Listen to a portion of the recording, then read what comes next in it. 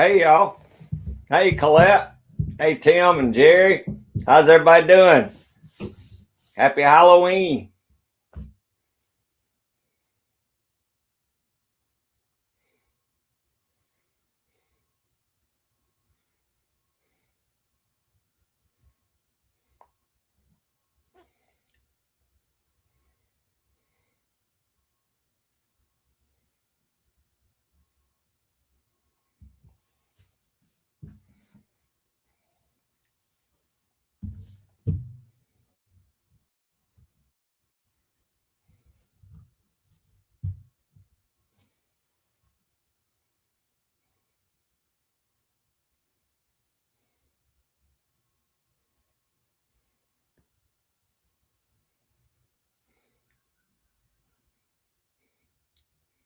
Hey, 351 Cleveland. How you doing, brother? Hope everybody's doing good on Sunday afternoon. Kind of rainy and drizzly here. Tim, how's your foot doing, buddy? There's Tactical Fud. What's up, Buck? I appreciate you coming in.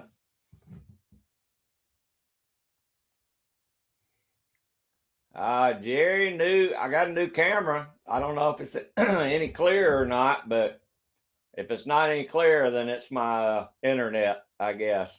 I have to do something about that. But other than that, I hadn't been doing a whole lot. We've been getting rain here.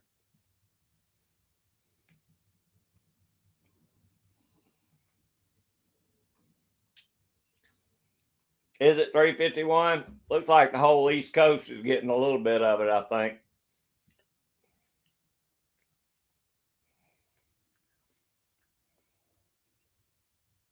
Oh, good, Jerry. I was hoping it would, or I'm taking it back.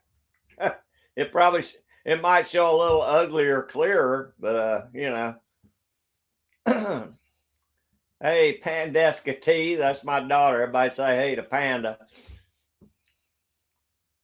Good, Vanda. I was hoping it would be. I'll better be staying out of trouble this weekend.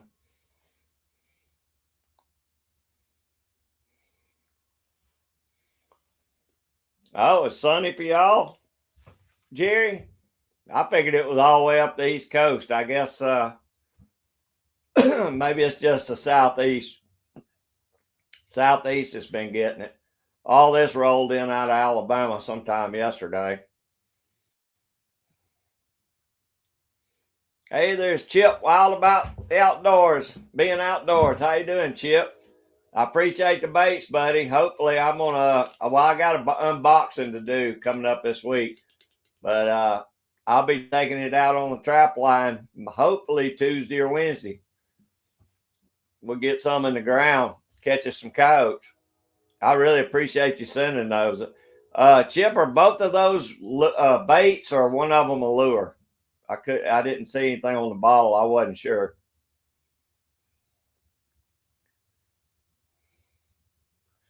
Yeah, Jerry, I knew you. Oh well, you're on the coast in Pennsylvania. Okay, I knew you're in. I thought you were up around uh, New Jersey, Jerry. Are you out of town?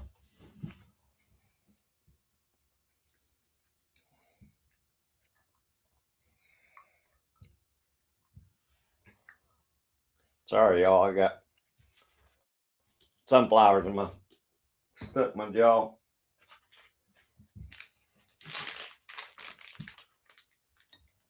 How's everybody else's weather? I know 351 says it's raining his way. Jerry said nothing. I know Colette's got a little rain today, probably.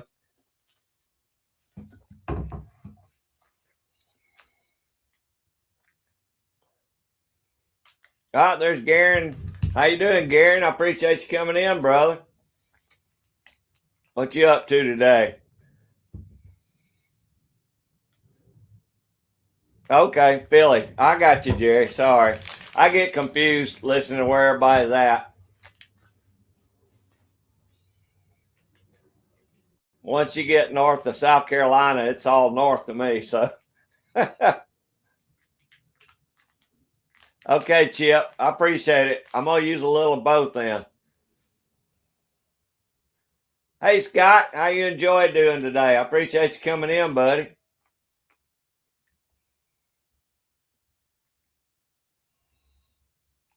Rain since Sunday. Yeah, pretty much the same way here, Scott.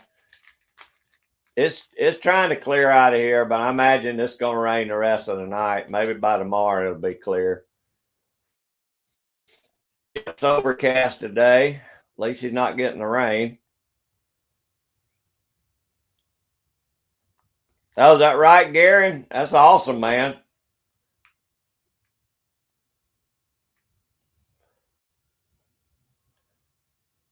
Is that big one? The preacher?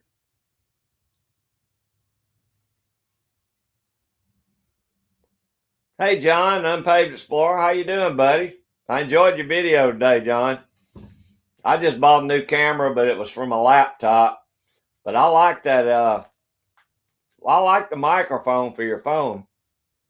Picked up really good.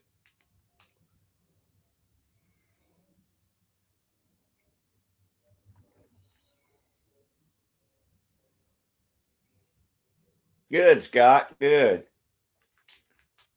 Garen's bright and sunny there.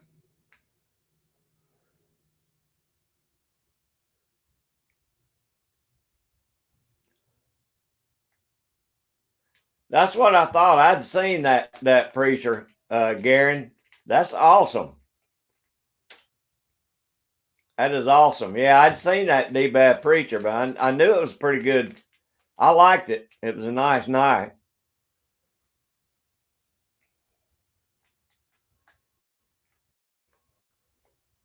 Scotsman, how you doing, Scottish American? What's going on, brother? Hope you're doing all right today.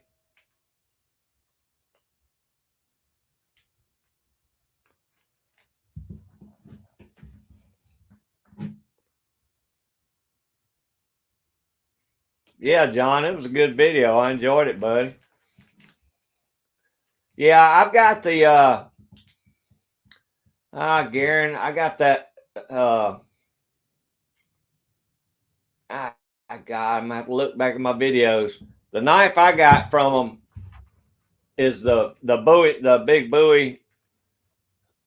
I can't think of which Bowie I got, but it was a big one. Had about a 10 or 11-inch blade.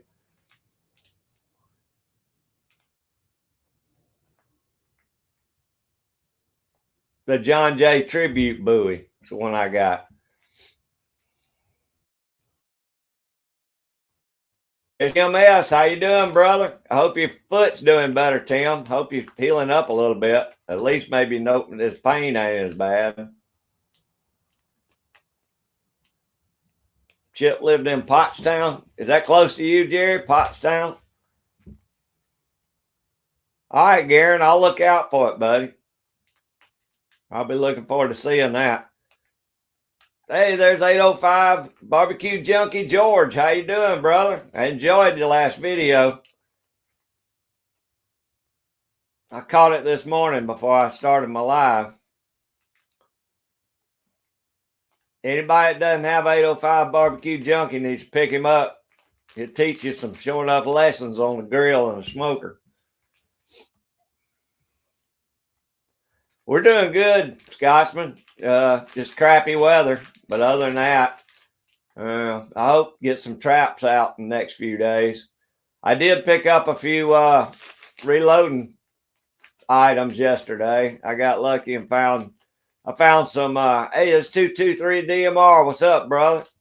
I picked up a jug of tight shot, tight group, and 500 large rifle primers.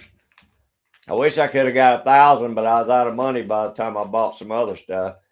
But at least I was able to pick up some large rifle primers.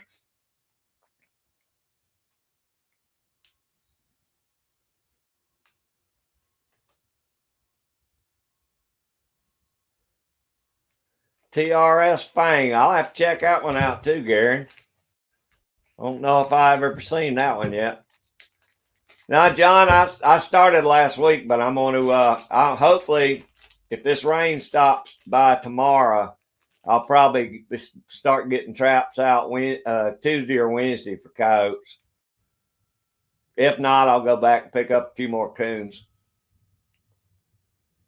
Oh, that's good, Jerry. I ain't too far from you then. Ain't no problem, George. You the man on the smoker, man. I steal your tips all the time.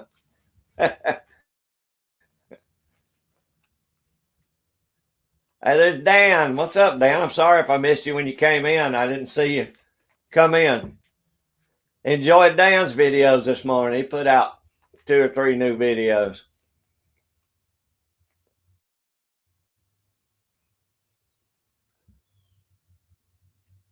Still can't see my stitches.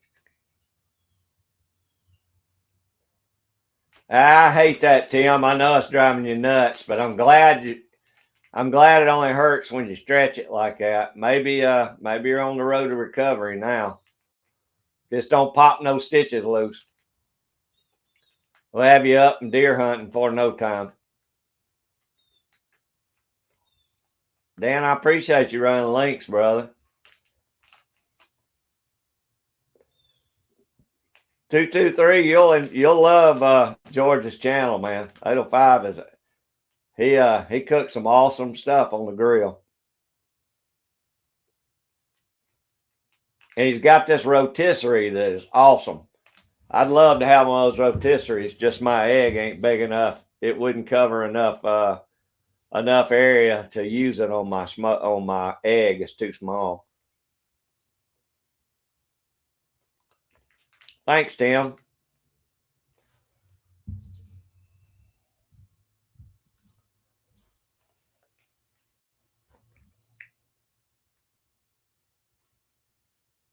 Okay. All right, Dan. I didn't see you when you popped in, so I appreciate you jumping in and running links right quick.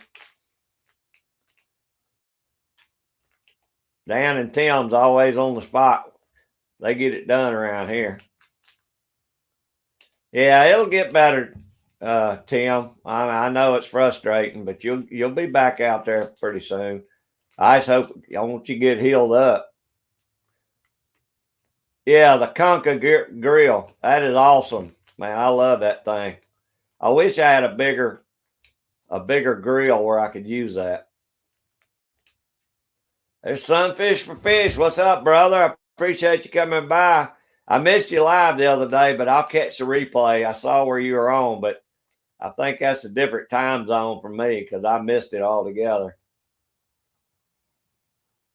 Yeah, it's about as spooky as it gets around here. Me and the dead critters hang out, Sunfish. I bet I don't even have any trick-or-treaters this year. I very rarely get any. Everybody trunk or treats or does stuff at the churches or, all those around here. Trick-or-treaters even come around anymore, which is a good thing. It's probably a lot safer for the kids. Dale County by the airport. All right, Jerry. Oh, Jerry, I appreciate the tips on the scanner too, man. I might have to get an app for my phone so I can do a video or two for you. Oh, is that right? 223? Heck, post it up, man. Let's see it. Or you can send it to me in my email if you want to. That's awesome. I hadn't had any more bucks on my trail cam since they all split up.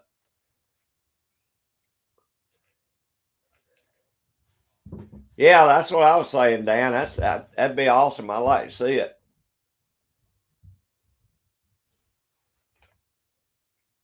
Hey, there's no doubt. I always make my daughter buy good candy that she knows I like because I always eat it all. Hey, Mike, Hobby's Hobo, what's up, brother? I appreciate you stopping in. Yeah, rainy there too. Yeah, we're rainy here too, Mike. We need it, but it's just I don't think we're going to get the coverage we need. It's just kind of drizzly crap. I'd rather get a decent amount of rain, fill up some of these creeks.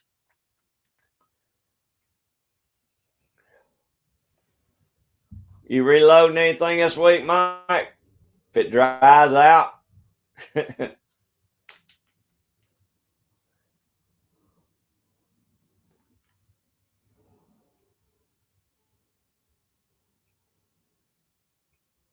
Yeah, you do that 223. It's not. It just. I imagine just your regular cord going into a computer would. You could probably load it up, upload it.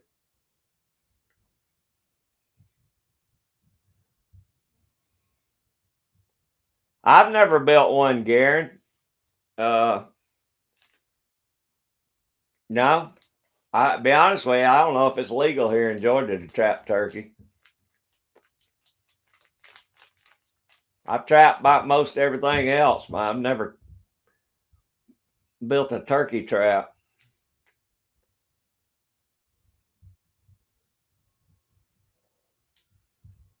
Oh, that's awesome. Ours has been open for about 2 weeks now, Sunfish. Dan's got cloudy there. Well, you told me y'all get a good bit of rain, though, didn't you, Dan? I hear you, Mike. I got a bunch of them in my brain. They just never make it to the bench. That's my problem. Ah, there's Rockwood 64. Everybody say it, Phil.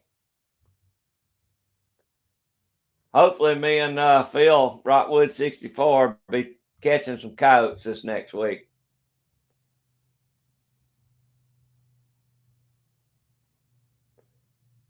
I don't know, Jerry. I've never heard of them, but I guess Garen knows if they do. I didn't think you could, Phil. Not here, anyway.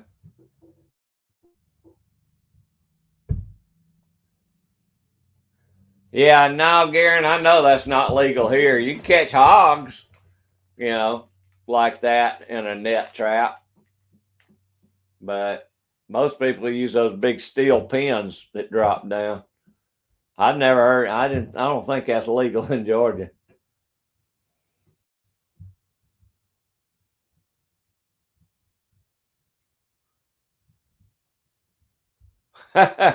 you've been stacking them up, Mike. I need to shoot my 22s. I need to get out and shoot them. I hadn't shot anything in a while. I'll be honest with you. Been about 2 months since I've shot.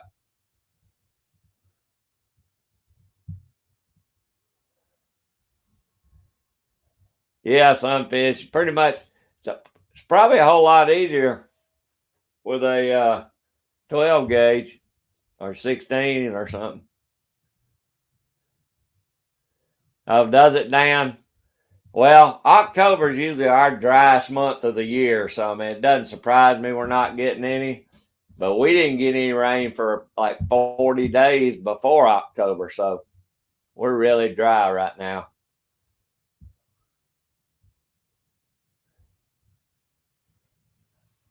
That's right, Dan. Turkey equals farm. That's right. That's my view of it. Okay, that's all right. 223. I'll check it out after the live.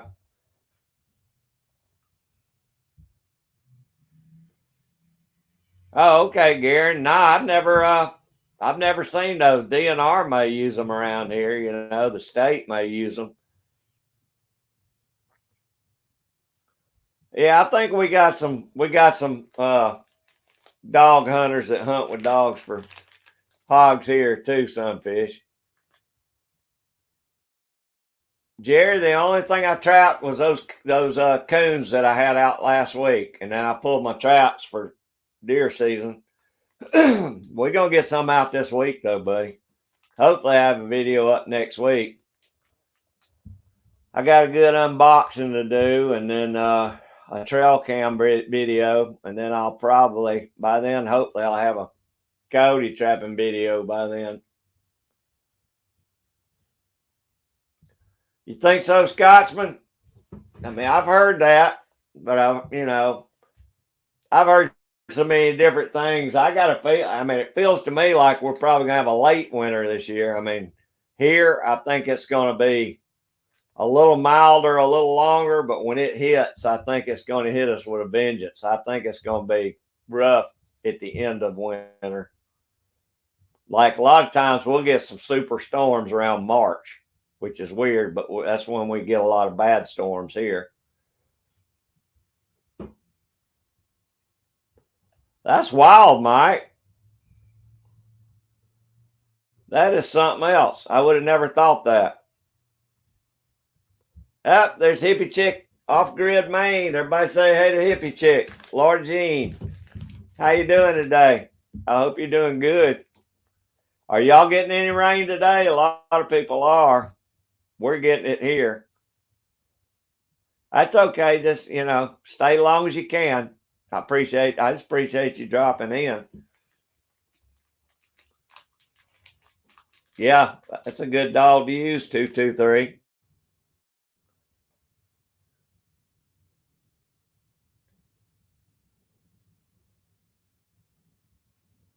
Huh. I don't know. I don't think we got any type of pheasants here. Sunfish. We might, because I'm not really a big bird hunter, but I don't know.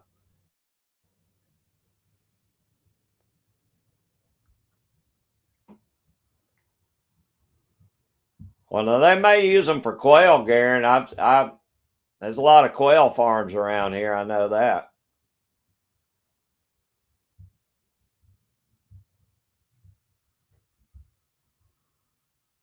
That's cool, Dan.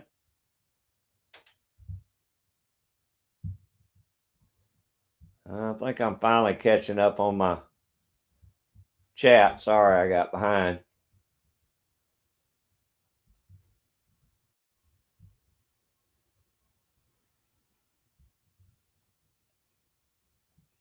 No, Hippie Chick ain't got no rain this week. We're getting it finally a little bit, but it'll probably be enough to help the garden a little bit, but we're not getting a whole lot, Hippie Chick.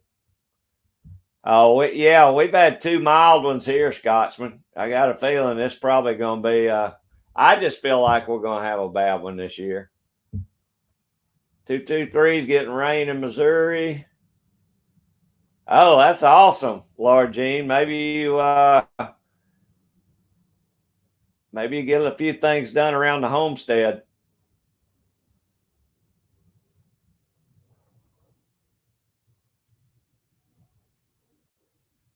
That could be, Mike. I honestly, I've never heard that, but that's pretty cool, really.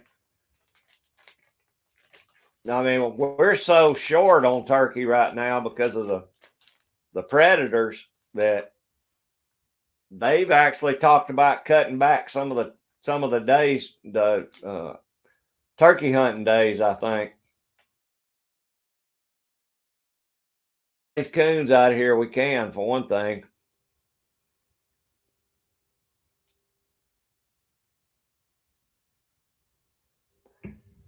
Hey, George, I really appreciate that, brother. Thanks for always coming in, man. We always enjoy having you in here. Cook up something good because I'll be watching.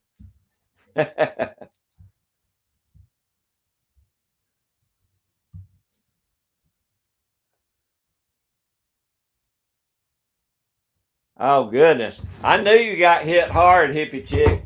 I didn't know you got that much rain. Good Lord, that's a lot of rain. I'm sure the bog's overflowing out. But maybe it'll, level back out now, and at least maybe you'll have enough good saturation for your winter crops or anything you grow out there.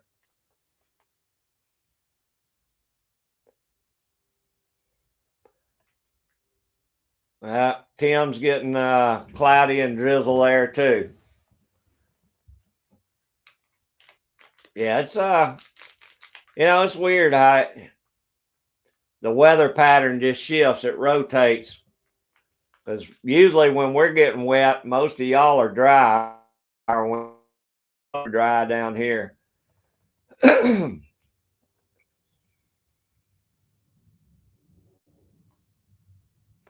Now, I saw Tom Celtic. He crow hunts and he cooked some up. He ate them. He said they weren't very good, though, but he did eat them. He's the only one I've seen crow hunting lately.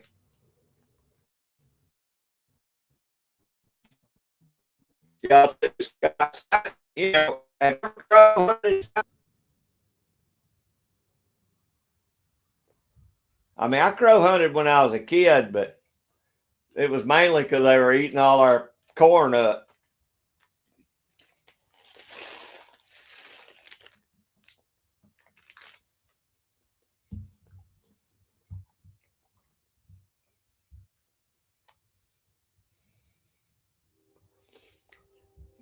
That'd be cool to try, Dan. I think that'd be real cool to try.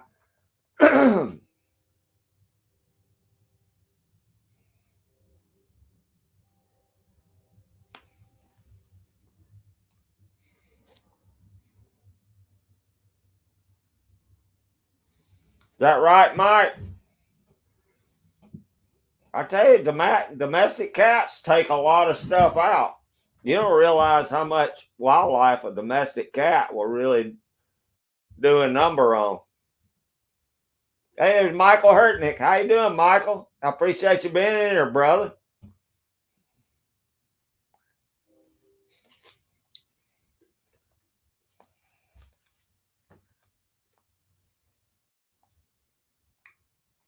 All right, hippie chick. You have a good evening, Lori Jean. If you get time, come on back. If you don't, I appreciate you being in there.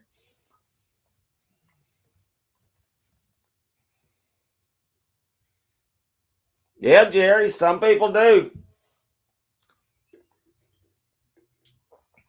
It must not be very good, though. It's probably going to be way down my food chain.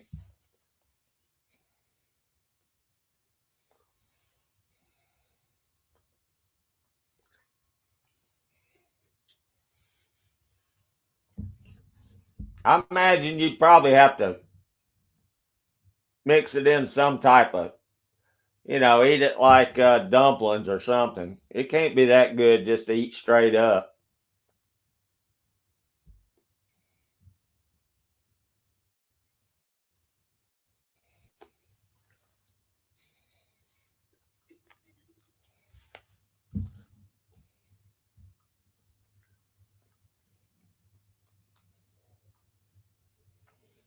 Michael, I appreciate you being in there, brother. It's always good to have you in, bud. Y'all doing any hunting yet? Hey, it's Broke Loader too. How you doing, brother? I appreciate you coming in too. I know you probably loading some up today.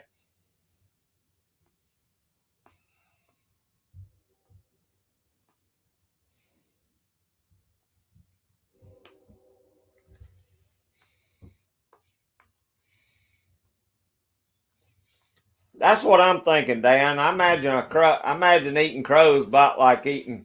You'd have to cook it about like squirrel. It probably don't taste a whole lot different than squirrel either. Gravy or dumplings, anything like that would probably be better.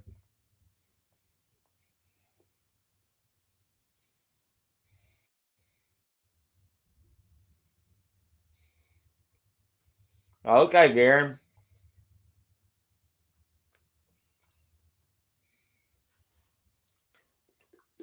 Squirrel ain't bad if it's cooked by somebody that knows how. We ate a lot when we was kids, and of course we just stuck it over a fire. And it's tough like that. It ain't much good just cooking it over a fire. But now people that know how to make it in gravy or in dumplings or something, it's probably a lot better when it's not so dry.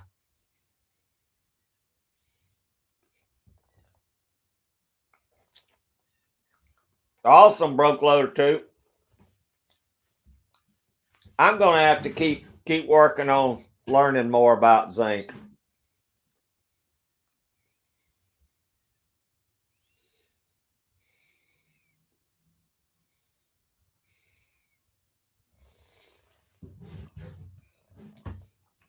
Now that it's cooling off here, Mike, I think it won't be long before I start trying to make up some ingots anyway, melting some stuff down. At least it won't be so hot. I'll do it outside my shed. There's no way I'll cast up or smelt as much as you do, but Yeah.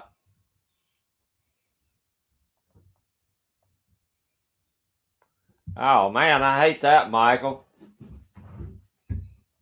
I hope it's just an abscess or something. You don't have to put her down.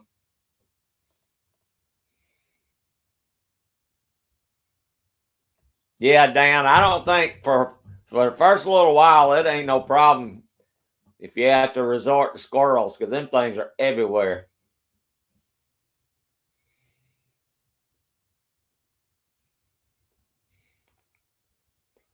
Oh, is that right? 223? That might be pretty good. I guess battered up, they'd probably be pretty good. They just ain't a whole lot to a squirrel.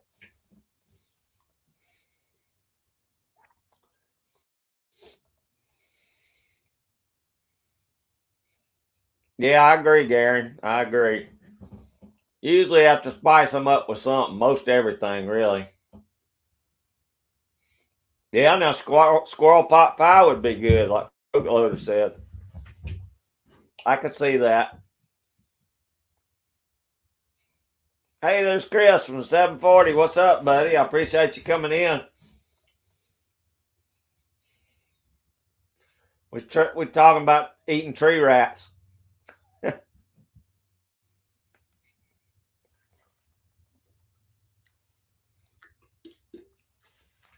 Yeah, when I was a kid, if I went out, Daddy wouldn't let me. He told me I could shoot any stuff like that I wanted, but I was gonna have to eat it when I got home. So we selectively shot stuff.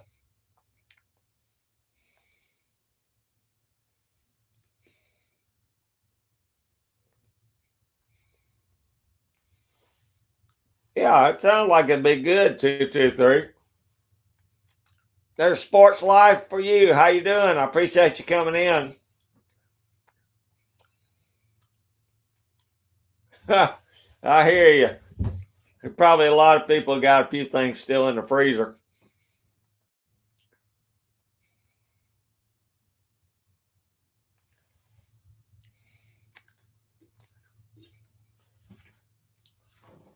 Oh man, it's gonna be a good video, Chris. I'll look for it. I know y'all had a good time. Them two look like they're a hoot to hang out with.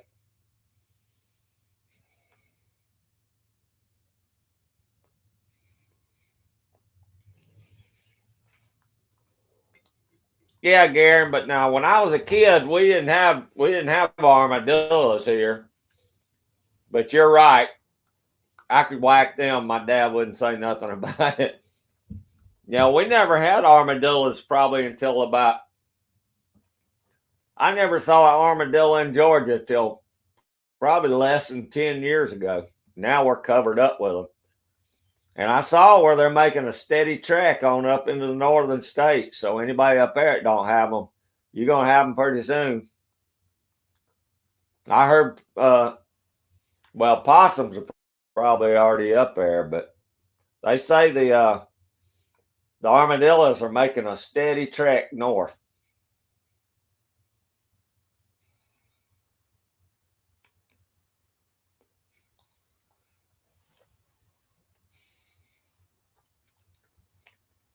I imagine so, Michael. I don't know if I ever talked to anybody that ate a squirrel, ate a skunk. I don't know. Now I'm sure there's probably somebody that's been hungry enough to do it, but I don't know. That would probably be the bottom of my food chain right there, Michael. Now I've heard groundhogs ain't bad. 223.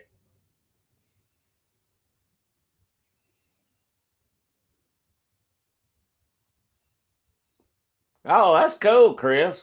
Yeah, I'm looking forward to seeing those.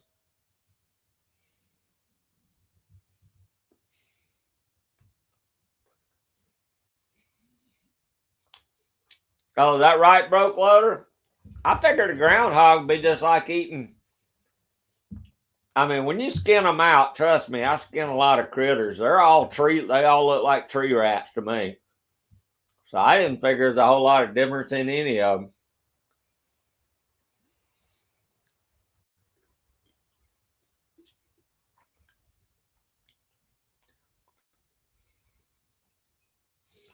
That's something, Mike. Now we do have an individual squirrel season. I don't know if it's during our fur bear. It's not like trapping. They have an actual squirrel hunting, a certain time slot when you can hunt squirrels here. But I mean, I've incidentally caught in a few in my traps, but they're not target animals. But I'm trying to think of when you are allowed to hunt. I'll have to check on that. I know they got their own separate season here, Mike. Armadillos are definitely invasive here.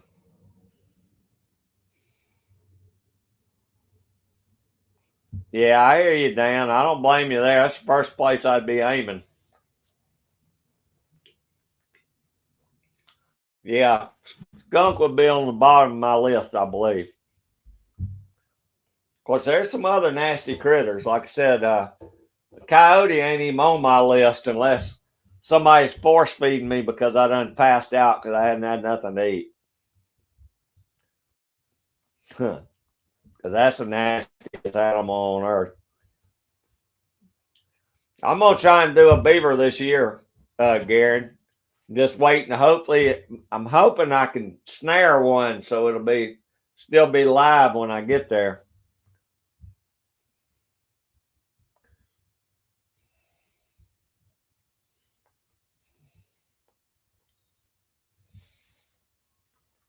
Is that right, Mike?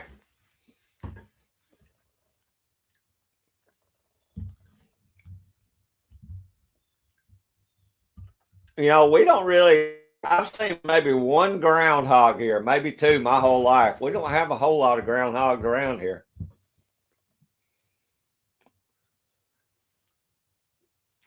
Well, broke loader, it may be during our small game season when you can take squirrel. But I was thinking they actually had their own little season. But it may be during small games season. Because we'll have a small game season, big game, then we got fur bear. Of course, you got your ducks and quail season and all that stuff. It's all kind of broke up into different groups. But I would imagine you can squirrel hunt anytime during our small game season too.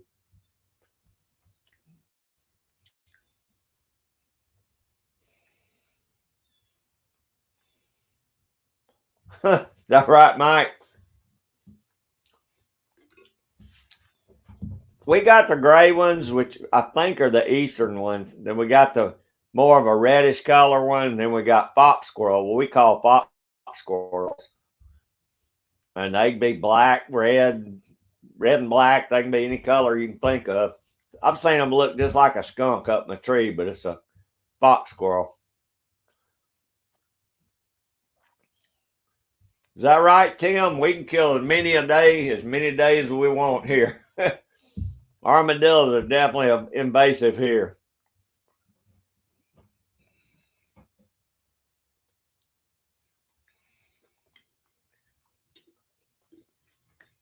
Yeah, that's right, 223.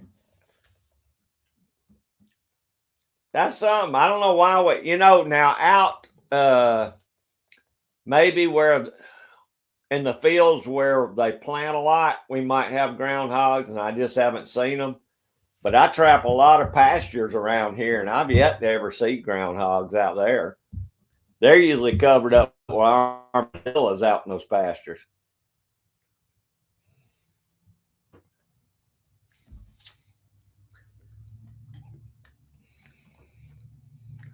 Oh, Dan, I knew you couldn't stand it.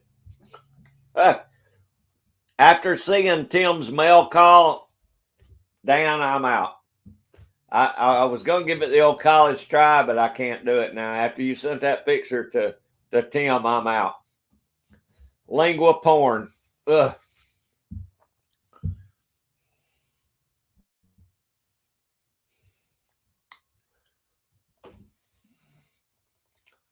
Gary, we have a few nutria right on the coast, but very few.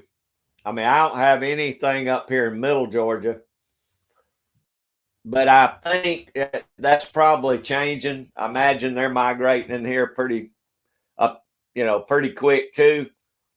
It wouldn't surprise me within 5 years if we don't have nutria in the creeks and the swamps up here where I'm at.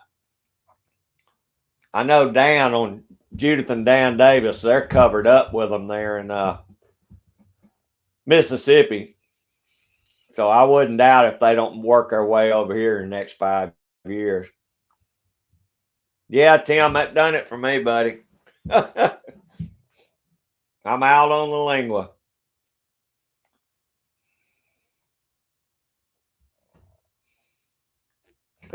Hey, Michael, what are we? How long? We're about 45 minutes in, so it's just a matter of time before the food channel starts up. That's one thing I'll say about this channel. All my friends in here love some food, and we ain't shy about talking about it. It's just Dan kind of has a warped palate. Dan likes the stuff that he knows no way me and Tim are going to eat.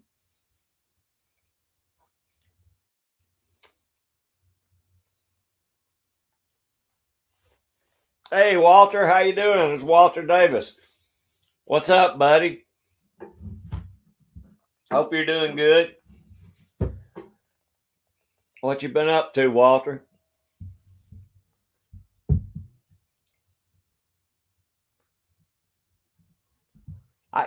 Garen, that's something I've never had is lamb. I've never had lamb. I've seen it on a few menus, different places, but I've never ate lamb. Is that same thing as veal? What is veal?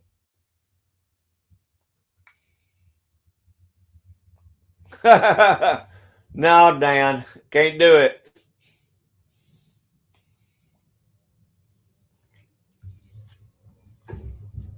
And I may have to cancel that trip to meet you and Bernie to eat some because I'm probably not going to do it now. Uh-oh, Tim better run in there and get him a sandwich. It's about that time, isn't it, Tim?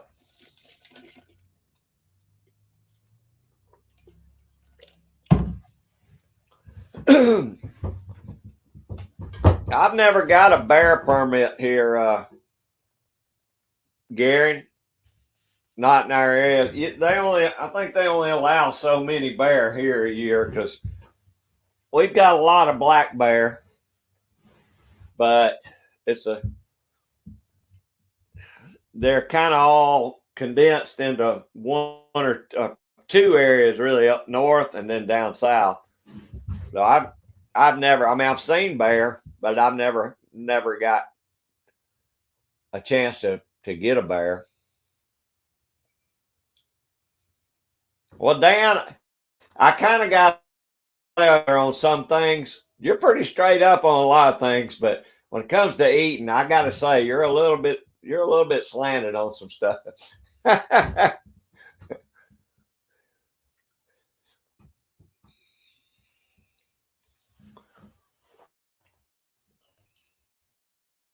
Well, how's your weather up there? You been able to get the boat out, or is it starting to get too chilly for that?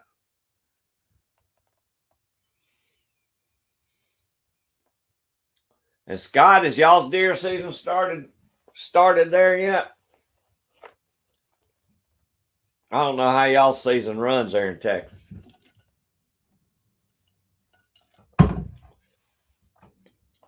Bill is a calf that never. Oh, I got you. Bill is like a baby calf, the ones they keep in them little cages or whatever until they get big enough to slaughter. All right. I've never had veal and I've never had lamb, either one.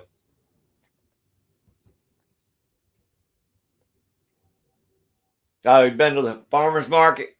Cool.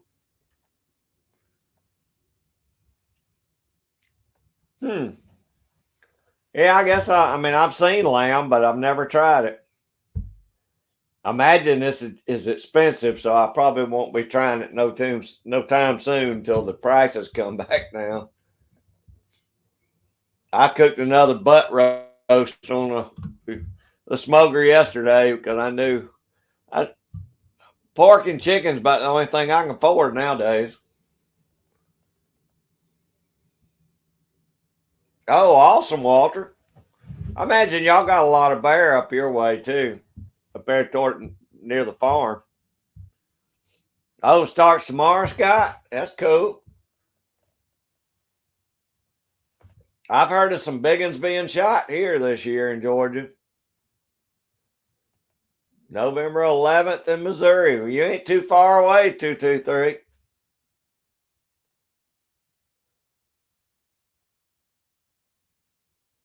Okay, well, maybe you'll get out on it, Walter. I hope the weather holds out good for you. I don't. We'll see about that, Dan. We'll see, buddy. I'm one of them people that's learned never say never, but that picture kind of pushed me out a little further away. But we'll see.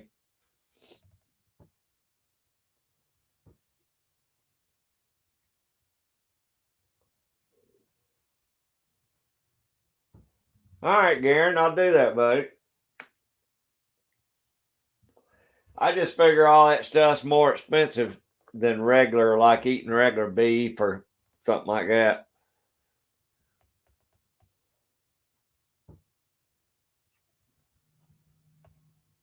Okay, Walter. I've seen now, I've been on farms where they separate the veal cows from the regular cows. I've seen them, they keep them in little separate cage looking things. But I guess they bought, let me see. I guess they just keep them in little cages and bottle feed them.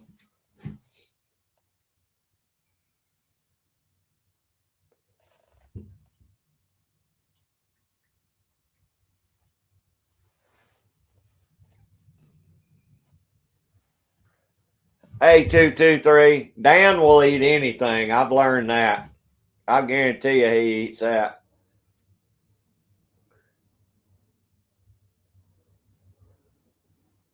Huh. We're going to have to get Scotsman to send him some of that Haggett. I think that's what Scotsman was talking about that day. We'll send Dan up some Haggett to eat.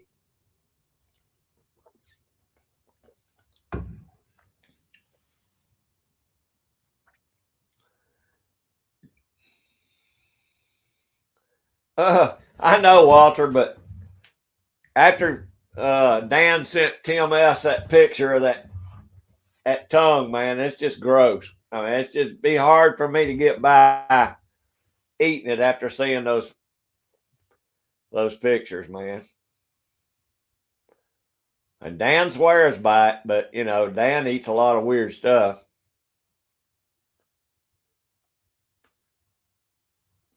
Hey, there's Gary Meldrum. How you doing, Gary? You got some lingua on the grill today, buddy? I know you're probably cooking today.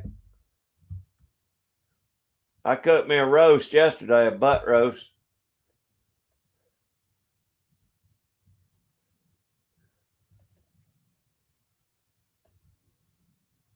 Really, Walter? Stronger than coon?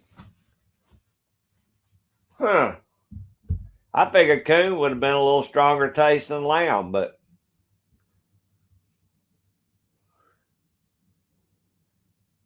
I know a lot of people eat lamb, you know.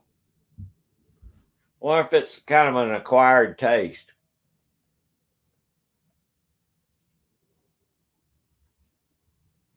Is that right, Garen? Well, there's a lot of stuff that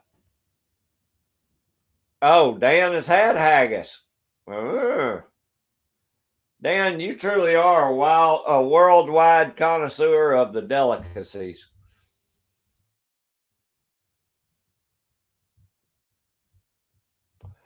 Chip, I appreciate you being in, brother. And I'm going to do an unboxing on those baits, and then I'll be using them this week. So I really, really appreciate you sending those to me, buddy. They smell good. But I look forward to getting to catch something with them.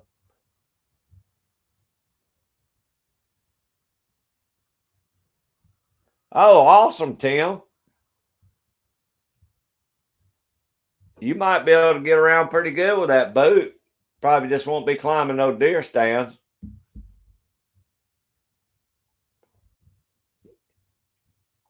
Yeah, Chip, I really appreciate everything you done, buddy.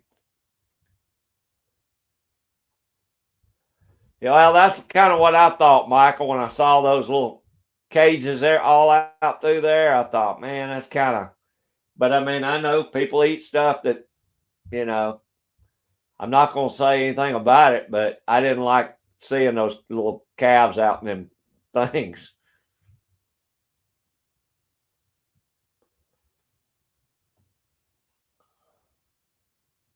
Oh, good, Gary.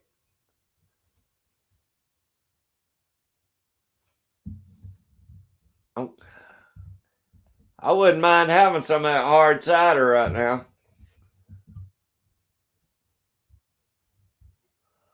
Yeah, we'll get.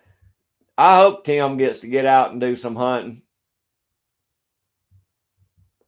I've heard barbecue coon's the way to go. 223. I don't know, but there's Joy. Everybody say hey to Joy Stewart.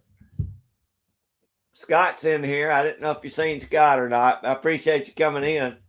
Pot roast in an hour. Bad meat shop. Hey Joy, I believe I'd have to have the pot roast. I'd opt for the pot roast between it and lingua.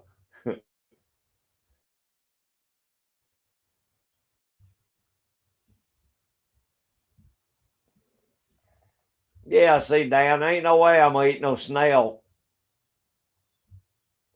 I've had fish eggs, but I ain't gonna eat no snails. Up, there's water to fill. What's up, brother? Tip one back for me.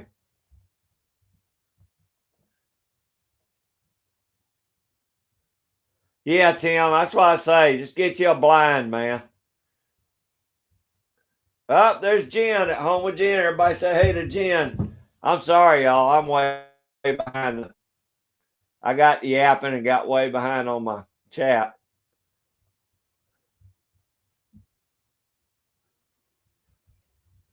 Is that right, Garen? Gonna start back out probably Tuesday, Gary. Start working on some coyotes.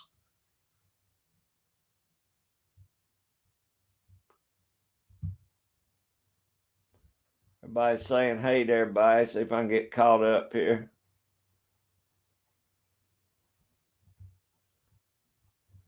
All right, Dan. Barbacoa is something y'all need to try. I'm scared to ask what that even is, Dan. I like frog legs, Gary, and I've ate a lot of frog legs. Is that right, Waterfield? All right, man. Now we both feel better.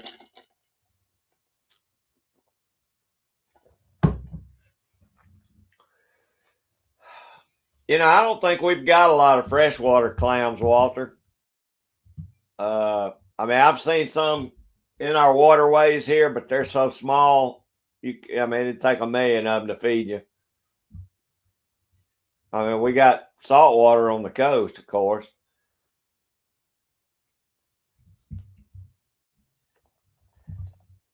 Oh, that's awesome. Jen and her husband just got cowboy hats. Now you got to do a video on you and the hubby in your cowboy hats, Jen. You're gonna have to get you some cowboy boots too.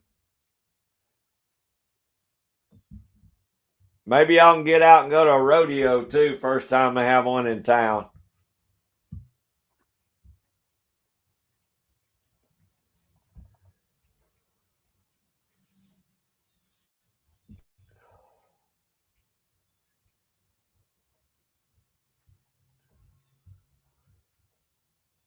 Yeah, Chris. Now I like some frog legs. I got no problem eating frog legs. That's right. They're officially Texans now. She even told me in a comment today that everything's bigger in Texas. Sounds like she's from Texas.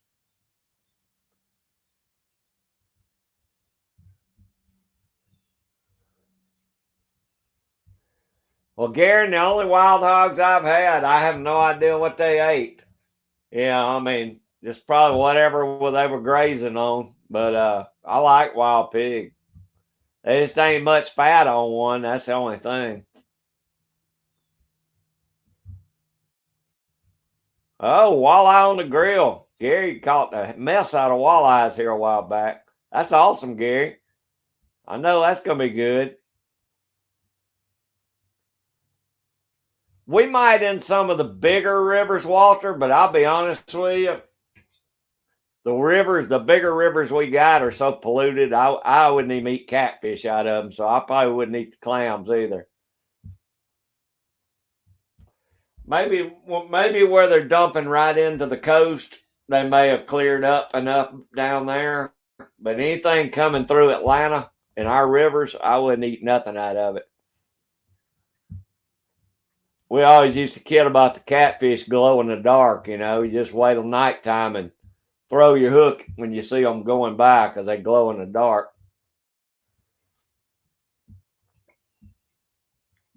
Well, that's good, 223. Y'all got them there in Missouri.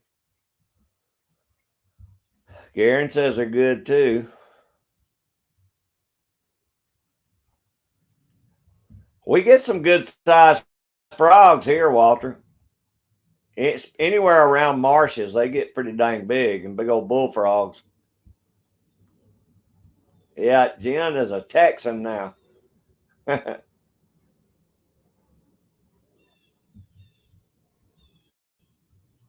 right, Dan. Is that the whole cow head you cook in the ground or something? Because I ain't eating that one either.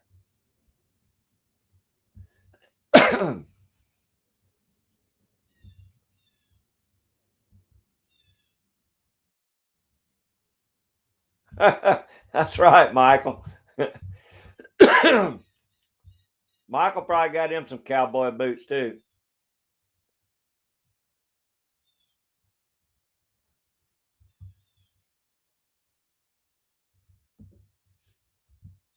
Most of the pigs I've hunted down here were in pretty swampy areas. I guess they eat a lot of roots and stuff like that. Now, of course, they'll eat anything if they find a farmer's field.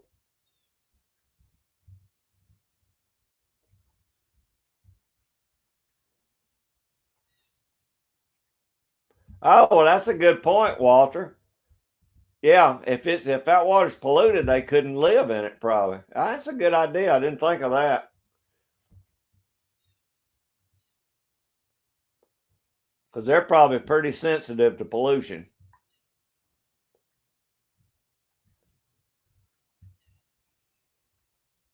Yeah, that's what I thought, Michael. I ain't eating that either, Dan. Y'all had talked about that once before, and I knew right off the bat I wasn't eating that one.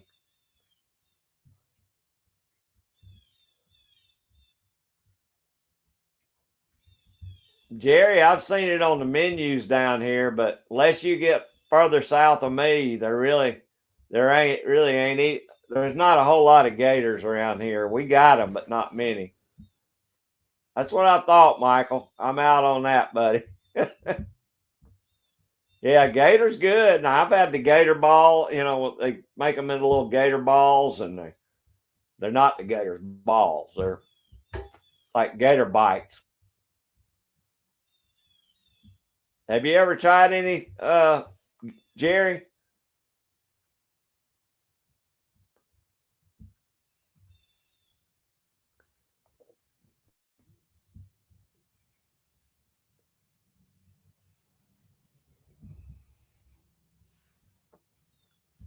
I imagine so, Walter. I imagine it could be. The ones I had were in restaurants. It was good.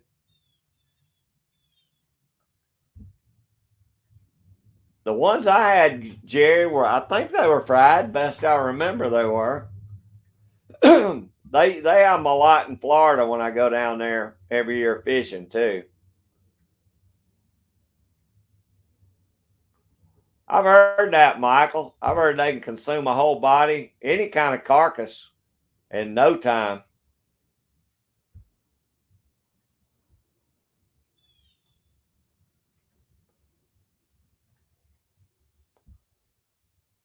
Yeah, and Joy and Scott probably got a lot of gators out their way.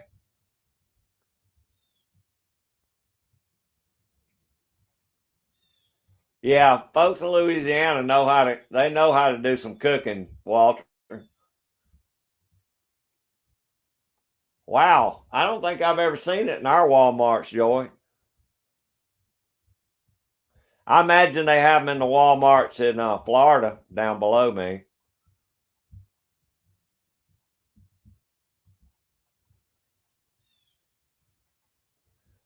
I don't know what that is, Garen.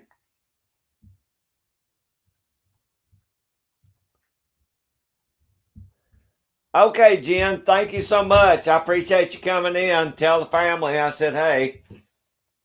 And now y'all run out and get you some cowboy boots too. Yeah, I know, Michael. I wanted to say that for the record since since Dan eats so much weird stuff. I wanted to announce that wasn't gator balls I was eating. It was just cut up little pieces of gator.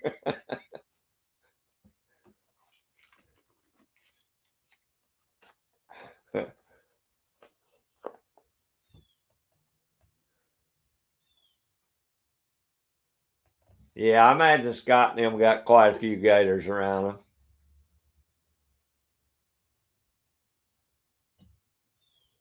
Yeah, no kidding, Gary. If they come up out of the Okefenokee, they're right. I mean, they're going to be right here in Georgia. I hope them big things don't never make it up here either. But apparently they're pretty. I don't know. It may get a little too cold for them up here in Georgia. I don't know. I mean, the alligators do okay, so it may not even affect them. Jen, y'all have a fun day.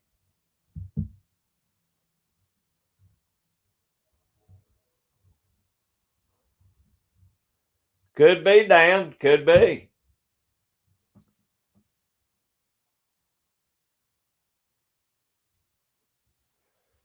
I'm pretty sure that's the way I had them. 223 deep fried.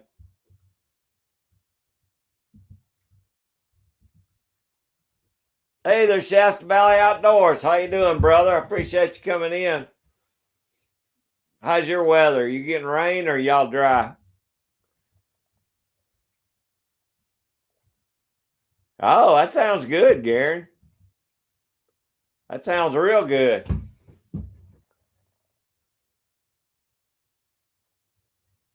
Seems like it'd be hard stuffing all that stuff in there, but it sounds good.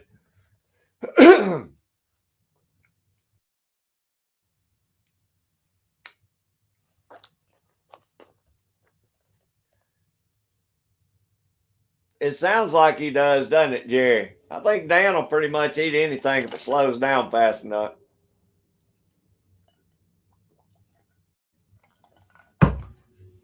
Wow, that's a good size gator, Scott. I don't know. I mean, I've never seen one in person that long around. The ones we got here have been like 8 or 9 feet. It's the biggest ones I've seen.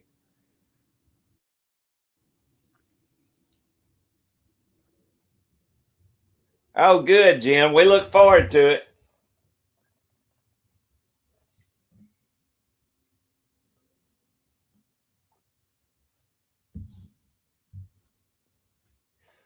Warm and sunny. All right. Well, we're getting rain here, but a lot of folks are dry today, so I didn't know how y'all's weather was. My daughter out there in California said it's finally got down to like the upper 70s there this week. So it's not 102 or 103.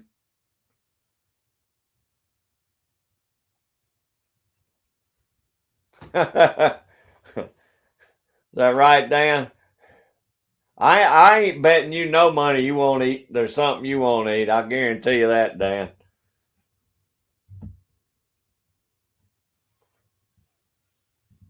Oh, okay, Gary.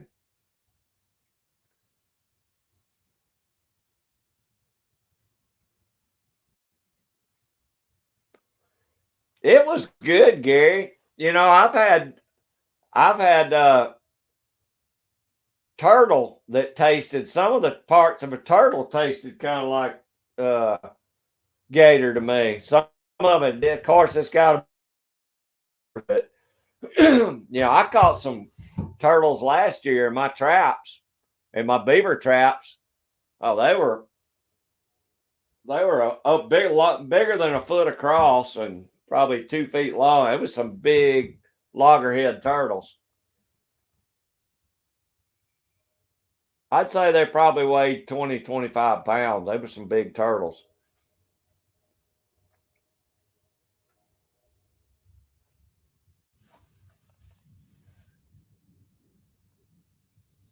Sugar chicken.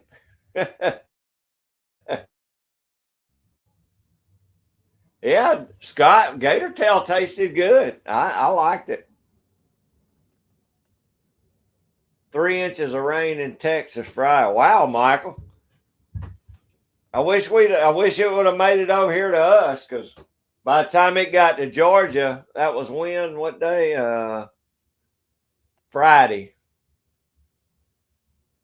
We got a little over a quarter inch is all we got by the time it made it all the way from Texas through Alabama and Louisiana and all. We got a quarter inch, Michael. And I'll be surprised if we didn't get another quarter, maybe a half inch today, but I doubt it's going to be much more than that. Yeah, that's what we made, turtle soup.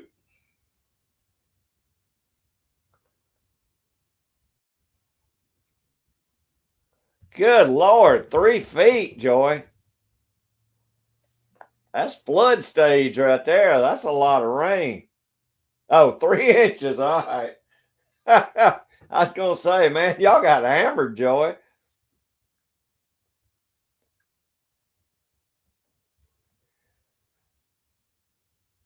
Seven types of milk. Okay, Garen. I knew there was a bunch of different flavors.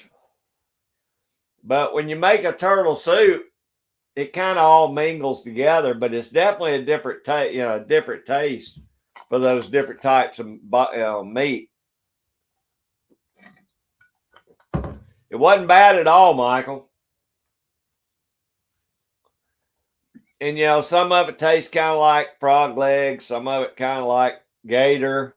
I don't know if I remember tasting 7 different kinds, but it was definitely some different flavors to the different meats.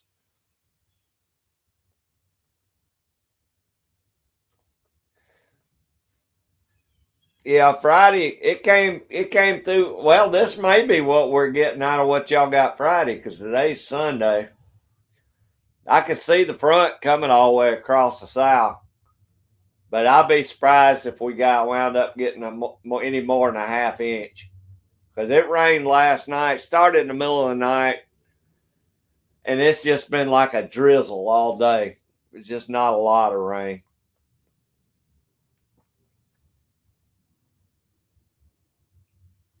It wasn't bad, 223. I'd eat a turtle before I eat lingua. I can tell you that right now. Did Dan say if he had ate? I know Dan probably likes grits. He wants shrimp in them, though. There we go. I knew he had to put some shrimp in it. He couldn't eat no plain grits.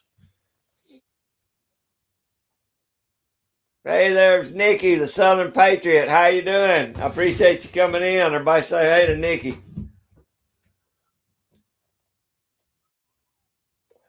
How's y'all's weather, Nikki?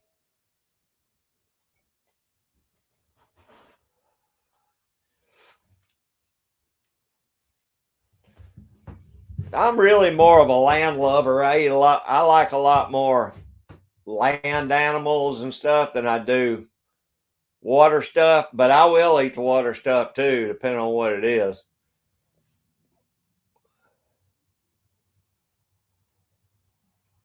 Cheese grits, catfish, and hush puppies. You know, I like all three of those. I used to eat a lot more hush puppies than I do now, but you can't beat catfish. It's my favorite kind of fish, freshwater fish.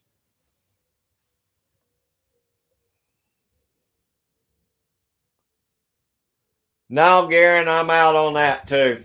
That's fish bait. I done said on here I won't eat nothing I fish with. But I mean, I guess in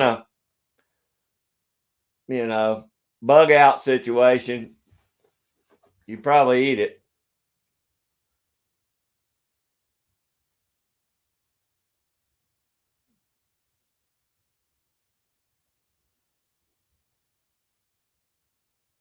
I've been good, Nikki. I've been real good.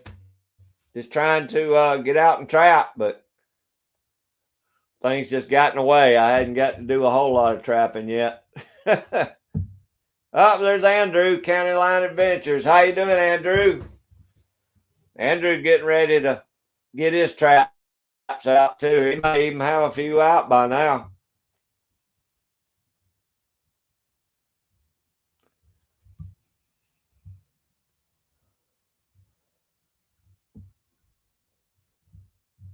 That's something I've never had now, spoonbill. I don't think we got spoonbill down here.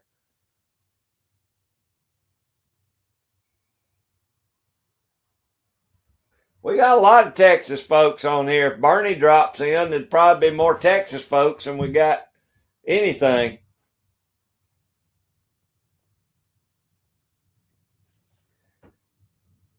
Six days. I knew Andrew was getting pretty close. 6 more days and he'll be trapping. Andrew got more coon traps than I got, so he's probably gonna be way ahead of me in the first week or two. I may put out a few coon traps where I'm coyote trapping next week too, so I pick up a little bit of both.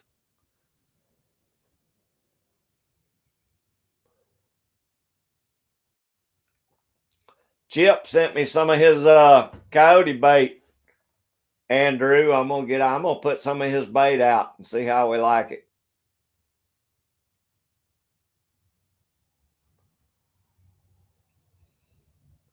Yeah, see, Dan, no, we don't have halibut. We don't have anything like that. Of course, we're not on the coast, but I've never tried pollock.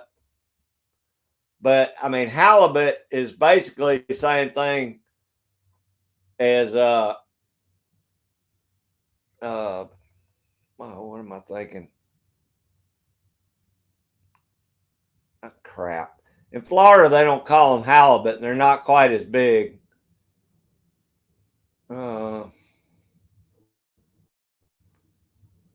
What do they call them? Oh, flounder. They call them flounder, but it's basically the same thing as a halibut. They just don't grow near as big as a halibut do.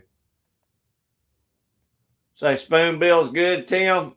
We don't have spoonbills. It looks like it tastes like catfish to me.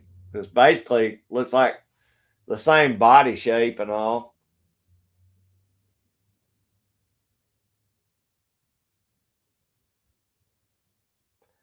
Hi, Andrew, it'll pick up. Once you put some bait out there, they'll start showing up. I'm not getting a lot on my trail cameras either right now, but they're out there. As soon as you start getting a little bit of food in the traps, they'll be in there.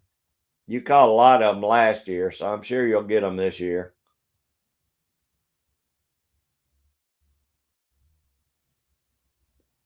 Now I've had mullet. I like mullet. All right.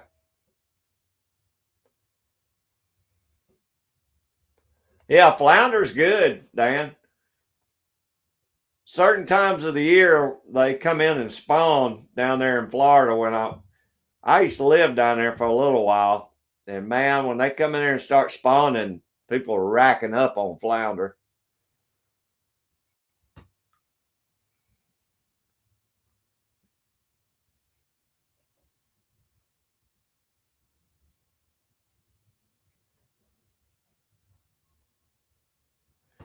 Yeah, now Gary Meldrum, Gary cooks a lot of walleye. I've heard walleye's good. I've never tried them because we don't have them down here either. But Gary and them racked up. Gary caught a bunch of walleye here a little while back.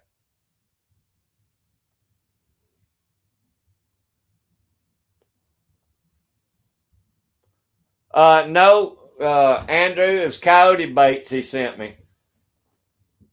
I mean, all I've been using is my cat food and marshmallows this year. Some of my traps, I put a little bit of smear bait on there, a little bit of. I put out some persimmon smear bait, and I put out some smoky fish, some coon Anzi.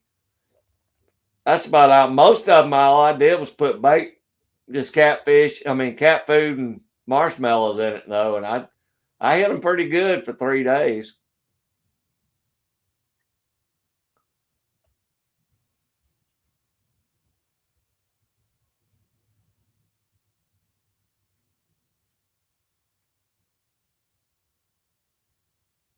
Huh? Spoonbill's more like a chicken firmness. Oh, Gary says that walleye's good. Matter of fact, he said he had some on the grill right now. There's Frank and Tina. How you doing, y'all? I was watching y'all's live stream earlier. I'm gonna finish it up. I was watching the replay because I missed it when y'all came on. I didn't get a notification till this morning, so which is the way it always has. Everybody that knows me knows I have to watch all the lives on the replay because I never can make it into most of them. I know Colette was in here earlier. I saw she came in right before I started the live.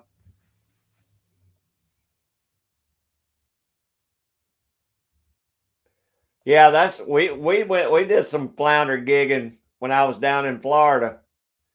Garen, it was fun.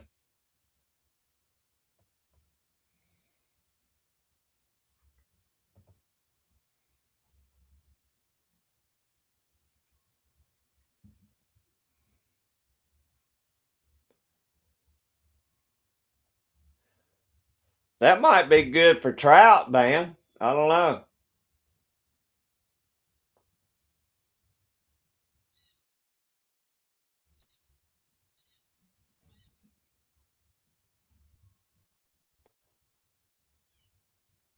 Hey, Michael, I picked up a jug of hot powder yesterday, and I this is the first time this year I've been able to find any large rifle primers.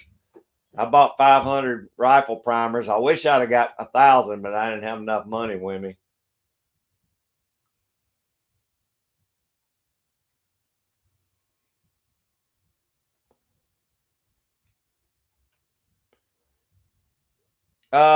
Garen, I have used peanut butter. It's just I quit using it just because it's always messy.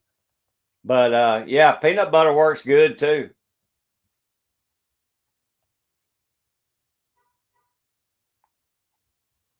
All right, 223. I appreciate it, brother. I hope you get you a big one now.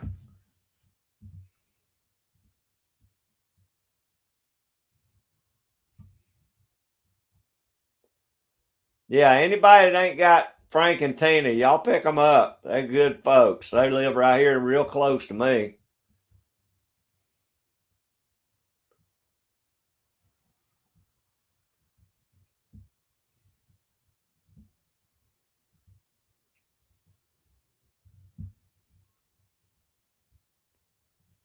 I imagine it'd be good for trout fishing too, Jerry. I know I've seen people fish with corn for trout. Thank you, Dan.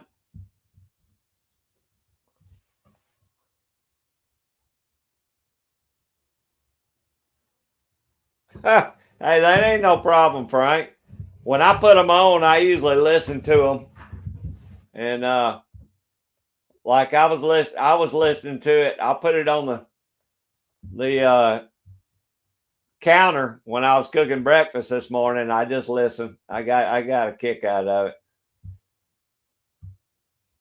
A lot of times I'll put the live streams on while I'm down here working in the shop and just listen. Ah, there's Irene, the field guide. Everybody say, hey, Irene. How you doing today? Y'all have a bunch of Halloween parties up your way?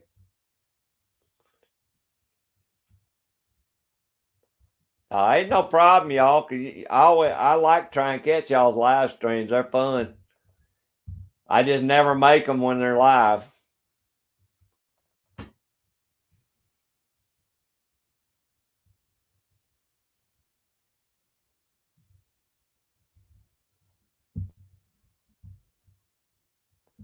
Awesome, Michael. I think I paid $10 per 100 for this, so it was $50, a little over $50 for 500. But I bought a couple of these little slide-in holsters. They're just real sticky material. They're good just to slide down the back of your pants, you know, if you want to run in the store or something. So I bought those, and I bought that. I can't remember now what I bought. It was what powder I bought. I think I mentioned it at the beginning, but I didn't forget what kind of powder I bought. But between the powder and the primers and all, it was like 70, $80 for that. So I'll go back probably next week and buy another 500 of them, because that's the first large rifle primers I had found, Michael. I got a good bit of everything else, but I hadn't been able to find any large rifle primers. Andrew, no, we don't have any Fisher that I know of. I'd love to catch one. You need to catch them if you can, because we don't have anything like that down here. I think it's too warm for them. No, Irene, I don't have anything going. The grandkids and my daughter are off doing their thing today. I don't know what they're doing, but they're off doing something. They said they're going to go trick or treating tomorrow night, so I've been hanging here at the house.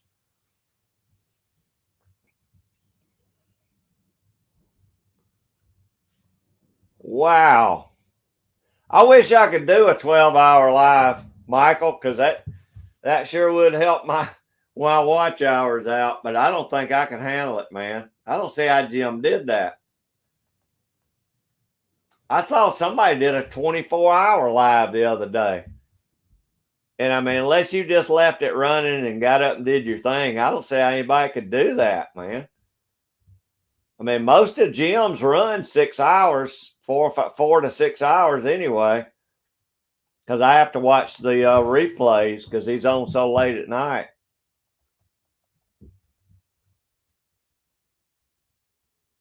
Oh, good, Irene. I hope you filmed some of it. Things that you could actually post now.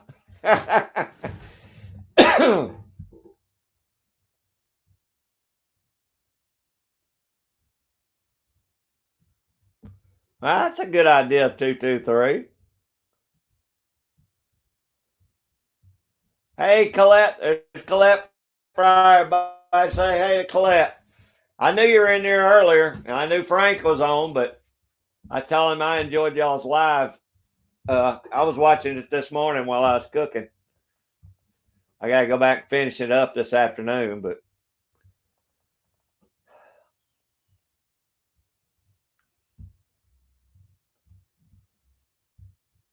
yeah, if y'all don't, hey, one of y'all run Colette's link too. Colette is Tina from Frank and Tina, but they have two separate channels. I want to make sure we run something for Colette too. Any of y'all don't have Colette, pick her up.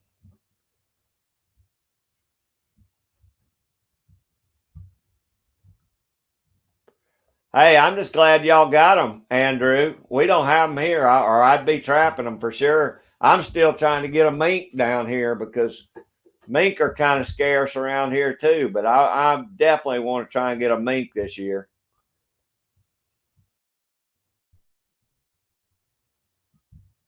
Oh, there's Miss Jamie. Everybody say hey to Jamie's Country Living. What are you up to today, Miss Jamie? I'm sure you're cooking something that's going to make me hungry tonight. Luckily, I cooked me a butt roast yesterday, though, so I do have something to munch on if you come out with a cooking video today. There's George Boy 44. What's going on, brother?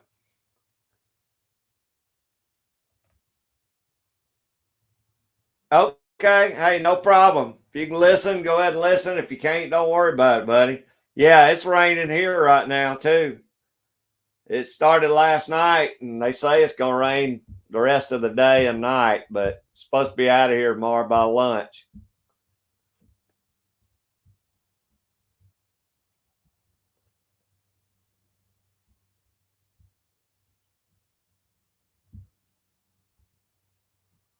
Hey, that's all right, Colette.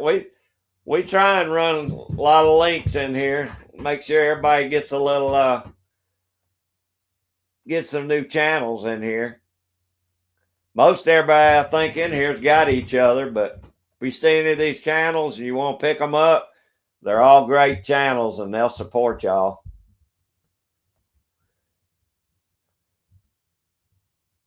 There he is, Bernie the man. What's going on, Bernie Sanchez? How you doing, brother? We've been good. Just we were talking about we're finally getting a little of that rain that y'all got Friday. Ah, I knew it, Jamie. That's why I went in and cooked that roast last night or yesterday, so I'd have something to munch on. If you put it out now, it's okay because I can eat my pork roast while I watch your cooking video.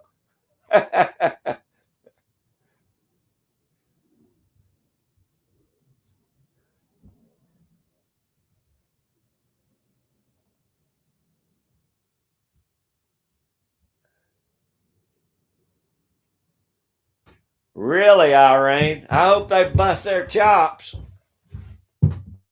He needs to keep some cameras out there, see if he can figure out which way they're coming in there. That's one thing I hate now. I mean, I'm a legal trapper. I ain't nothing worth getting out there busting the laws for.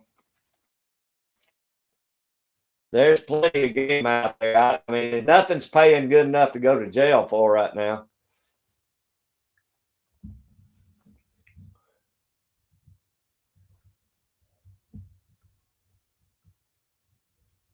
Oh, I know, Irene. We needed it bad, but it's like I told them. They said they're in Texas, they got like 3 inches Friday.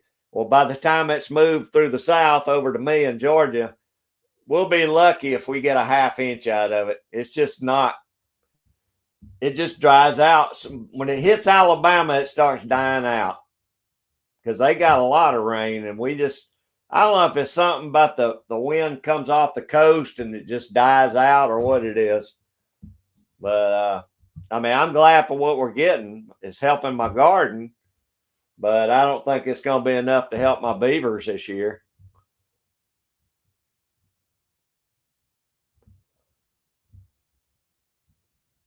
All right, Jamie, I'll be looking forward to them. I enjoyed seeing the backyard in your live stream the other day. That was fun.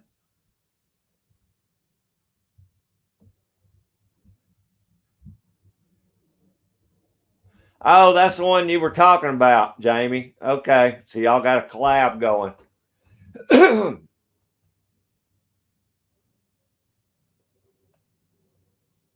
Oh, that's gonna be a good one. I'll watch that one, Jamie.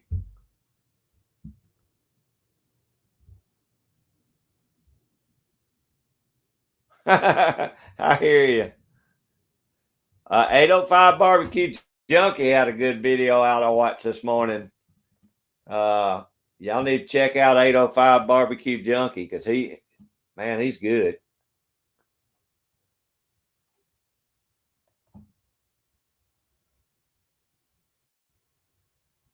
Yeah, Irene, it's tough to catch them because they're rolling in there all different hours of the night. And if there's nothing in the traps, they can be in and out of there so fast. He would never be able to catch them. But if you get them on camera, it'd be cool if you could get a tag number on their van.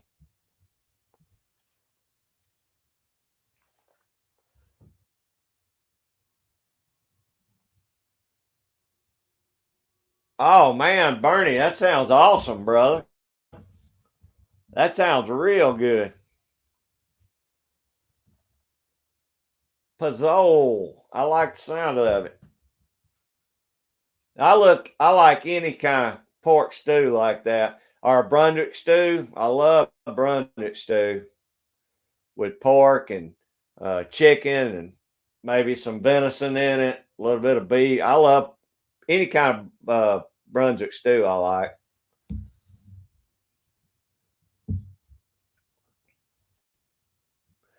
No, Andrew, I pulled my traps out and I hadn't had time to get back in the woods because I'm going to start on coyotes Tuesday or Wednesday, but I'm going to put out coyote and coon traps.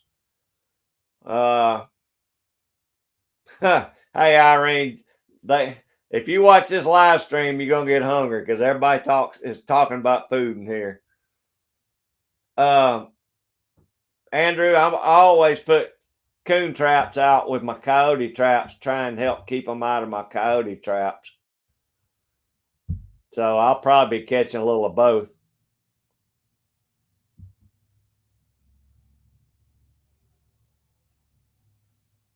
I'm sure they're going to be good, Jamie.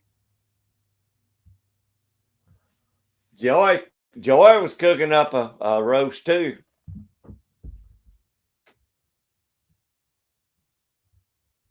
Ah, Dan. She don't mess with that nasty stuff. Yeah, Joy made a pot roast. And that sounds Bernie's stew sounded good.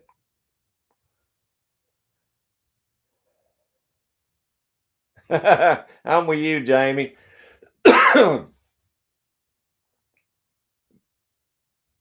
Hey, Irene, you get them if you see them, start taking tag numbers down. If they run them, it may be nothing, but then again, you might bust the case wide open and get them out of there. I hope he stole all their. Well, no, I guess he's watching them. I like for him to go in there and get all their traps. That'd be cool, because that'd set them back a little bit of money.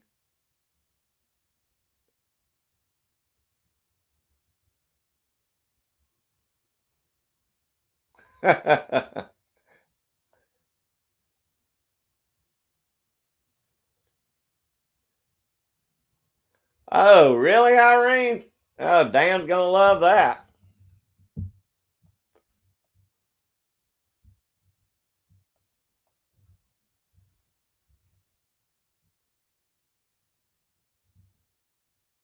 Hey, Andrew, that helps out a lot, buddy. You'll cut down a lot on getting your canine traps dug up if you keep DPs around those traps.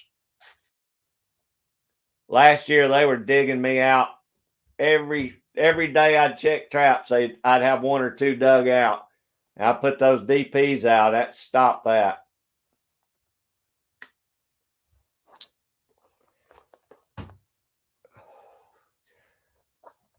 Yeah, I know, Irene. We finally started cooling down here some. I made chili last week. It was in the 30s at night and maybe the high 50s during the daytime. As soon as I cooked the chili, it went back up to 79 degrees and 65 or 70 at night. So I just froze the rest of it. I'll break it back out when it cools back down again.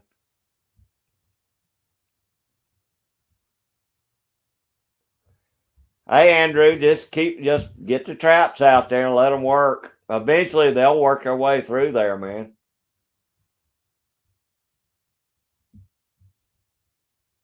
I hear you, Bernie. I guess I'm just one of those poor souls.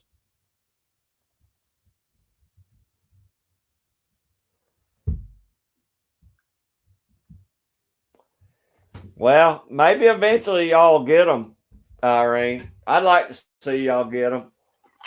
If you do, I'd like to see a video too. If you can, well, I guess you can't show their faces, but I can't stand the illegal trapping. But that really screws it up for the rest of us. You get somebody that's trapping illegal, next thing you know, game wardens are hanging around everywhere.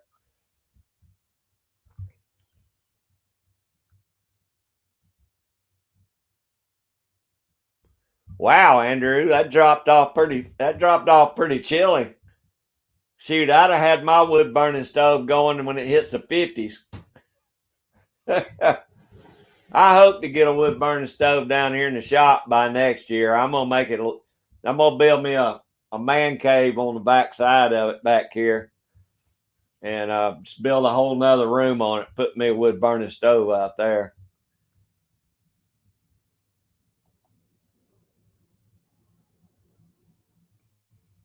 Oh, is that right, Irene? I knew he said he wasn't sure about putting coon traps out, but I hope he did, because I mean that'll help his turkeys out there.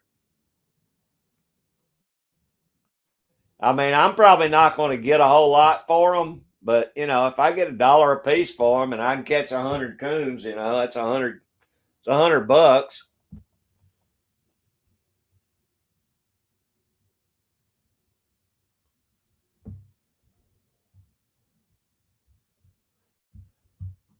Oh, that stew sounds awesome, Bernie. I know, but as far as the lingua and the cow head, I think I might be out on that.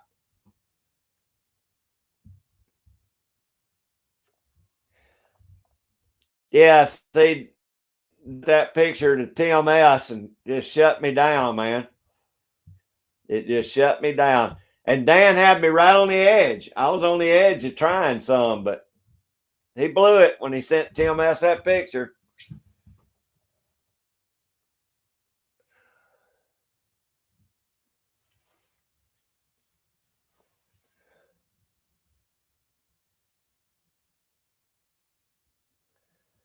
Oh, goodness. Well, I mean, when the zombie attack starts, I'll probably be eating lingua, but until then, I'm going to probably stick with a pork butt.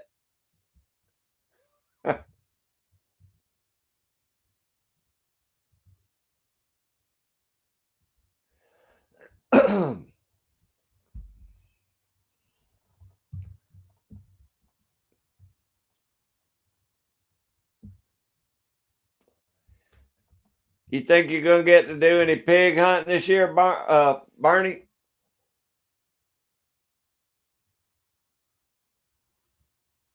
Yeah, Jerry, I got to, I'm going to have to hold back on that one for a while. I don't know. Is Michael still there? Michael, you going to get to do any pig hunting this year?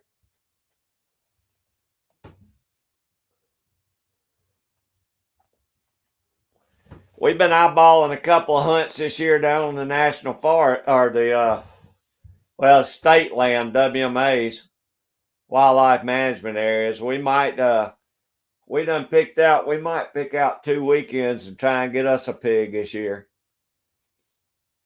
I hadn't done it, and it's been almost 8 or 10 years since I went down there, but we've always got a couple of pigs when we went down there.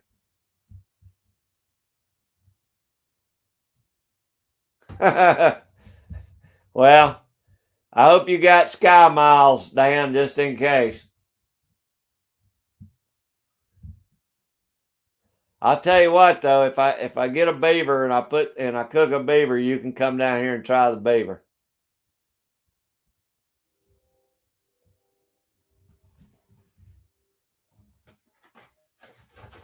That's if I can find any water this year.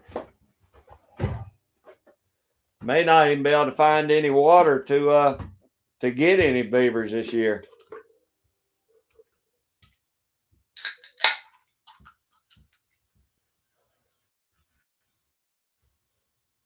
Okay, Jamie, that's fine. I know you're busy a lot. You just listen to us and laugh, and that'll be good.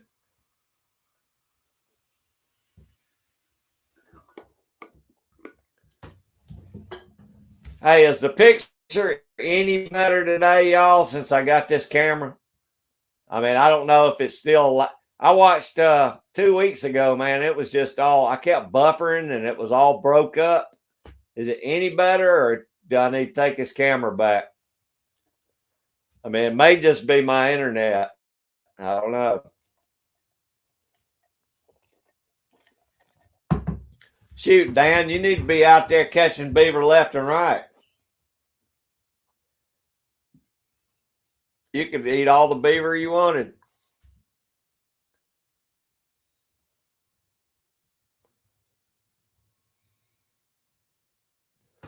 Hey, set them out, Michael. Michael. Set them out, Andrew. Quick as I find me some water with some signs, I'm putting out beaver traps. I got a place, I think there's some otter running through there right now, but I haven't seen any beaver activity. Good deal, Michael. Yeah, bust them, buddy. I know Bernie hunted some a little bit back, but I didn't know if y'all can shoot them year round like we can, or if there's a season. Oh, good, Andrew. All right, well, I guess it was worth it. If not, I was going to take it back and get my money back. Maybe it was that camera on this laptop.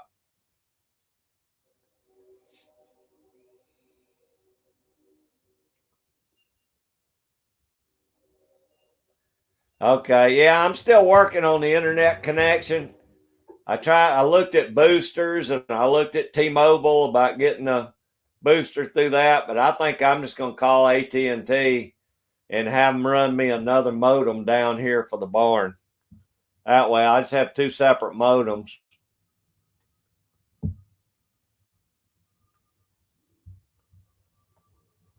I hope he's not, Jerry. That means I didn't shoot him very good.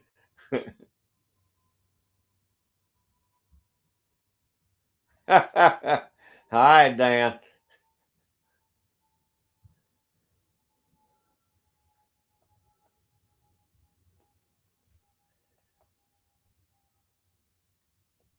Well, I mean, that's what I've been using, just the camera that's up here on the laptop.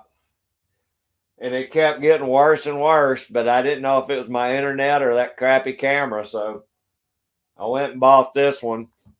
I'm still going to work on getting better internet connection, though, because it does lag and it buffers. I've seen it buffer a couple of times. It'll be nice and clear, and then all of a sudden it kind of gets broke up.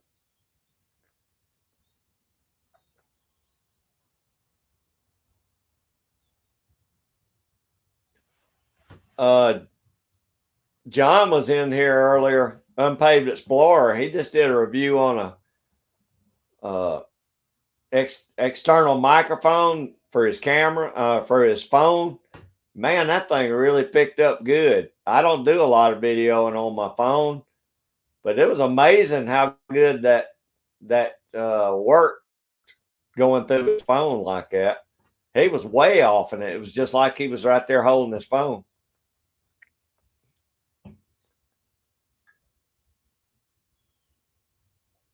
So to me, it'd be well worth it. I don't think it was, but it was less than $75, I think.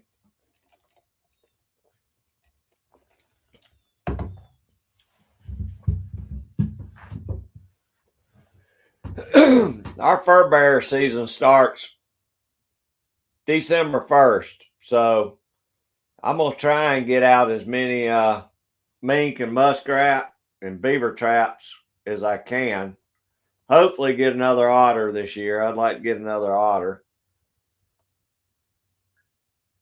But it seemed like the water critters are the only thing that's really paying good this year. Beaver and muskrat, mink. Bobcats paying pretty good, but we don't have a whole lot of bobcats around here.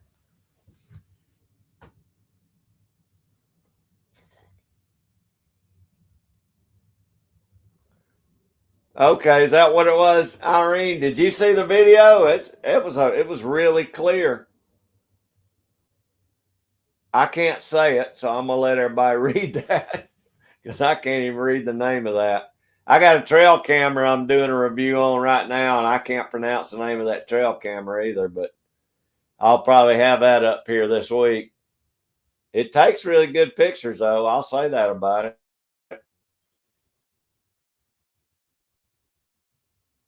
Oh, do you, Dan? Irene's got that one right there listed. And I mean, it was a good microphone for $50. I was pretty impressed with it.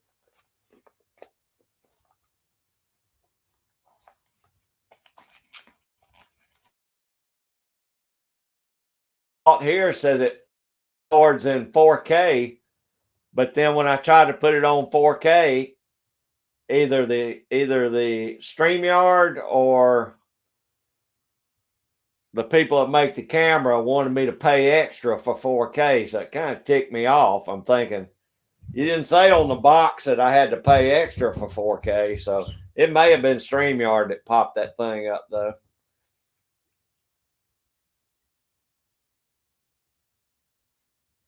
Oh, thanks, Irene. Yeah, y'all go over there and check that out. Irene put the link up for it.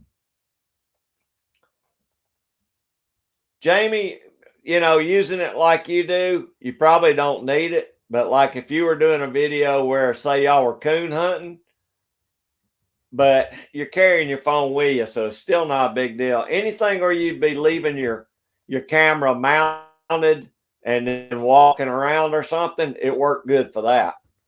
So if I did that on my trap line or something, it would probably work pretty good. But I just use my GoPro on my trapping videos. So yeah, John's got a great channel. Matter of fact, John's probably one of the first channels I ever picked up when I first started doing YouTube. I started watching John. He's probably one of the first people that joined my channel. But he's always reviewing a lot of good stuff, especially camping stuff.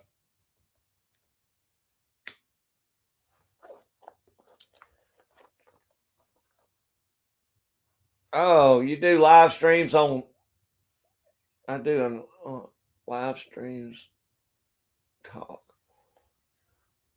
Well, that's what I say, Jamie. Doing live streams like you do, you're pretty much either staying in one place or you're holding your phone. It picked up good. We heard you fine on your live stream. A lot of people use their phone though to do outdoor videos. If they walk around, it's kind of hard to hear them.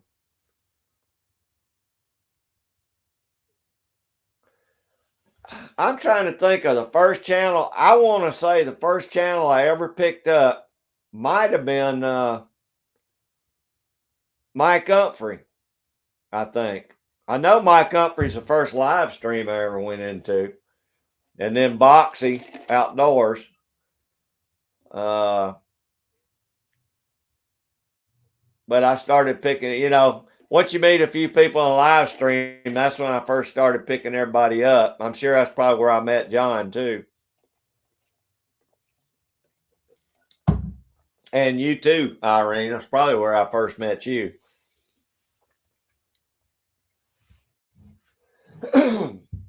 I hadn't seen Mike on in a while. Either I'm not getting notifications or I just hadn't seen Mike. Of course, now it's getting cold, he'll probably be hunting a lot more, running his dogs. I'm looking forward to Jamie and them running them red bones now pretty soon.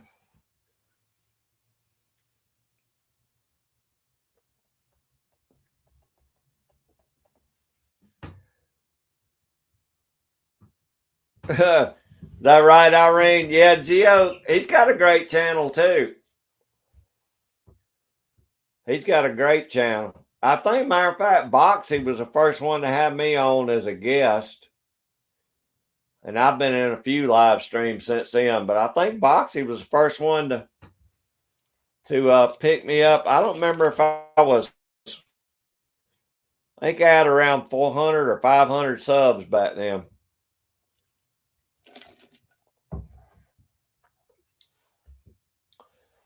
Oh, that's happened to me a lot here lately too. I've got unsubbed from quite a few channels. Matter of fact, the other day, I told them that I got unsubbed from their channel. I'm trying to think of who it was. Might have been, I can't remember who it was, but I know good and well I'd been subscribed to their channel forever. And darn if I wasn't unsubscribed. So I did it again and told them I'd catch up on their videos. Hey, there's GDW Outdoors. How you doing, brother?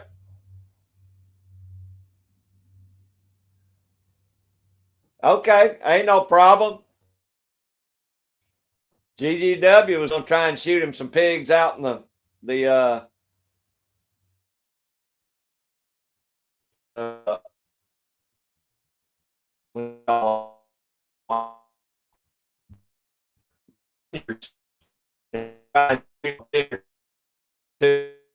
appreciate you coming in, brother.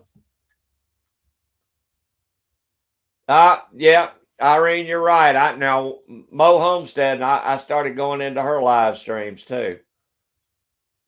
She's one of the first channels. Everybody that was in that community, I met a lot of people kind of in Mo's and Trapper J's and Boxies, all those channels. Good, buddy. I appreciate you going in.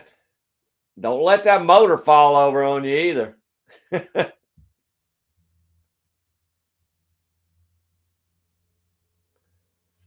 I think that happened with me with their channel one time, Irene, but I got back to it. I re-subbed that channel. Oh, I enjoyed it, Jamie. Like I said, you're lucky because most of the time I don't get a notification. Like I watched Frank and Tina's this morning, and I didn't even get a notification they were on last night. So I just called it this morning. Luckily, I saw where you were on, and that was good. Most of the time, some reason when I get notifications, I don't get them till the next day, and the live stream's already over. But I enjoyed your live stream. I always used to enjoy them when you'd sit and watch the hummingbirds and talk to everybody.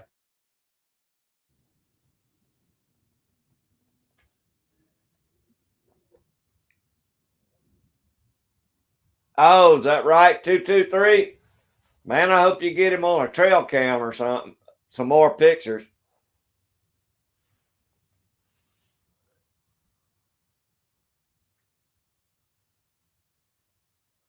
I liked your camo truck on the live stream, Jamie. Looked good.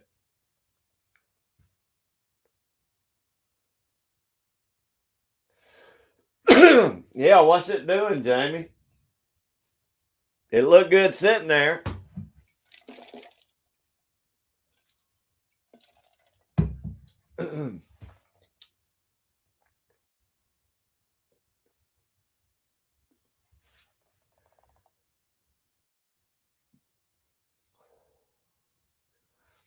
Now, Irene, are you still I know you're still working with the state. Do you work for the state? Or are you doing this for school projects when you do the invasive studies and all that? Is that for school projects, or do you actually work for the wildlife service?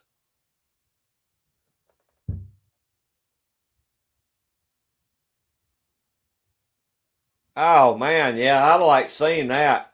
You had a couple with big old thick racks last year.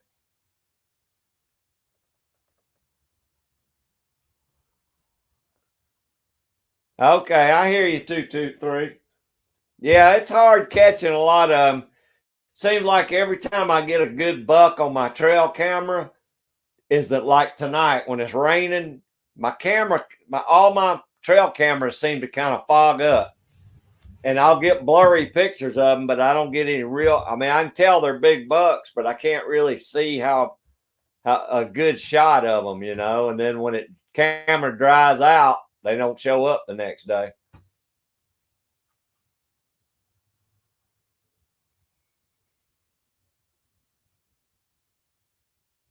Okay, good, Irene. I figured that because I know my daughter does internships and she's in school. So I didn't know if that was part of your studies or if you were actually working with them, working for them. I mean, you're gonna have to take enough time off from college though to go get your trapper's license. We got to get you out in the woods snatching up some critters.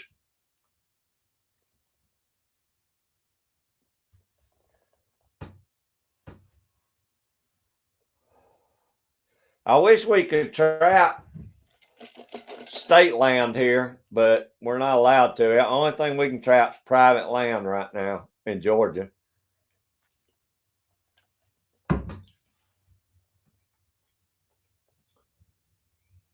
But it does keep down the conflicts between the trappers and the bird dog hunters and stuff, you know, because I'd hate to catch somebody's bird dogs in my trap.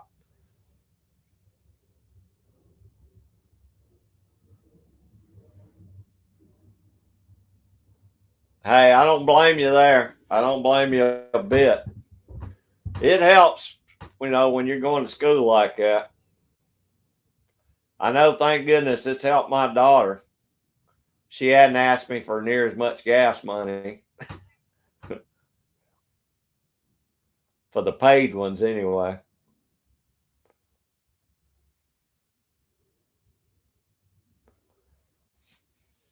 Is y'all's rifle season started yet, Irene?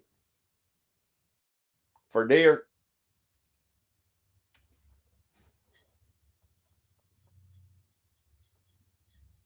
I've been hearing a pretty good bit of shooting here, but I don't know. I mean, I've seen some good bucks in the magazines. They've been shooting some nice bucks this year. There was a few nice big bucks shot during archery season this year. Oh, good, good 223.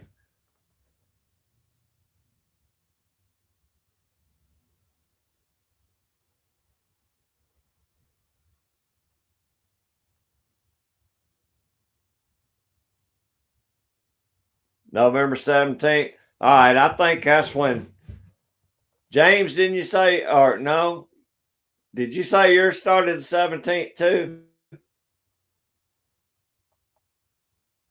Somebody said theirs started the 17th. I can't remember who it was now, though.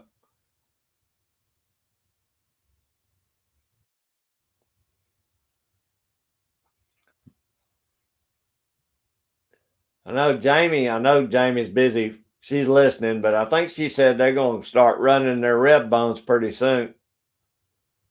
Okay, 11th. Okay, I was wrong. I was thinking somebody else said 17th though too on here today.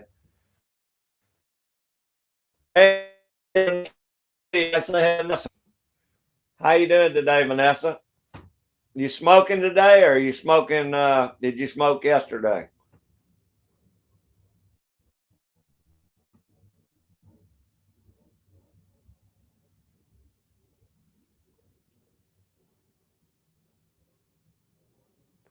Oh God, you know I heard that was bad this year, Irene. I heard it was bad in New York this year. And you know, so far they say all our populations down here are healthy this year.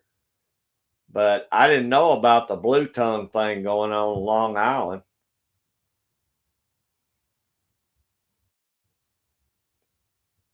Oh, damn, that's awesome, man. That is awesome. Congratulations, buddy. Get those done. You can drive you a big old truck down here. Yeah, maybe you start delivering, driving a truck, delivering down here in Georgia. We can hook up. Smoking tomorrow? Okay.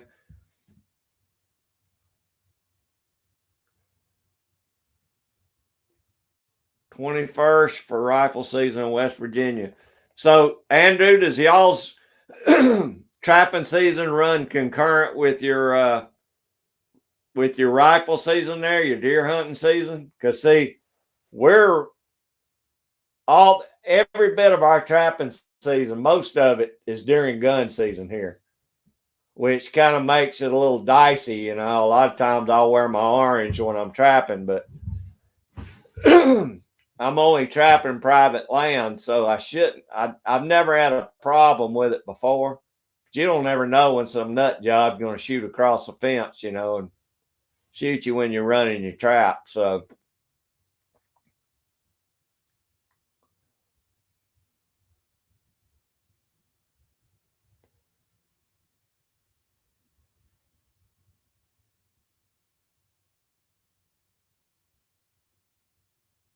Okay, November 19th. Well, I hope you get one this year, but I hope it's healthy, you know. They need to let y'all go in there and just clean a bunch of them out. I wonder if it's because I wonder if, are those diseases caused by overpopulation, or is it just is it a disease that, I mean, it happens, you know, just naturally occurring?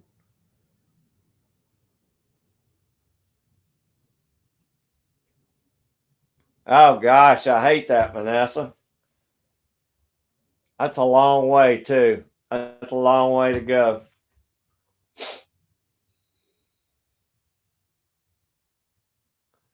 I don't have anything scheduled right now to do anything. One thing is my eyes never got better. They never got better. I mean, I got the surgeries, and now the doctor's telling me I'm gonna have to still gonna have to wear glasses, which kind of pisses me off after all the money I spent on it.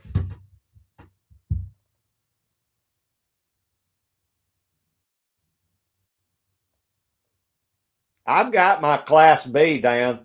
I never did go for the Class A because we didn't have anything on the fire department. That we had tiller trucks, but where my on my side of the county, I never had to drive them, so I went ahead and went with a Class B.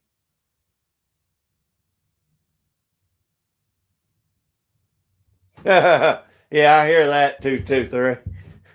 I hear you, brother.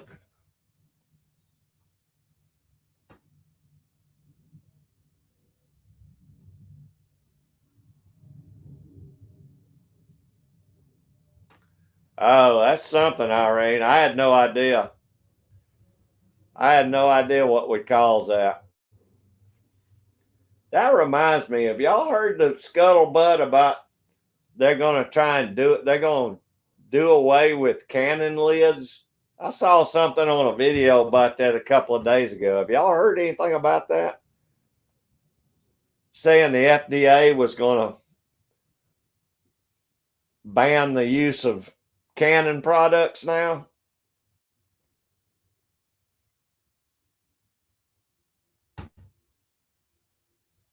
I know, Irene, and I've been thinking about going to another uh, group, you know, eye doctor group, and have them look and just see what's going on because, you know, something ain't right. I think they put the wrong. I had the LASIX, and I think they put uh, the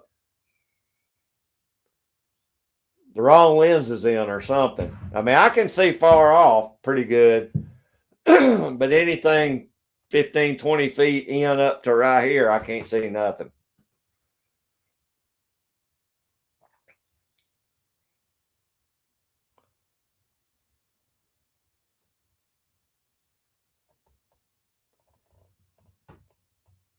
I got my B through the fire department, James, and it didn't cost me anything.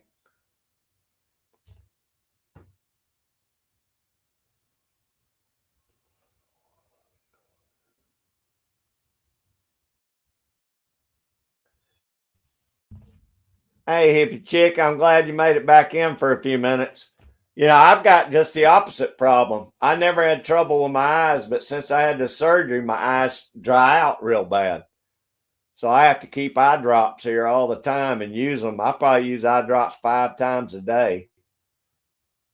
And which I know older people usually do. Their eyes do water. My daddy's watered a lot before he died. But I mean, it's like you said, it's good he can still see because hell, when my daddy, he was 89 when he died, and he could still read anything right up close, you know. I've never canned any deer meat, 223. Never done it.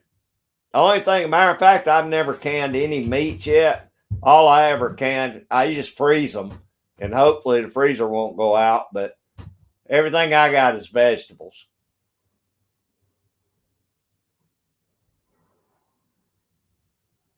Well, I agree with that, Dan, but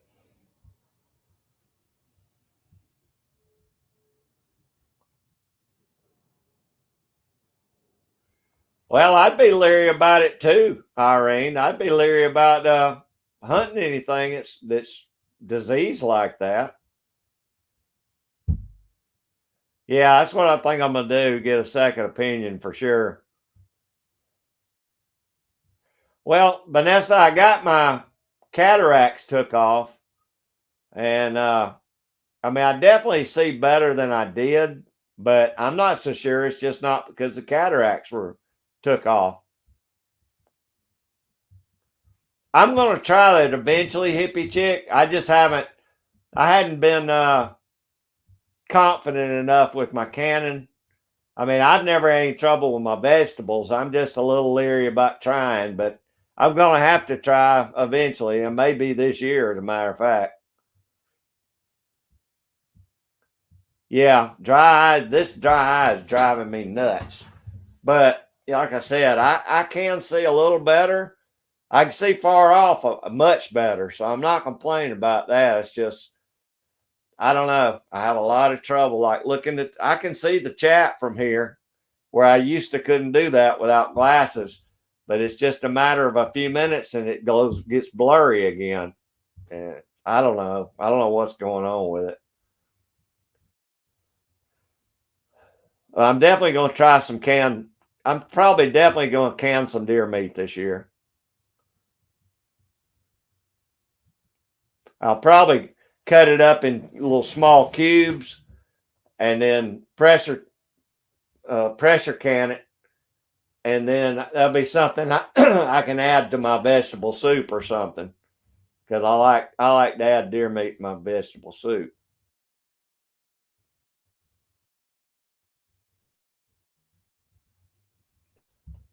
Well, I love smoked deer meat, Vanessa, and I could actually. Well, I don't know how that would work, but I mean, I smoke a lot of deer meat. I heard they were banning. I heard they were talking about banning the canning lids for some reason because they were saying something about it wasn't safe or something, which is a joke because people been canning for 100 years or more. But I mean, that could have just been something I saw two or three things on YouTube about it, and I haven't seen anything in the news about it yet. So I don't know. It may have just been one of those urban legends. But I mean, I've got enough lids for my canning stuff to last me 2 or 3 years anyway. I stock up on them things. Yeah, smoked back straps are good.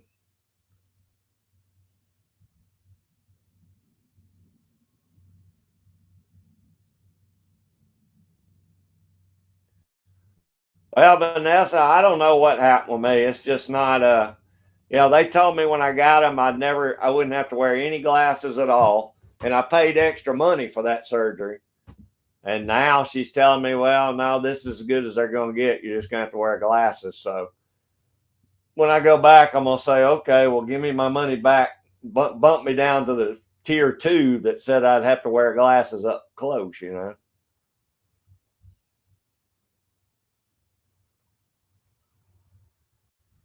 Yeah, I think like that, like stew beef would be good. Neuro ophthalmologist in January. Well, I hope it goes good, Vanessa.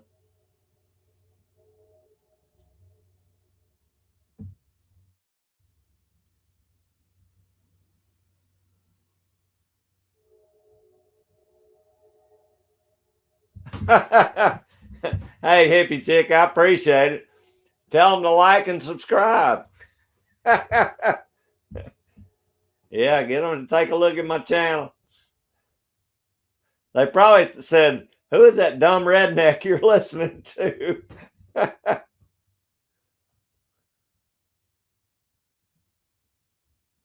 Oh, really, Irene? I have to go back and look at those because I watch his channel too. Oh yeah, I definitely put deer meat in my Brunswick stew. Brunswick stew is probably one of my favorite things there is to eat, especially when it's cold. And I put all kinds of stuff in my Brunswick stew. Yeah, I mean, so far I haven't seen anything I haven't seen a mad rush on the canning jar lids. But I saw two different videos saying that the FDA was talking about banning canning because too many people were getting botulism and stuff. And I thought, that's a joke. But I also thought, well, I better hoard up some canning lids just in case. But I hadn't rushed out and grabbed none yet. So I know people have been canning for eons, So I don't know. I figured it was just a way you couldn't can anymore, and then that's just one more way they can put their thumb on you, when the food runs out.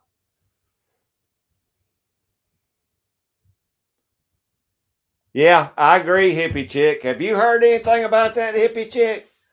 I mean, I don't know. I just saw a couple of videos on YouTube, and I was watching one the other day. This guy, he lived in one of those small house off grid type things, and the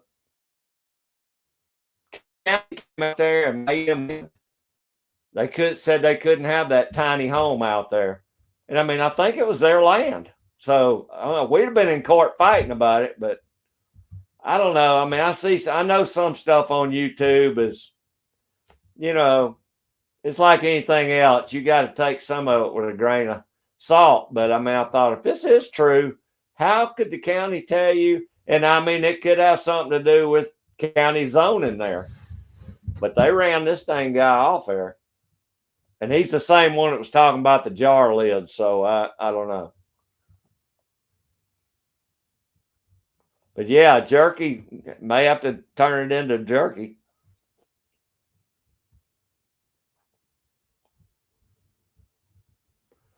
Well, Vanessa, they may have in the small print, and I just didn't see it, but I don't think so. I mean, they gave me 3 options on a piece of paper, which surgeries I'd like to do. And I said, I want it where I don't have to wear glasses at all. So that's the one they signed me up for. So we'll see what happens. I'm going to talk to them when I go back in 2 weeks.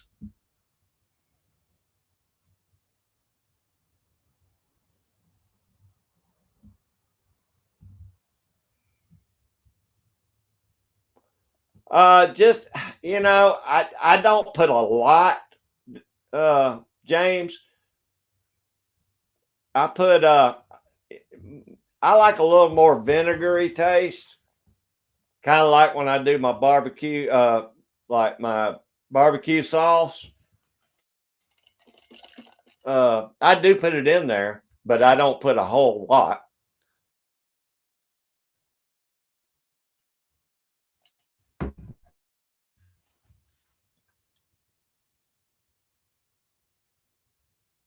Okay, Irene, thanks so much for coming in and hanging out with us. We enjoyed it. Have a good rest of your day. Hope things go good there.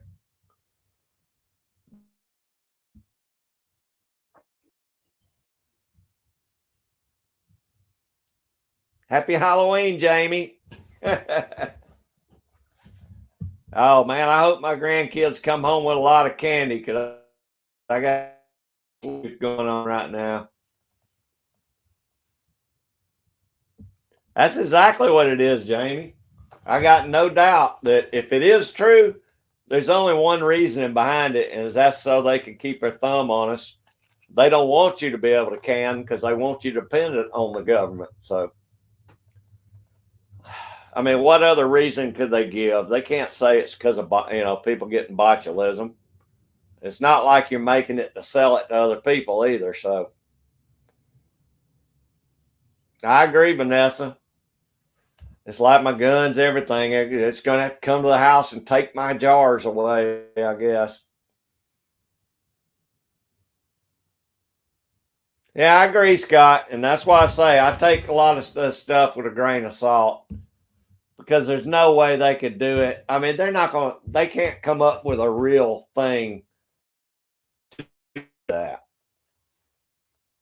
So I don't know, but I saw quite a bit on it there last week.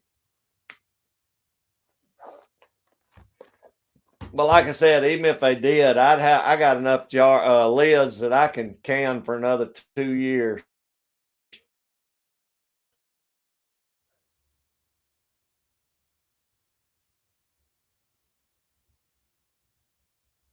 Oh, oyster soup. That's something I've never been able to eat, Jamie. I can't eat oysters. Well, I can eat raw oysters, but I can't eat oyster stew or clam chowder. I can't eat either one of those. I know, and I'm thinking that's probably what it's about, Jamie, so they can get a bunch of views. Because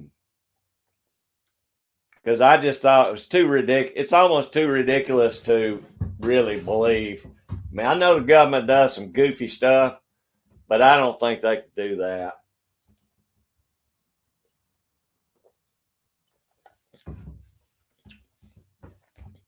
And I'm not saying this for views. So I don't know. It was just it's something I saw on here, and I thought, well, that's kind of interesting. But I don't think it would. I don't think there's no way that could happen.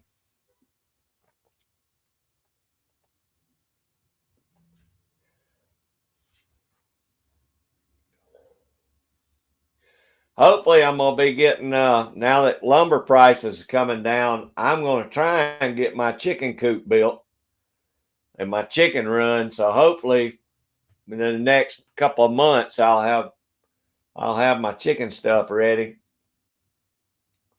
Because that's the next thing I've been wanting. That and power out here in the barn are my two big things I'm trying to get done this year before January. I'd like to have uh, permanent power out here in the barn, and I like to have my chicken coop going.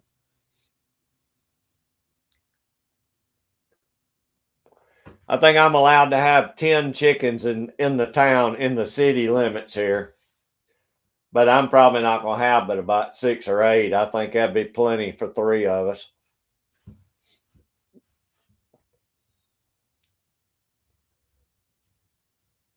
Uh oh. Okay, Dan. Well, that's okay, buddy. If not, it's okay. I understand. I'm having trouble with mine. Oh, good, Jamie. I want to see that. The old chicken plucker.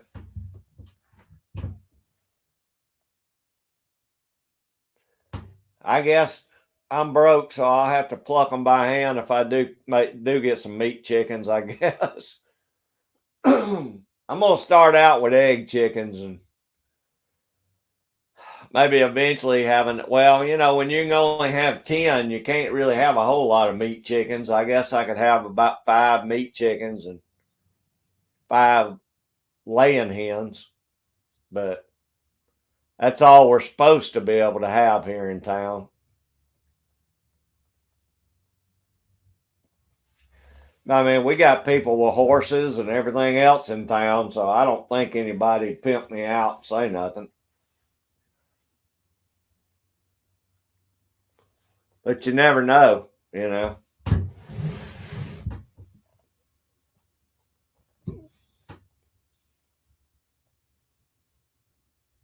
I'd like to have me a hog pen, but I ain't really got enough land to get it far enough away from my house because a hog pen stinks.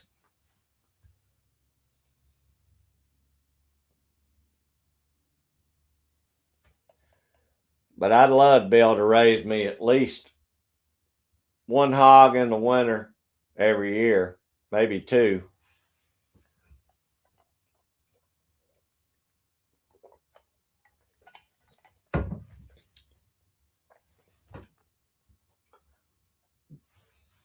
I figured Jamie, I figured y'all'd have you a hog somewhere out there.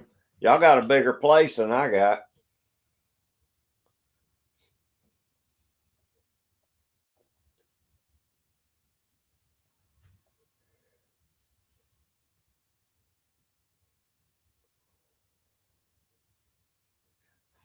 Yeah, I know, Tim. There'll be somebody that wants to get on me about having too many chickens, you know. If they did, I'd buy a hog just to piss them off even more. Because I know from experience in the summertime, you can smell a hog pen a long ways off. We always had them when I was a kid. At one time, I thought about getting bee boxes, but bee boxes look like there's a lot of work in a bee box, and I ain't got that much patience.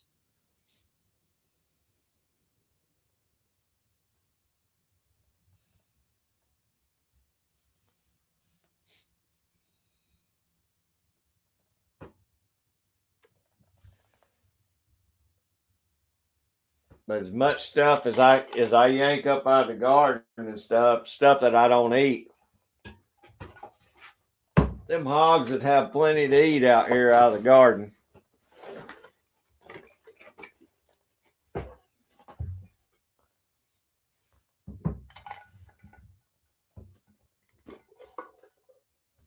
Well, yeah, I agree, James. Real chicken houses. I mean, a small, like, just a chicken coop with a chicken run ain't bad, as long as you keep plenty of wood wood shavings out there ain't bad. But we used to have a bunch of chicken houses down. I used to live in South Georgia.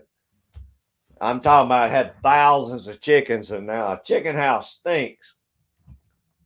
It stinks bad when you got 1,000 chickens in that thing.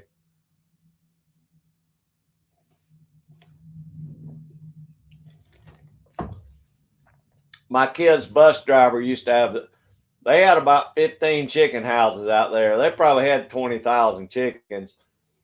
You drive by that place, it stunk, and the kids would all be going, ooh, and the bus driver said, I don't smell nothing but money. Oh, yeah. Yeah, and big real chicken houses. Oh, okay, Vanessa. Yeah, them things stink in the summertime, buddy.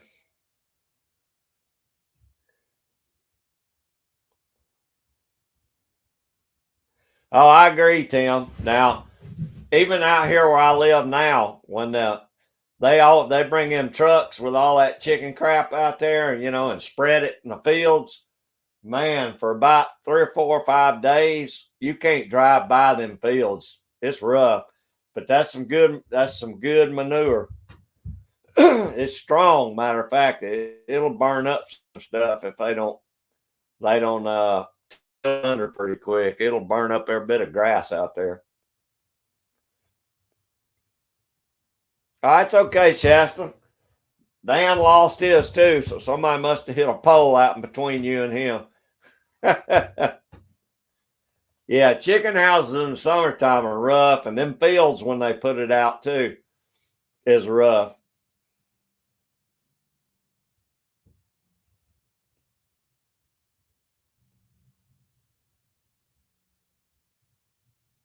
Oh yeah, Vanessa, I know there's a lot of them up there too.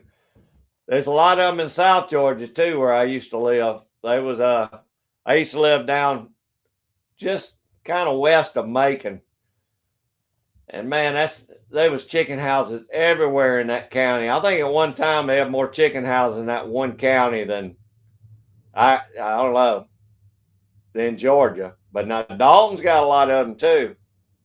2 or 3 counties up there in North Georgia that's got a lot of chicken houses.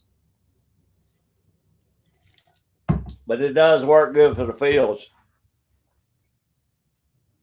Matter of fact, I'm gonna build me a chicken tractor.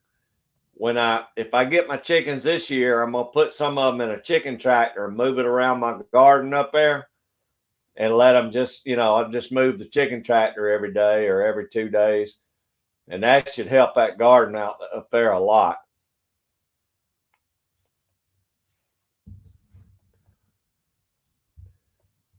I've heard rabbit fertilizer was good too, James.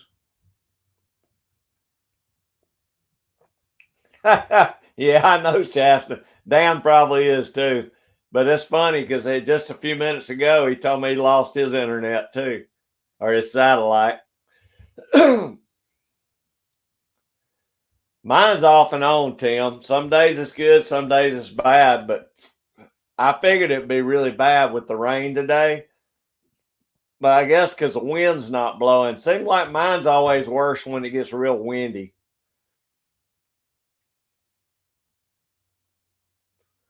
Oh yeah, Vanessa. I imagine them chicken houses probably got 20,000 chickens in each one.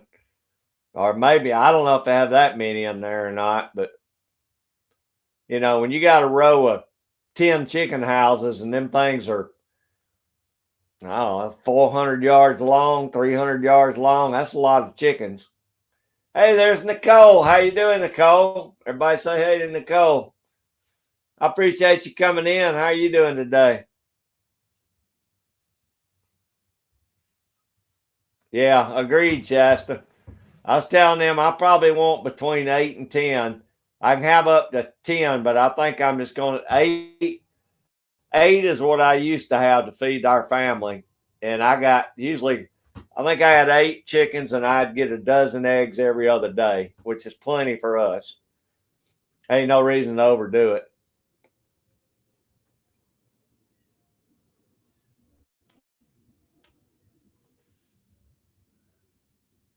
Yeah, agreed, Vanessa. I agree. But 8 to 10 chickens would be perfect for me.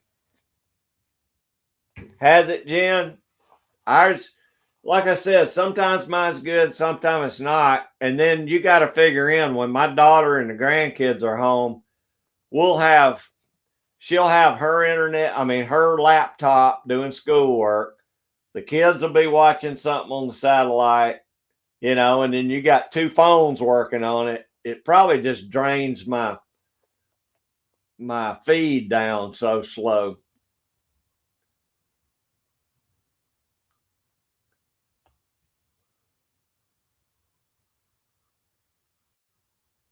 That's a good idea, Shasta.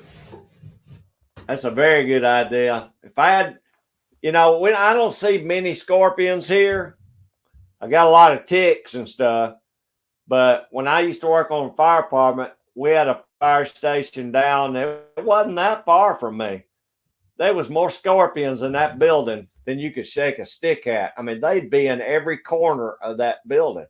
I don't know why there were so many scorpions down there, but around here, I don't think I've seen a scorpion since I bought bought this house 15 years ago.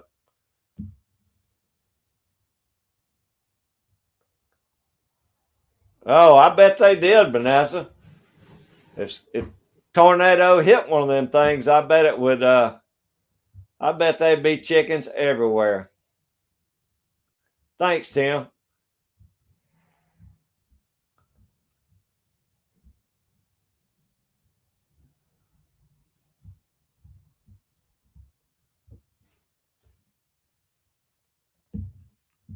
That's right, James.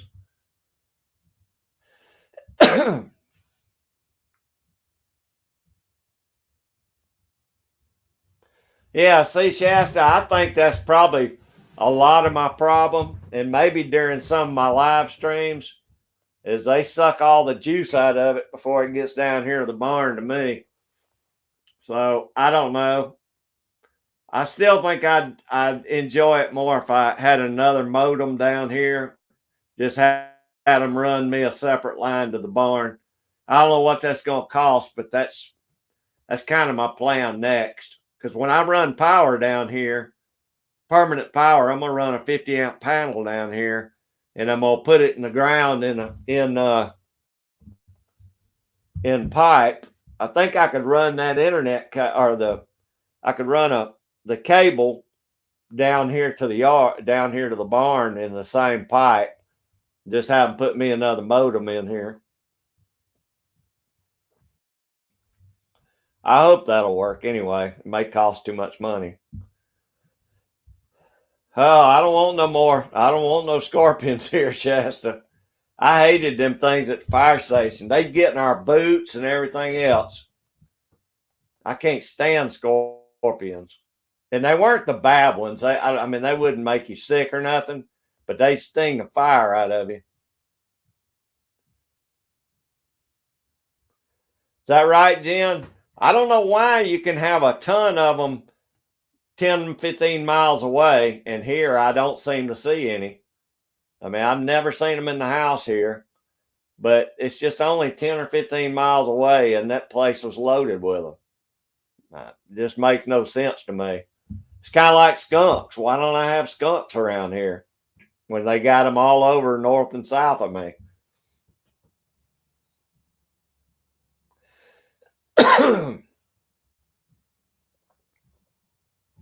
Dang, Vanessa, that's weird. I mean, I could see it happening, but that's something else. You wouldn't think that a tornado would cause that much loss of life to the chicken house unless it hit it, you know. Yeah, they're doing good, James. They're doing real good. I hated to see where Vince Dooley died, but he was getting on up there. He was pretty old.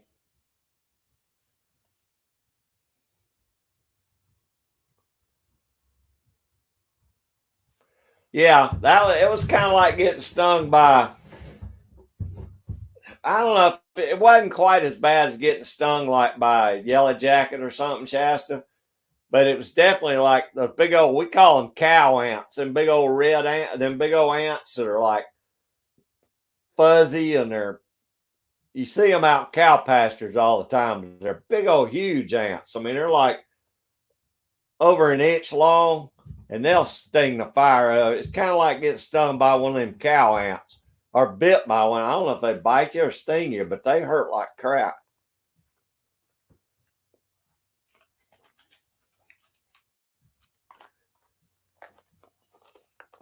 Now, I've never been around turkeys much, Vanessa. I mean, I know people that's got them. You know, Jamie's got a bunch of them, but uh, just never really been around a lot of turkeys. Mostly just chickens. Oh, okay, it was in '82 in Louisiana.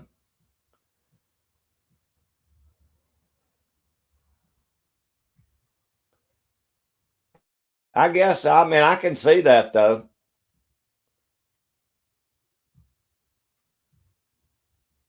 Oh yeah, them cow ants are bad to the bone, man. You can try and stomp one, and he'll throw you back off of him. They're big.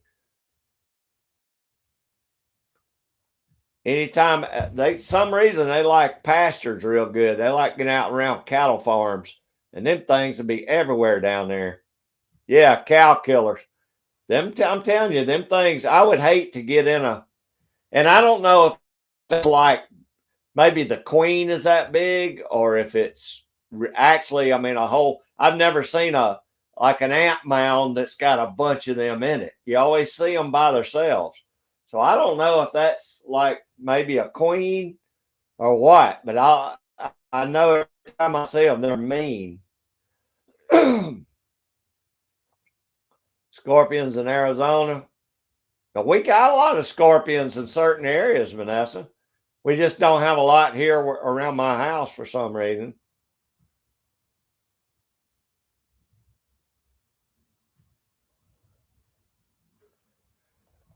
Oh, okay, Vanessa.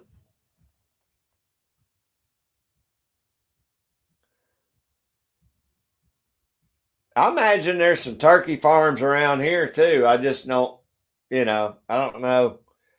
I know there's a lot of chicken farms, but I guess we probably got turkey farms here too.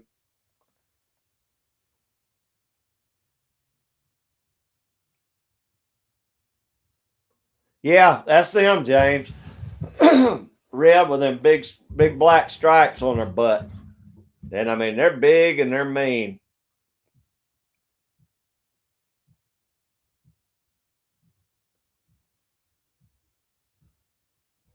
Wow, Shasta. That's something I'm glad we ain't got a lot of here too. I mean, we got rattlesnakes, but in middle Georgia, they're not near as bad. I had them in South Georgia, but I only ran across a couple of them down there. That's a lot of rattlers that close together. You reckon it was a like a den of them somewhere close to the house?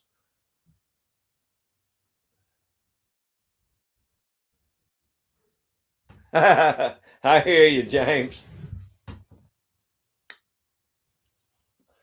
I don't even try and text talk because it always says different stuff than what I say. It's got me in trouble a few times over the years.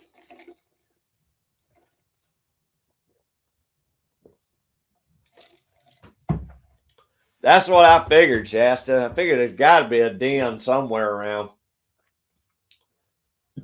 Because I mean, I know y'all got a lot of them, but that's probably something to see that many in that time period in the same area.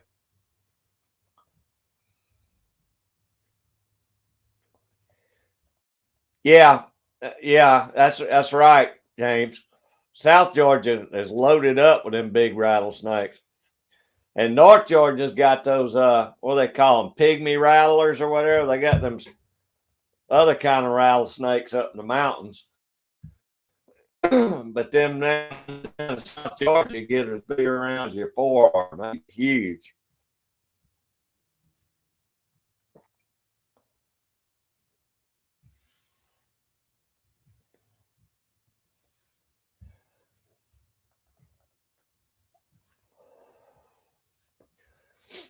Yeah, I don't what around me, most of it is probably copperheads. I probably see more copperheads around here and water moccasins than anything else. You don't see very rare to see a rattlesnake around where I live. Yeah, Jen, it happens to me. The phone can't exactly figure out what I'm trying to say.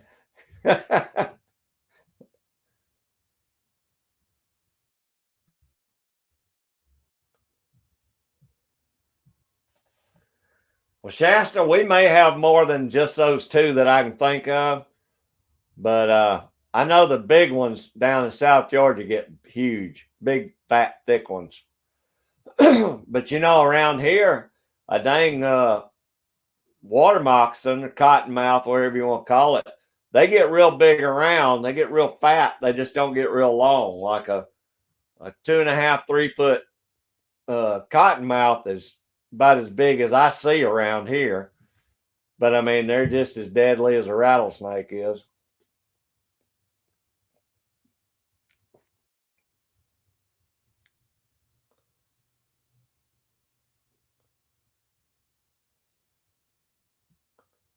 Whew. Well, that's one reason I don't go to South Georgia much, James.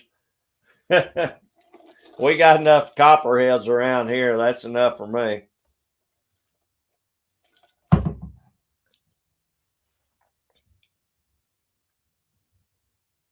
Really, Shasta? I never knew that. That's something. Heck, it'd be too hard for me to learn what all the different snakes are like that.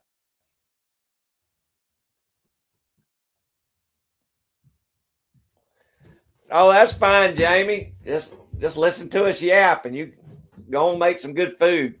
I know that's what you're doing. So, yeah, good Lord, James, that's a big old diamondback right there. That's a big one.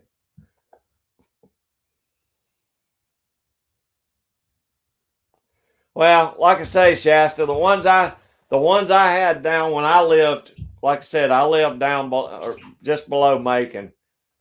I'd say the biggest ones I saw were probably, I mean, it might have been 2 foot, if that much. But I mean, I knew they were rattlesnakes. I hear them rattling, so I killed them. But I mean, I'm sure we probably had bigger ones than that in that area. I never ran across them. Like I said, I mostly see more copperheads, I believe, in Georgia than you. Well, in my part of Georgia than you do in you know anything else. Copperheads are the more people are bit in Georgia by copperhead than any other snake, and they're aggressive as crap. They're mean.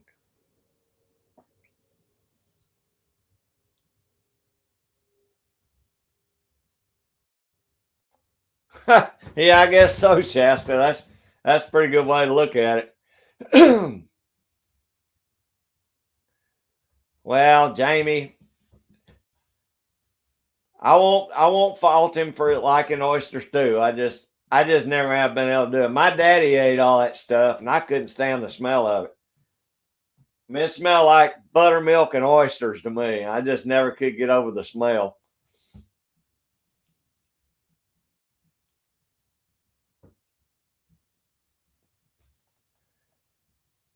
Yeah, that's funny. Like when I talk to Don or Cat in the north, and they don't have snakes up there. It's just too cold, so they don't have snakes. And it's weird talking to somebody that just doesn't have snakes where they live.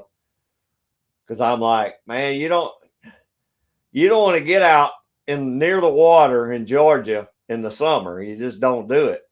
It's just too many of them.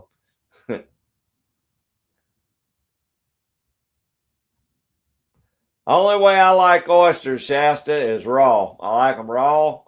I put me a little bit of squeeze me a little bit of lime on them, a little bit of hot sauce, and I'm good to go. Hey, there's Michael and Bobby Jean, MB Heritage Farms. How y'all doing? What's going on, Michael? Y'all getting any rain up your way? It's still raining here.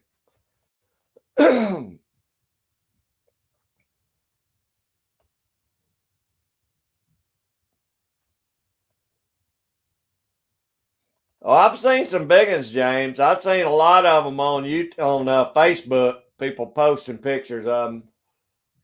And where I used to pig hunt down in uh what was that? Okmulgee National Forest. I've seen some big ones down there.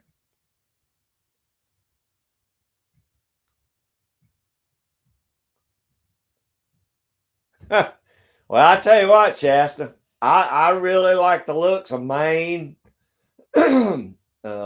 Michigan, Maine, up through there, but I got a feeling it's just too cold for me.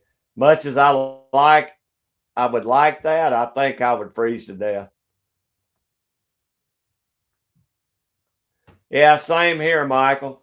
It's supposed to go all the way through tonight until tomorrow about lunchtime, but we're not getting a whole lot of rain. I mean, it's mostly just old nasty drizzly stuff. I don't think we're going to get more than about a half inch unless it really comes. They say it's supposed to rain a lot harder tonight, so we'll see. I'd like to get at least an inch out of it if we could, because we need it bad.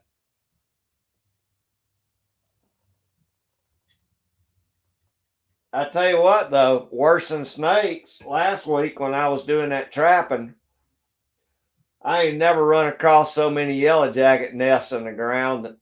Them things was everywhere. I mean, they were all over me out there in the woods. That last coon I caught, when I shot him, I carried my bee suit with me. I had to put a bee suit on to get that coon out of the trap. They were swarming me so bad.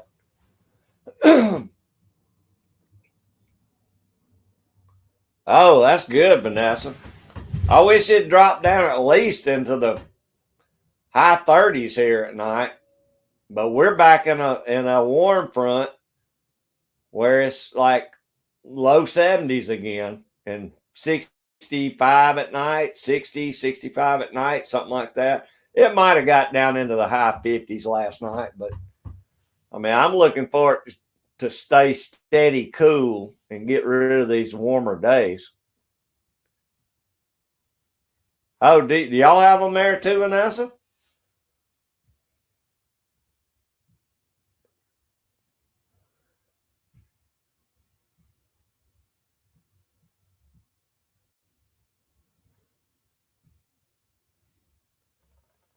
Well, I mean, that's in the 70s, James. I just wish this time of year, I wish it'd stay in the, you know, at least upper 50s, low 60s, and at night, at least down to the upper 30s.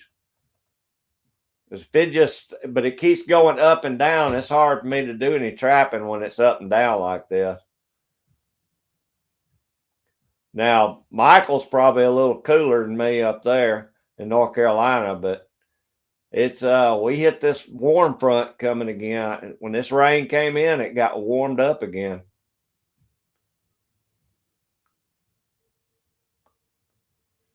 Yeah, I agree, Vanessa. I don't even go in the woods much in the summer here, just because of the yellow jackets and the snakes.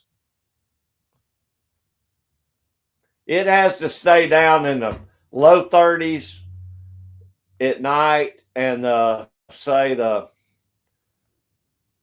either low 50s or high 40s for the yellow jackets just go in the ground here.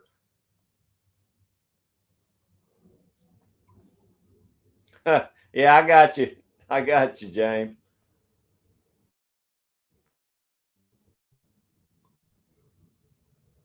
Oh, they're terrible here, Shasta. And this is the worst year I've ever seen for them. I usually get a couple of nests around the house, but this year, for some reason, I killed a couple of big ones out last year. I guess they never rebuilt. But out in those woods, I don't know if those coons dug the ground up and dug up nests or what happened, but man, I've never seen that many yellow jackets.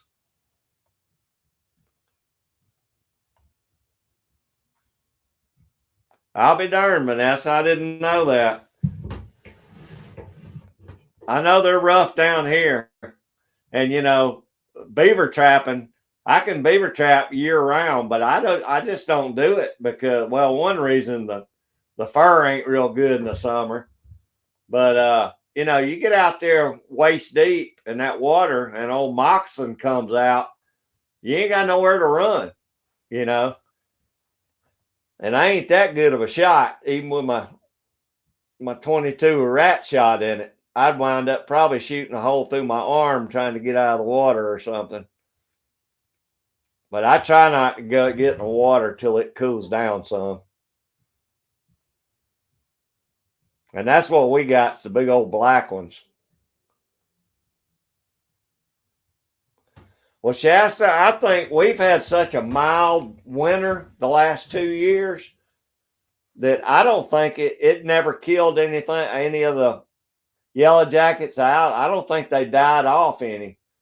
And I think they just stayed in the ground and rebuilt kept building on their nest. And man, them things were everywhere this year. I think it's the mild summers that got us here. And we were pretty dry too, so that probably had a lot to do with it too. And we've had a super dry summer. Ooh, guinea wasps. I hate them things too.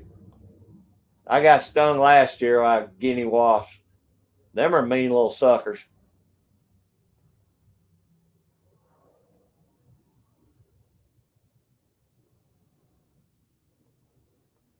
Hey, Cal, how you doing, buddy? I didn't even see you. Come in. Yeah, I tell you what, you throw a piece of meat out right now, and them yellow jackets come. The yellow jackets come from everywhere.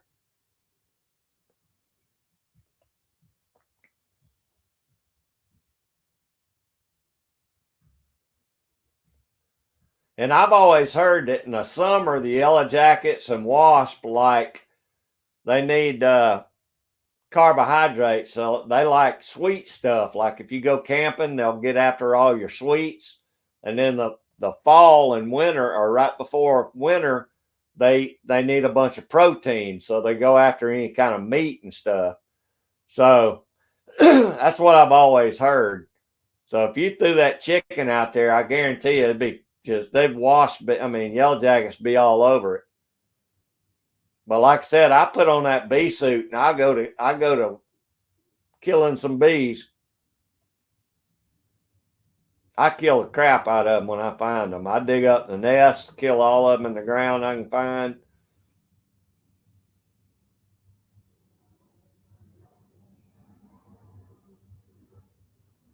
Huh. Well, I guess I could go to the pet store and buy some, Shasta. That's something you don't see a whole lot of around here is iguanas. But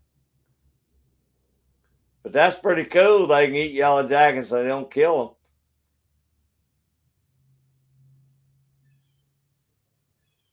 Yeah, everybody say hey to Kyle. I didn't even see him come in. I'm sorry, Kyle.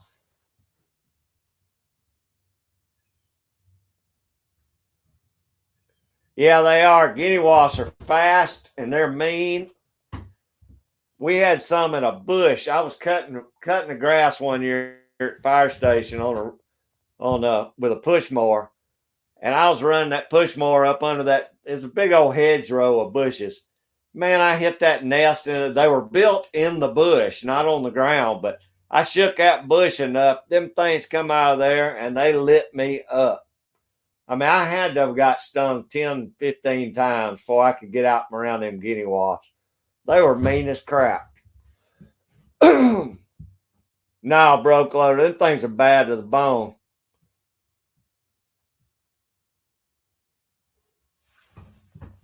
Oh, is that right, Kyle? Well, I tell you what, just all I was using the other day was cat food and marshmallows. But I did put a little bit of persimmon smear bait on there, and man, them dang things come out of there. And I guess they got on that persimmon, you know, sweet persimmon stuff, and they come all out of the ground. They were all over me.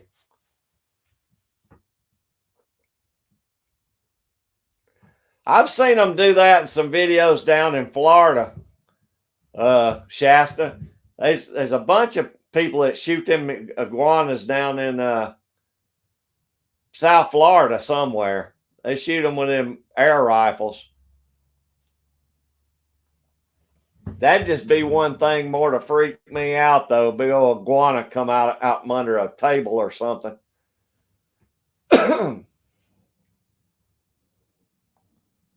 Yeah, they do, James.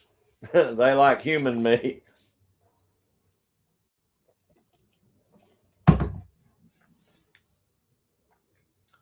Oh, I kill every nest I can find, Vanessa. I mean, I don't just think pour. I've seen people pour gas in them and all. I dig them up, and as I dig them up, I kill them all the way down. Pull the nest out of the ground, and I kill every one of them that I can get. No, no, I guess a mud wasp. That's same. I guess that's the same thing we call dirt daubers here. But dirt daubers don't bother nothing other than just making a mess. They ain't never bothered. They don't bother nothing. And I don't even think they sting you unless you grab a hold of one. But yellow jackets, red wasps, guinea wasp, hornets. That's something I hadn't seen a lot of around here in the last few years is hornets' nest. You used to see them a lot, but I ain't run across any hornets in a while. Ain't nothing like getting stung by a hornet.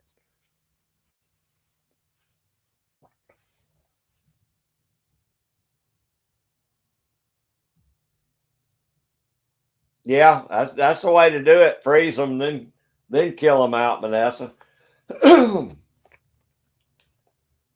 But I hate them things. I hate all them bees like that. And my garden will be covered up with red wasp in the summer, and I generally just leave them alone because they'll help pollinate the plants. But it gets to a certain point where there's just too many of them, so I'll go back and kill them in the nest. And I don't want to spray the garden because I don't like to kill the honeybees. So, but red wasp will tear you up if you don't know there's a nest there.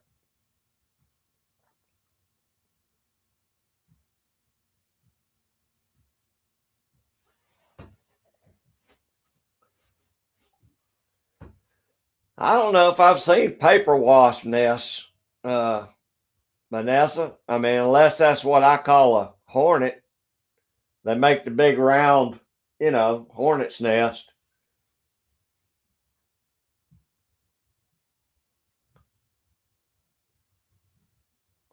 Yeah, James, a bumblebee does hurt when it does sting you. I mean, a honeybee hurts when it stings you, but they're just not aggressive bees. But if you push up against one, they'll sting you. Pretty much every bee sucks, except honeybees. Ah, there's Nicole. Everybody say hey to Nicole.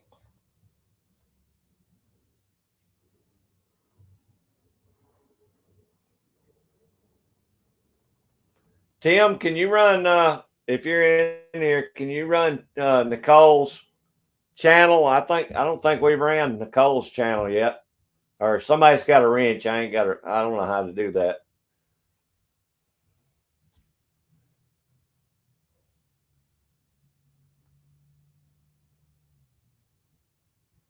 I don't know, Shasta. I mean, I have noticed the red wasp will go after aphids and stuff. They will eat the little white aphids. I've seen them doing that before.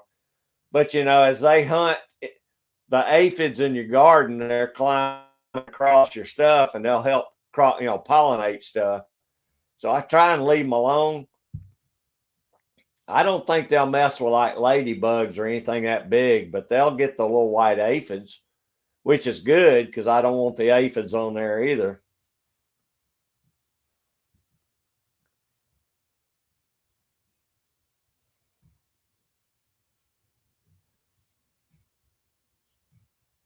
Oh yeah, I try not to ever hurt the honeybees around here, Vanessa.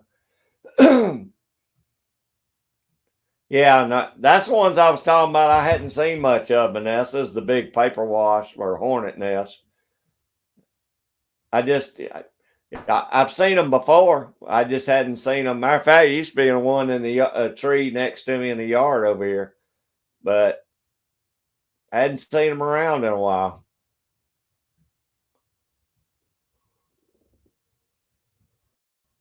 Oh yeah, well, see, I've done that, James. I've done that playing football, and be getting up off the ground, and a honeybee will be out there, and they'll sting you. It hurts. I mean, it don't hurt to me. It doesn't hurt like a yellow jacket or something. Think about a yellow jacket. It can keep stinging you. A yellow jacket can sting you 4 or 5 times, and the stinger don't come out like it does on a honeybee. I mean, so one, you get stung, you get, say, 5 yellow jackets on there, you can get stung 15, 20 times by 5 yellow jackets because they just sting you over and over and over, and it hurts every time.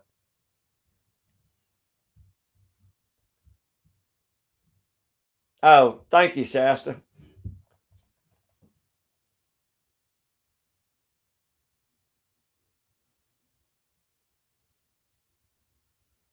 Wow, that's pretty cool, Vanessa. I don't know if I've ever seen those. Anything that'll eat the ants, I'm happy with.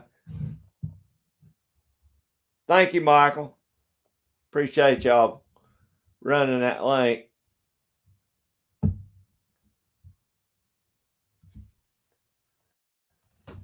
On the StreamYard side, I can't see. I don't know who I've gave wrenches to. I never know.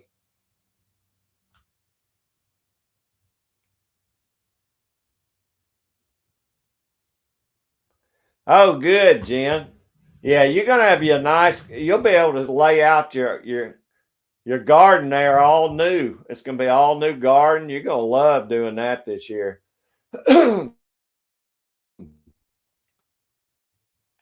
I'd pick your spot where you're gonna do the garden, and I'd tell the guys that come in and do your side, say, look, stop it off here. That way you don't even have to, dig up the side or do anything. You just till it up and start planting.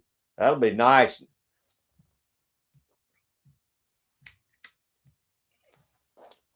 You'll be attracting honeybees in from all over Texas, Jen.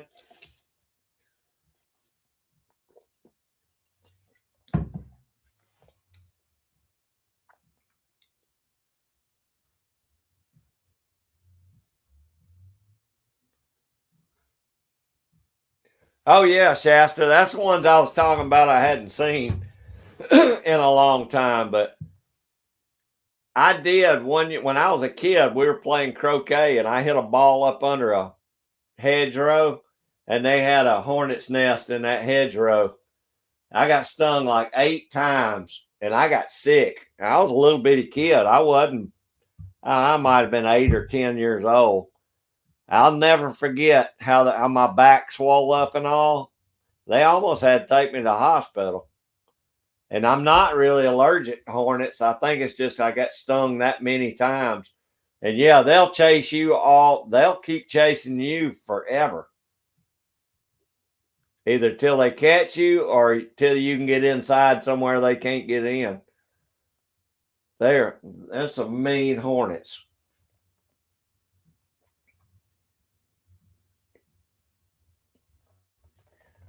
We used to run up on them big hornets' nests when we'd be putting up deer stands, and you just try and steer clear of them because they generally wouldn't swarm you unless you got up on them or did something to hit the nest.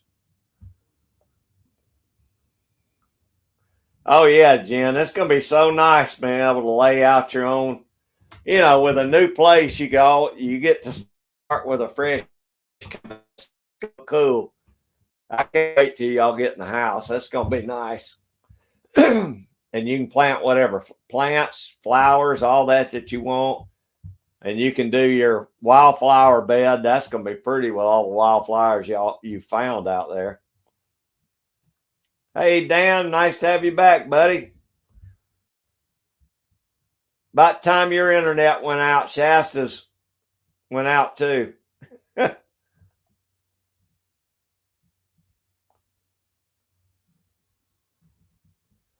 Oh, that'll make you sick. A lot of people, especially if you're allergic to bee stings, I imagine it'd be bad news on you. My brother, BC Gerbs, what's going on in the Great White North today, buddy?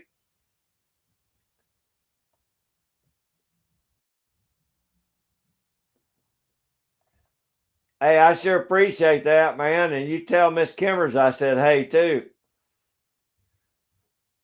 How's y'all's weather, Gerbs?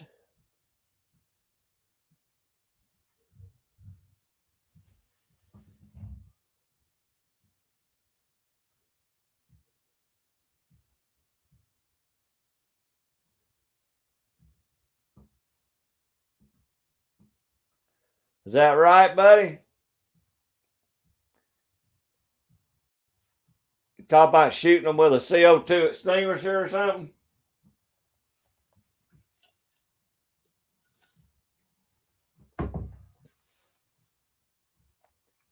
Oh, yeah. You don't want to get stung by those. I was telling them earlier, though, I don't know if y'all got yellow jackets there uh, in Canada or not, but the yellow jackets, they almost tore me up the other day when I was trapping. Thank goodness I hadn't seen any hornet's nests this year, but and I'll be honest with you, the red wasps weren't as bad this year as they have been in the past. Mostly, it's just been yellow jackets for some reason.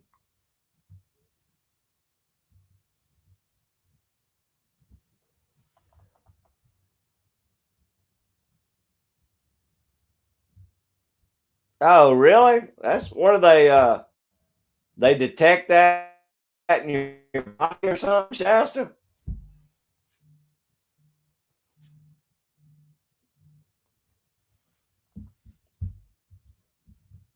I know I've read here lately that people that are O negative, which is I'm O negative blood type, they say that mosquitoes are attracted to O negative blood more than positive blood.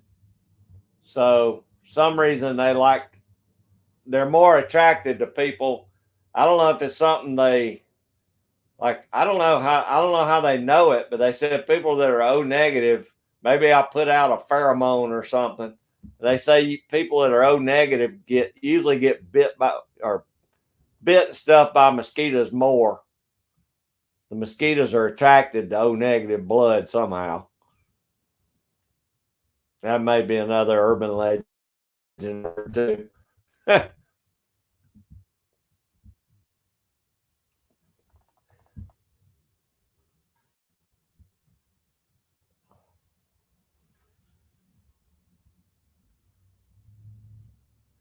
Oh, okay, Jerbs. I hate y'all are getting. It's drizzly, rainy, and nasty here too. But I don't know. I don't know if we've got those here or not, Jerbs. I know we, and unless that's the ball face hornets.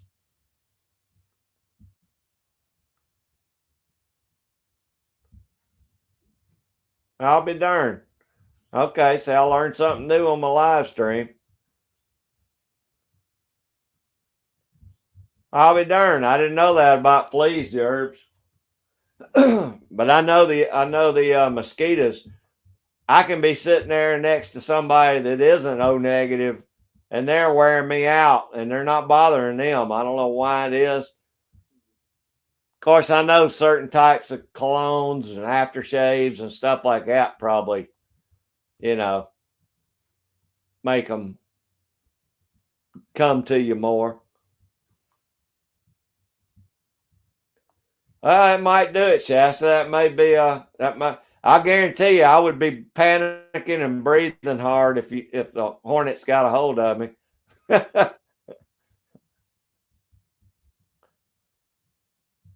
They'd probably be attracted to the bottom of my feet because that's all they'd hear is my feet flapping on the ground when I'm running off.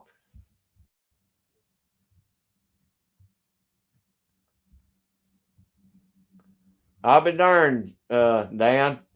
I mean, I've always heard that about dogs. They can. I guess they can tell when you're scared. It puts out something that they know that you're scared of them.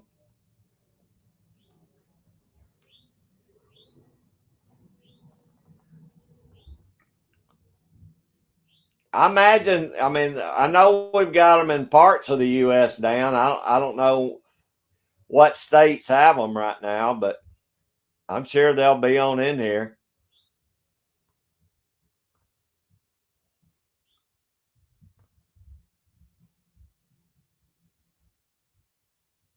All right, y'all talk amongst yourself. I gotta get me some more ice. Let me see here.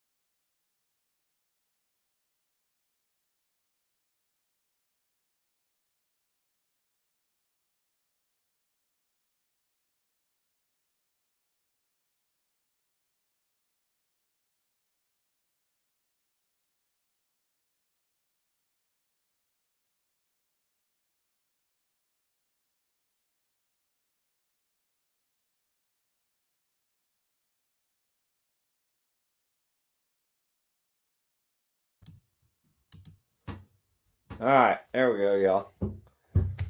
Let me see what I missed.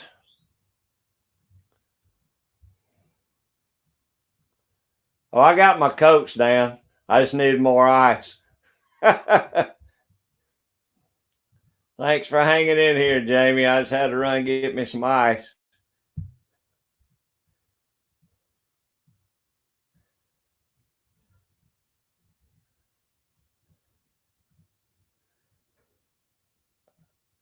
Oh, Jamie made pickled herring soup. Wait a minute. Pickled herring soup. I've never had that, Jamie.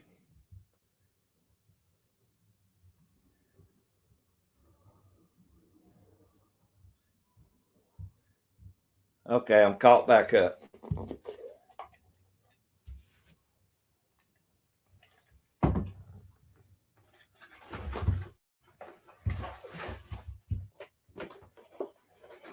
Yeah, Jen needed to grab up them buckets. I told her scarf them up every time she finds them. They're good planters. Hey, this Dark 30 Outdoors. How you doing, brother? I appreciate you stopping in. Sorry, I had to get me some ice right quick for my coat.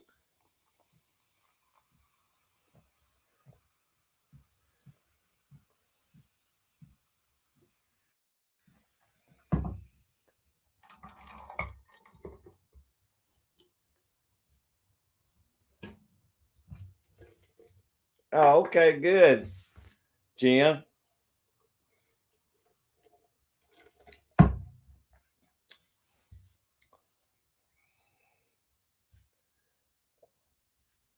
It has a pickle flavor. Yeah, I've never tried that.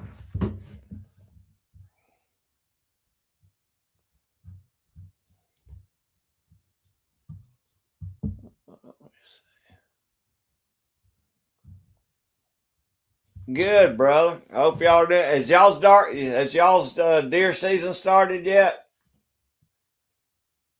Dark 30.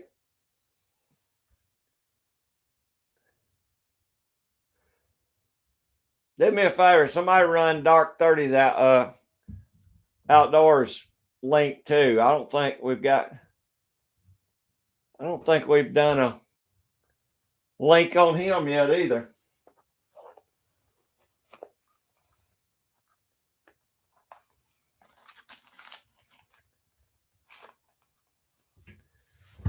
A pickly fish flavor.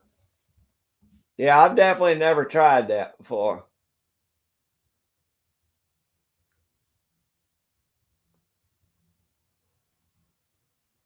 Oh, Dan, what do you know? You like anything. Okay, good deal, brother. I didn't know.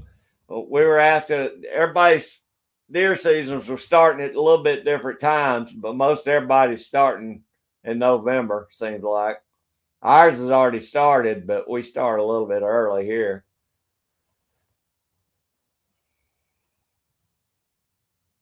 Okay, Jamie, get them rib bones fed.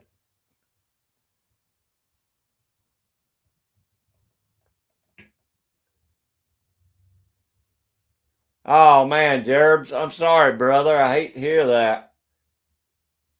It's rough on a. Well, I'm not gonna say it's rougher, but it's tough for a man when he loses his wife that they've been married that long. Uh, it's really tough because a lot of guys never cooked or did anything for themselves. Their wives did it all them years. I hate that. I'm sorry for your loss too. Yeah, and it's rough mentally and physically on an older man like that. Thank you, Dan.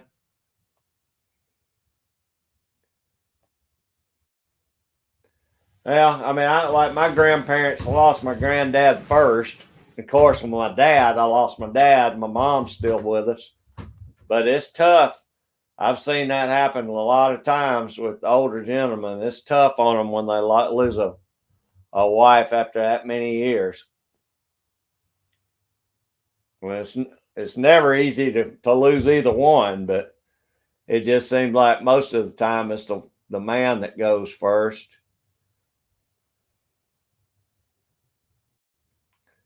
Yeah, I'm sorry for you, buddy. Oh no, we started our trapping season. Well, our fur bearer season's not open yet. Hadn't started yet. It doesn't start here till December 1st. We go to the end of March. But I mean, I've been trapping coons. I can trap coons, beaver, and coyote right now before fur bearer opens. So I've been out trapping a few coons, and I'm gonna start coyotes probably Tuesday or Wednesday. So hopefully get a few coyotes because the place uh uh shoot Rockwood 64 Phil. Their cows are calving right now, and the coyotes been hanging out all around the calves. So he wants to try and get in there and get some of those coyotes out of there while they're calving.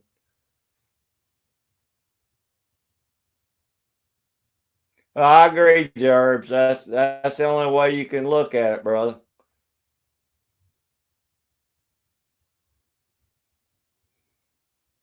I know, Jim, and especially for older generations, that's kind of the way everything was for all those years.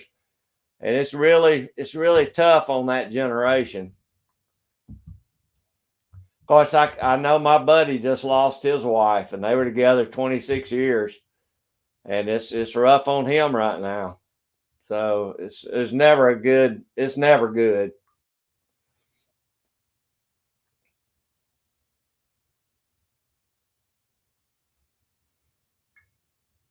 Huh. Hey Dan, I don't. You ain't never gonna see me married either. I done got too set in my ways. I'm done. I learned a long time ago. I'm a good daddy, but I was a terrible husband. So I just learned my lesson after the second time. I figure I better just make sure I learn and know how to cook. It was easier for me to learn how to cook than it was to find me another wife. So,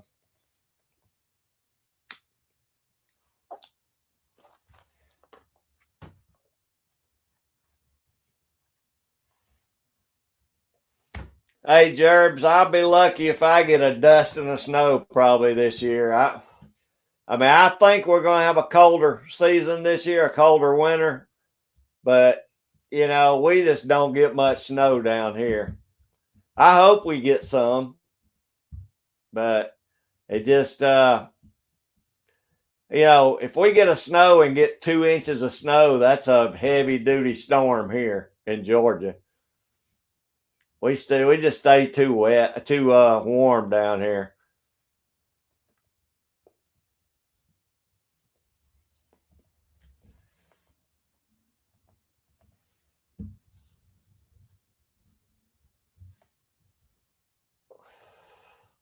Yeah, Jen. I mean, I'm glad that he was able to keep going. It's tough. I'm sorry about that, Jen. 2009. Oh goodness. Well, I lost my dad. It's been 2 years now. Uh, I really thought my mom wouldn't do good, but she's hung in here last 2 years, and she's still. I mean, her health is not the best, but she's hanging in here.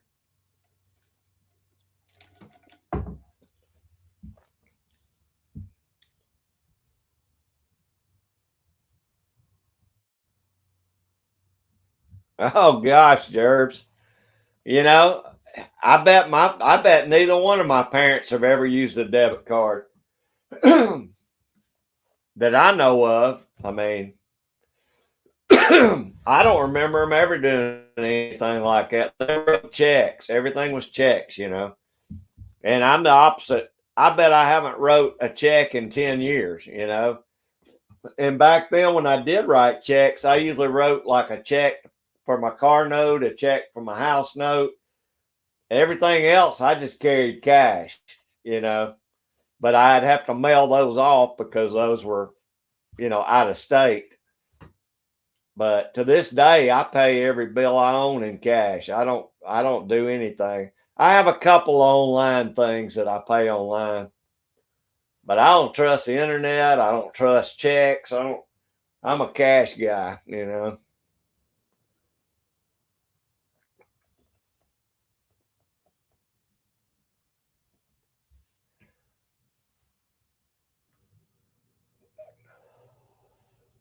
Well, Dan, I've had two wives, and that's why I say I learned I wasn't real good at it, so I might as well give up on it.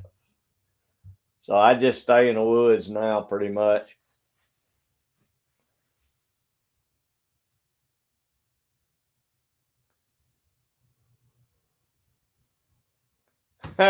Yeah, Jen, at least he's trying. My daddy couldn't boil water without burning it. He never learned. My daddy never learned to cook nothing in his life because he always had her to cook. And when he was at work at the fire department, he always had some guys at the fire department that had cooked for him. So he never learned to do nothing.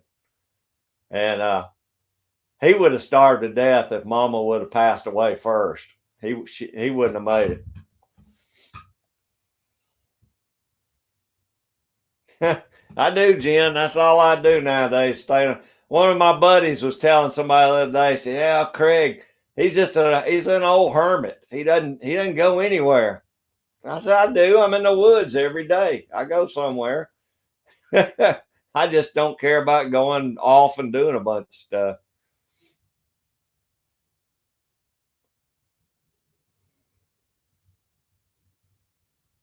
That's right, Jerbs. I'm a cash man from way back. I just, I don't like a lot. I will pay. I make my daughter pay a couple bills for me online on my laptop, but I don't really do anything except with cash unless I have to order something with my credit card. I'll do it or my debit card.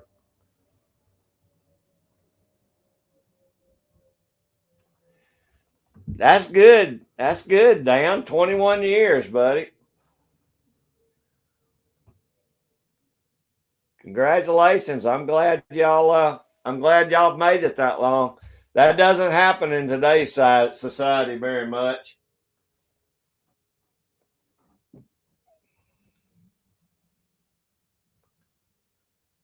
Oh, Dan, I don't like any kind of big city. I mean, I live in a city, but there probably ain't 5,000 people living in this whole city. So, and that's including kids and everything. I couldn't go to the city of Atlanta now. And I'm worried to death because I moved my voter registration and all. And now I'm worried they're going to call me for jury duty. And I mean, I'd have to go to downtown Atlanta for jury duty. I wouldn't survive, man. I'd be lost downtown. And you can't carry a gun, you can't carry a knife, because go into the courthouse. They won't allow you to carry nothing. So, it'd be rough.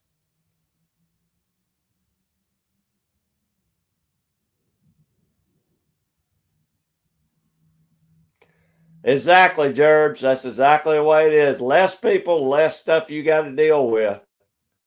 And I'm not a hermit. I just don't go places the other guys like to go and hang out and do stuff. And I ain't no young buck no more. I mean, I did my time in the bars and running wild and all that when I was young. I don't I didn't miss nothing anywhere in places like that. I don't need to be.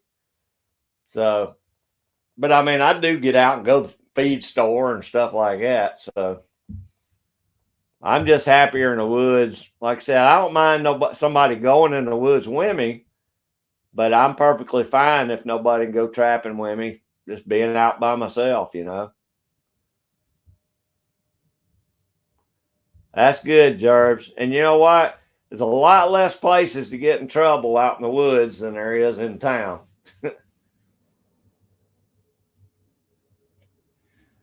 Dang, Dan, your town's smaller than my town then.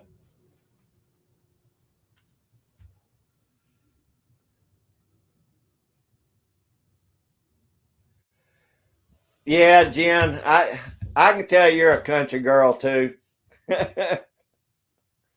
Yeah, I mean, anybody that has lived in the country, they generally never go back to the city.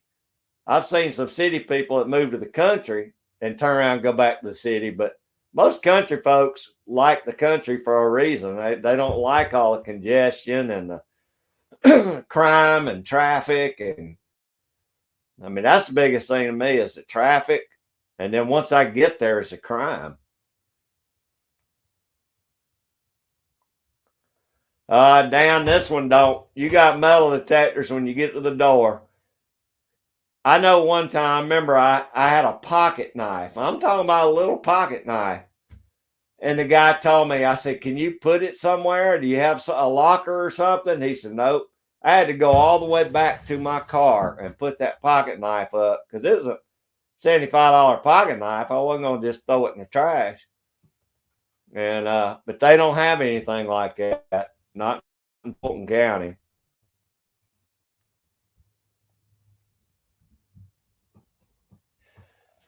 Dan, you need to move on down here to Georgia, is what you need to do. Get your CDL and come on down to Georgia and drive for a company down here. Move out here in the country and you'd love it. You and your wife would go crazy down here. Very lax 2A gun laws. You know, country folks, you get along with everybody, just stay out of the city. Wow, George, that's good. Heck, I guess I live in a big town. 21, where, you know what? Let me see. There may not be 5,000 where I live then. I better check that. Let me see if I can look that up.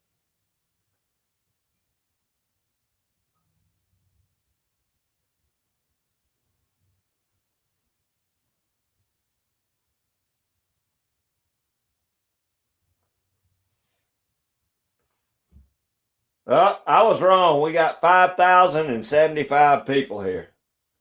That's 75 more people than I thought we got.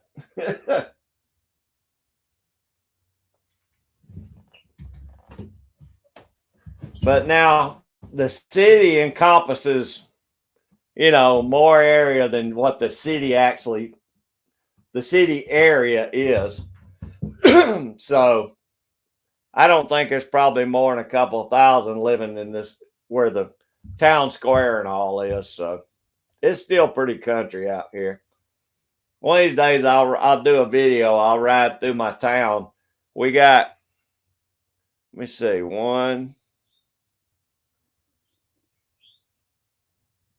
we got 2 red lights. So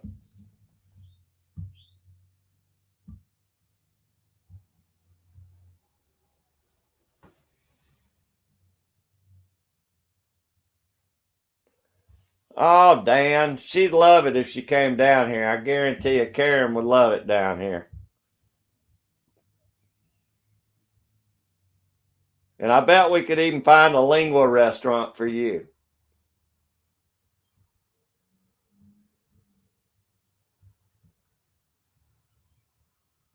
Yep, she might like Texas too. They got good 2A gun laws down in Texas too.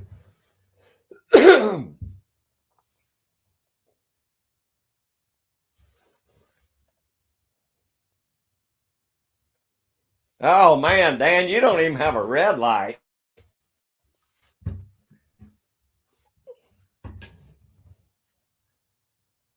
I figured you'd live in a town bigger than me. We didn't have but one red light, but we just got a new red light up the street, which is kind of out of town, but it's still what I consider the town. We got one little grocery store. It's about the size of a Dollar General. I mean, yeah, Dollar General or something. Then we do have a Dollar General and a Family Dollar a little further out of town.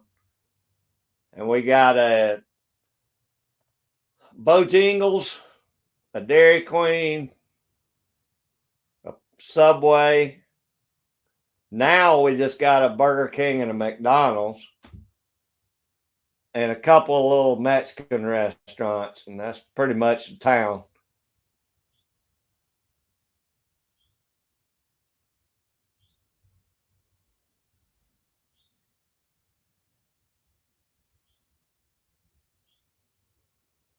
Oh, okay. That's right, Missouri.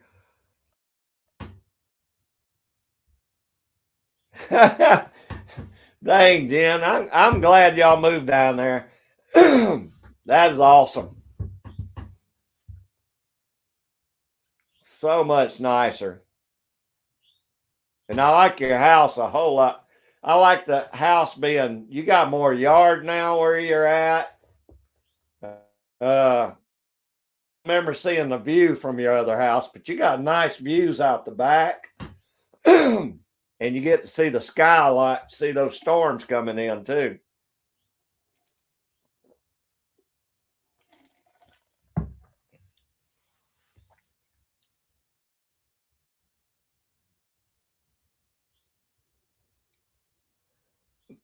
That's awesome, Jerbs. If I ever make it to Canada, I'm gonna come up and see you, buddy. I'm gonna come by and have a Coca-Cola with Mr. Bob. I'll bring him an apple and I'll have me a Coca-Cola.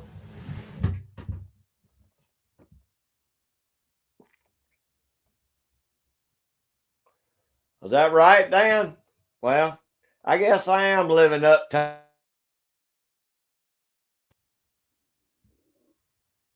The funny thing is, this little town, I mean, I've been coming through this town since I was a kid.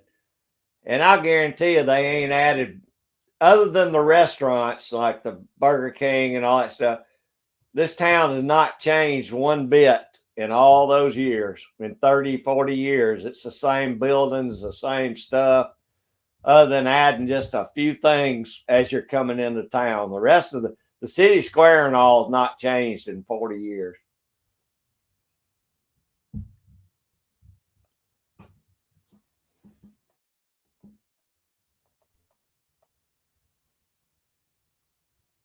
Oh, that's good, Jen. I tell you what, every town needs a Tractor Supply. That's all there is to it. That should be written in the city charter that every town's got to have a Tractor Supply. Because I still have to drive about 10 or 15 miles to get to the nearest Tractor Supply. 20 acres would be good, Dan. I'd love to have me 20 acres. I'd take 10 acres if it had a stream running through it, but yeah, y'all gonna love that house, Jen.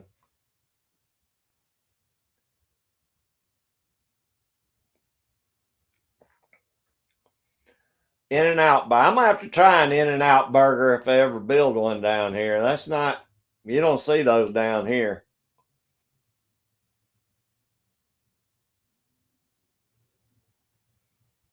Oh yeah, Jared.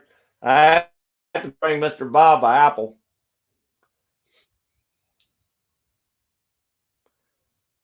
JV Outdoors, what's going on, brother? How you doing? Appreciate you coming in. We all just talking about how small our towns are.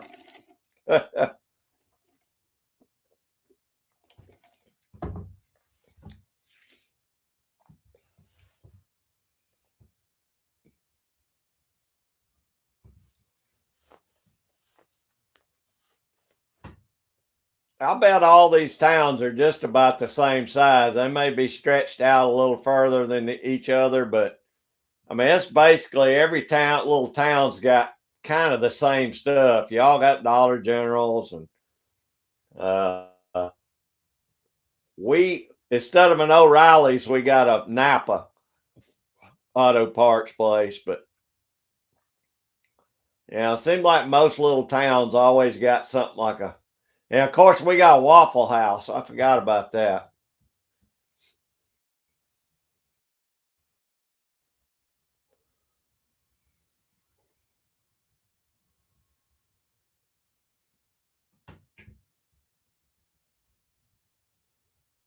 I hear you, JV. That's what I couldn't believe. I looked up our town. It said we had 5,075 people. There's no way there can be that many people in this town unless they're counting all the people that boat here, but they're, you know what I mean, on out further in the country.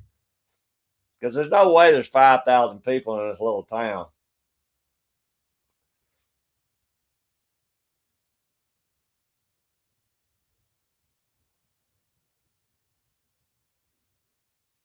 Yeah, that's true, Jerbs. Y'all do a lot of chainsawing up there. You could go through that, go through Fern Gully and take out some stumps. You're already in Fatwood heaven up there. You could go through there with a chainsaw and really do some work. Oh, awesome, Georgia boy. All right, you didn't burn nobody's house down, so I guess you're good. I need to start burning around here myself.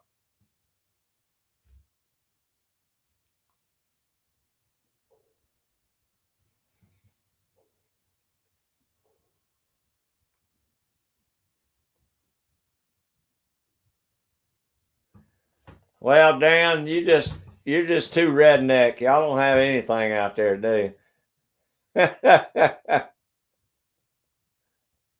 Which that's fine. You know, the less stuff, the better to me.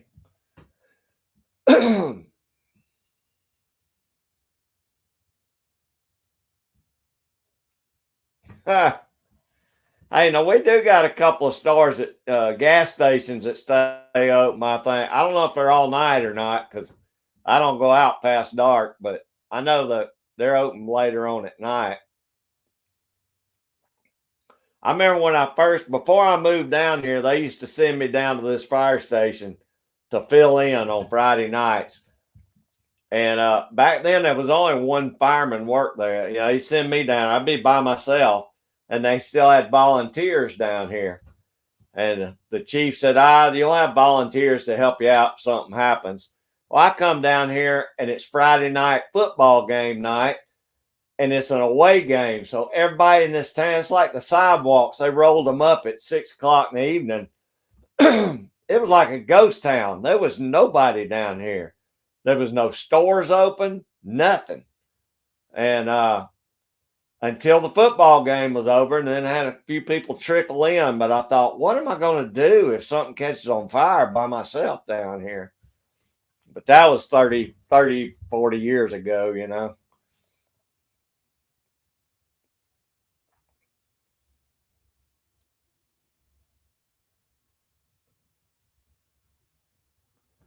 I'll be darned, Jim. We used to have that law too.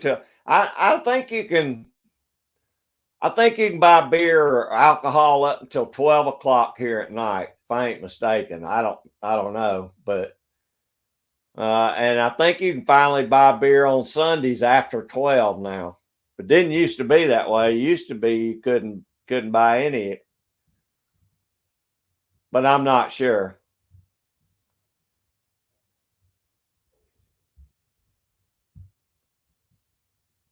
Oh yeah, Georgia boy. That's what I was telling them. Every town's going to have a Dollar General in it. I don't care how small it is.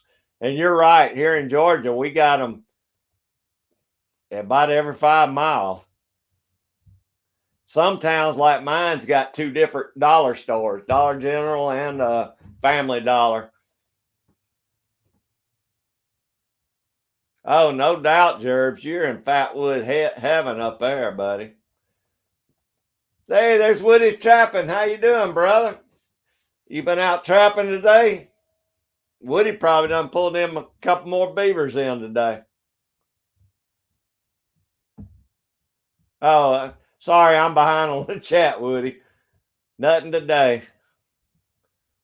Let me see. Dan said no gas station. We have to go.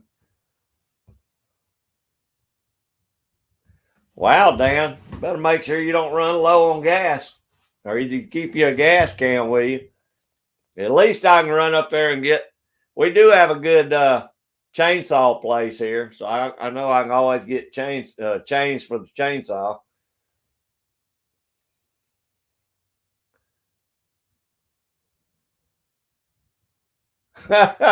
Y'all got 3 bars in the town, JV? Well, we ain't got no bars here. We do got a beer store, I think. Yeah, there's one beer store in town. That's funny. Now, Woody, I ain't been back out since I caught them coons. I'm gonna hopefully head in the woods Tuesday and get some coyote traps out over at Rockwood 64's place. So hopefully we'll get a few coyotes this week coming up. I was going down and check my water, see if I had any water in the land that I trapped year before last, but I never made it over there.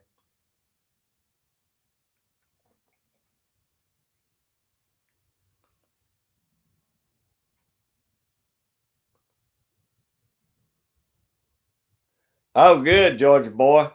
I tell you what, I can usually make a fatwood stump last a good while because I don't have a fireplace here, so I just use it when I'm starting up my when I'm burning, on the weekends. But I went last year. We probably brought back 500 pounds of fatwood, so I'm still going through a lot of that. But I pick it up every chance you get.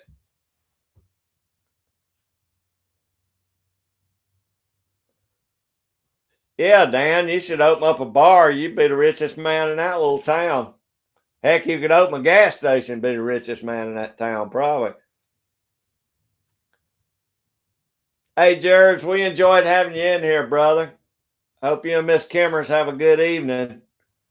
Hope it dries out there for you, too. I'm hoping we dry out by tomorrow. Woody caught 8 possums. Lucky, I didn't catch but 1 possum last week. I tell you, them things are everywhere.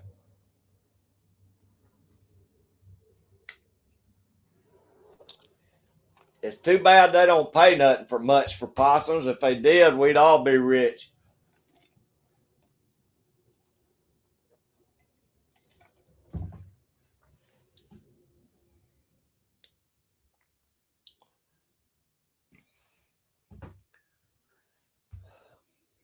Yeah, that'd save you some gas money, Jen. I mean, we got I can drive 5 miles and get to thrift stores, and it's a little bit bigger city 5 miles away, or I could go south about 10 miles and there's a pretty good sized city down there with everything. But we're limited. All you got's just your regular little small town stuff. You know, uh, it's about 3 miles up the road that way, the feed and seed. So, I mean, I got everything I really need, but I'd have to drive 5 miles to get to Goodwill. There used to be a nice secondhand store in that same little town. I mean, it was a big one. It was bigger than Salvation Army. It was bigger than Goodwill, and it burnt to the ground last year. They had a lot of good clothes, a lot of good prices. And they had some construction guys in there, and somehow they had a torch in there, and it caught the wall on fire, and it burnt to the ground.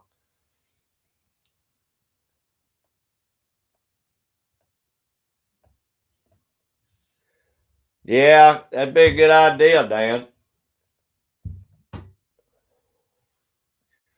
There really ain't no real bars around anymore that like we used to have around. Most everything's restaurants that have a little bar area in them nowadays.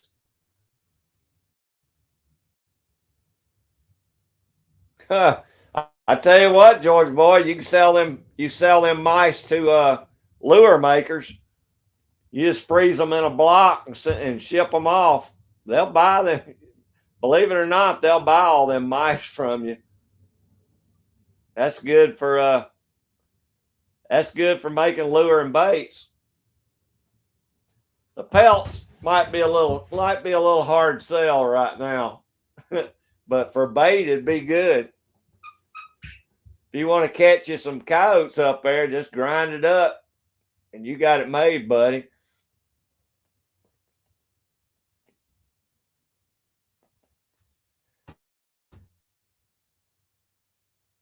Oh, that's awesome, Woody. You're up to 418. We gotta.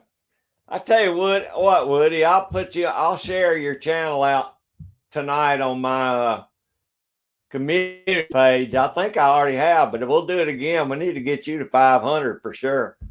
And check and see if you can't go ahead and get your community tab. That'd help you out a lot too, Woody. That's awesome, buddy.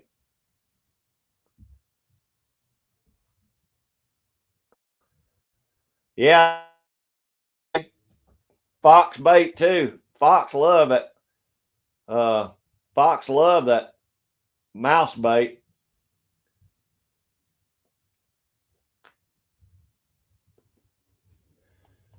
Oh, I didn't know that, Georgia boy. I didn't know pewter was good to mix with them. I might have to start checking that myself. That's a good tip. I appreciate you saying that. I thought everybody mixed tin with everything, but I'll start looking for some pewter. Hey, there's Kyle Lusk. What's going on, buddy? How you doing, Kyle? You reloading today or trying to stay dry?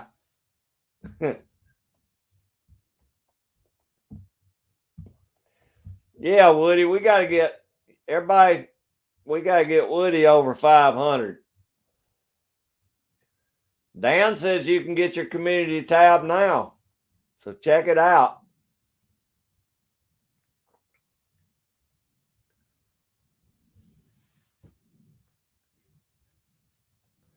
Yeah, I got one of those too, Georgia boy. I'll be honest with you, I don't know how to do that. So I didn't do it either.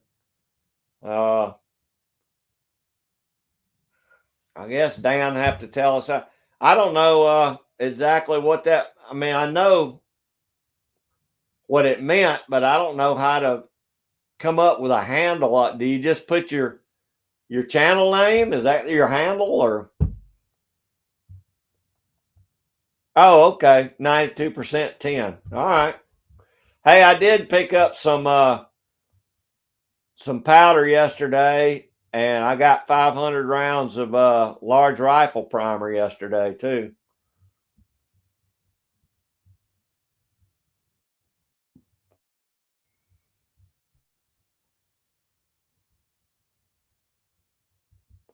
Yeah, I'll figure it out. Maybe I'll get my daughter to look at that stuff. She always has to go in there and cipher all this stuff out for me.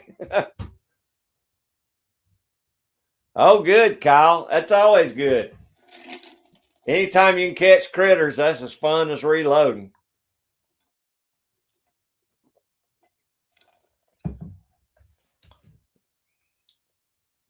Well, is that right, Jen? Let's see what Dan says.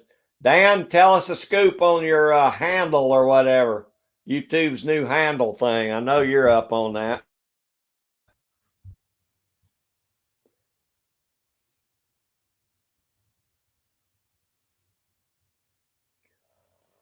Oh, that's how you got to do that to get your community. Yeah, go in there and do the 2-step process. Everybody needs to do that.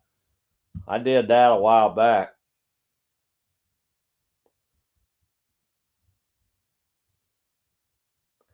No, I ain't been deer hunting, Woody. I don't even deer hunt anymore. I usually leave that up to Stony and Rockwood. I'll let them kill a deer and just I'll buy a little bit of deer meat, or they'll give me a little bit of deer meat. I ain't bought a deer hunting like big game license in 15, 20.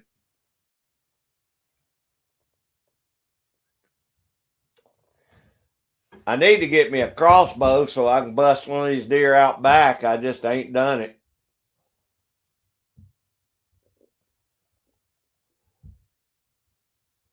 Oh no, that sucks, Kyle. I'll give you that. Yeah. I've had squirrels in my attic and everything else before. That sucks. Get some of them big sticky traps, man. Them things they're the bomb. They work better than anything. Put you a little bit of peanut butter right in the middle of it, and you'll get them.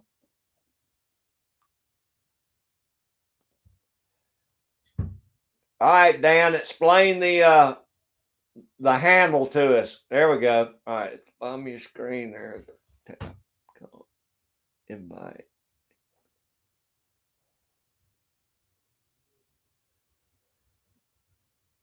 Bottom of your screen, there is a tab called invite.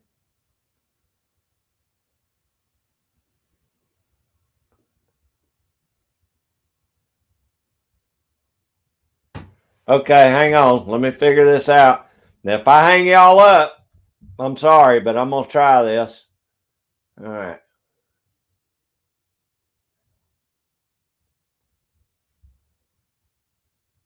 Okay, I see the invite button.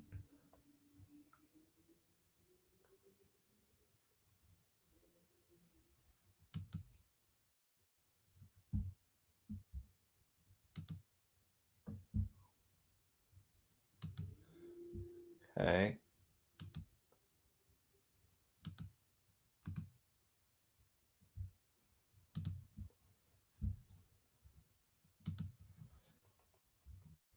Okay, I think I did it now.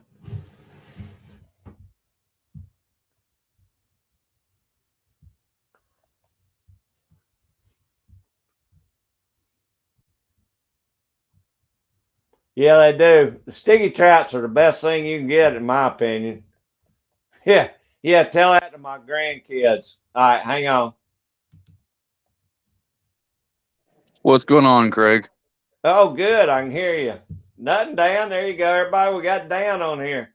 Let me see if I can make it bigger.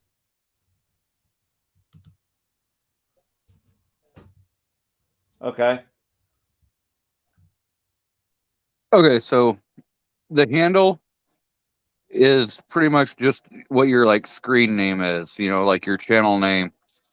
So you can either decide to go in there and give yourself, a screen name like G23 or whatever you want, Uh huh. or you can let YouTube decide based upon like how people refer to you.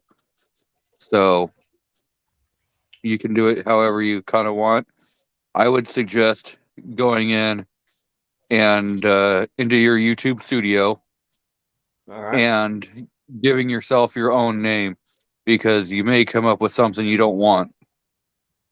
Yeah, I mean, I don't want them to call me like old fat white guy or something. Hillbilly, something like that, Yeah, yeah. Yeah. And then if if you haven't already gone into your YouTube studios Uh huh. and changed um your channel link so everyone has the ability to have a unique um like channel link so you can Uh put huh. in Georgia Trapping and Fishing or whatever you want. You should do that because it's a lot easier when people go searching for your channel that if that channel link is the same name as your channel or something like really close to it. Otherwise, you may get put off into some other area and never be able to find the channel. So Right. I um, got you. they used to make you wait till 100. Now they're letting anyone do that. So I see a lot of channels when I'm dropping channel links and stuff where Yeah. they've just stuck with the standard YouTube one. So I would get rid of that one and go with a custom. So it's a lot easier for people to understand what your channel is. Okay. Well, Jerry had a question. It says, where do you find this in your studio? Yes, it's all in your YouTube studio. Okay. Did you get that, Jerry? It is in the studio. So in your YouTube studio, you'll see a button in there that says, oh crap, like settings or I think it's something like advanced that. or something. Yeah, it's in your advanced settings and stuff, and you can find all that stuff. And there's, if you have any kind of question, reach out to me. My email address should be in my about section. As long as you're subscribed to my channel, you'll be able to see it. I'm probably gonna put it in just my regular about section also. Okay. And we can schedule a time to do like this where we're on screen. When we're on StreamYard, we can go into a closed live stream, and I can do complete walkthroughs. I can screen share and walk you through how to do stuff. And if I don't Oh, have okay. questions, if I don't have the answer, I know people who do have the answer that I can send you to, and they'll help you. Okay. Well, I know that'd probably help a lot of people out. I mean, it would help me out, but I mean, I'm sure a lot of people in the chat would like to know all that too. So make sure all y'all do your two-step verification to start with, because that's something you really need to do. That already has you set up. Say for monetization, you have to have all that already set up, pre-set up, or it just takes that much longer. I know that. Yeah, but also, um, it helps with um, people not being able to hack your account and just taking over your account. There's a lot of that happens. So when you have that two-step verification, they Uh-huh. can't just hack your account and take it. Okay, awesome. Hope all y'all are getting So, all this, you because know, I have, I mean, you know me, I don't know how to do any of this. So that helps a lot, Dan. yeah. Um, I mean, I'm not super tech savvy, but I've kind of stumbled my way through and figured out some stuff. So what Wow, I you're do a whole know, lot better than me. Jerry said, "Why don't you just make a video on it, Dan? so You probably get 100,000 views on it. I guarantee you." I might try to do something like that. I know sometimes YouTube's a little kind of finicky on what you do share and what you don't share um, inside your studios Oh, publicly. okay, So, okay. you know, Well, we can get it figured out, and if like Jerry needs help with it, I'm sure we can get him, you know, in on the conversation. Anybody that wants in on it, I'm sure we can get it all figured out.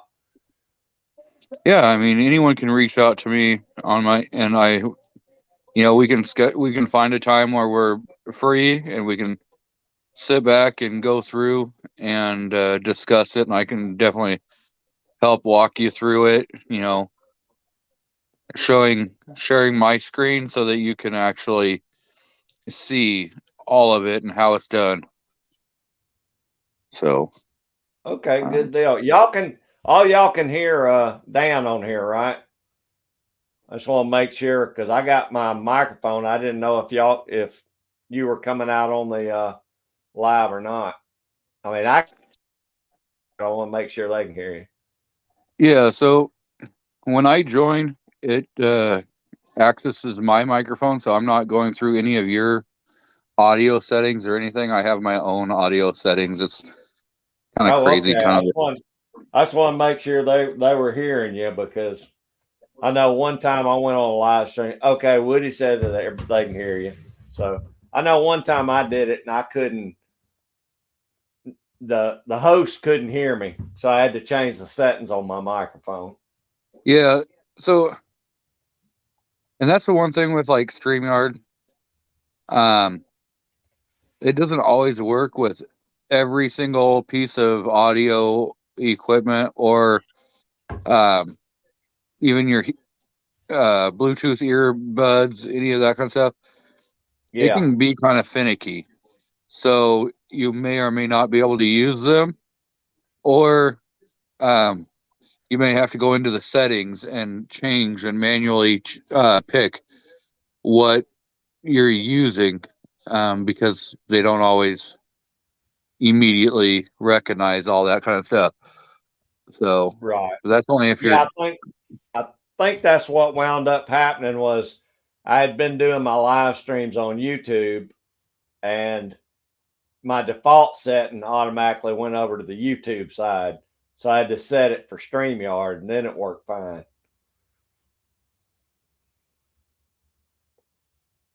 So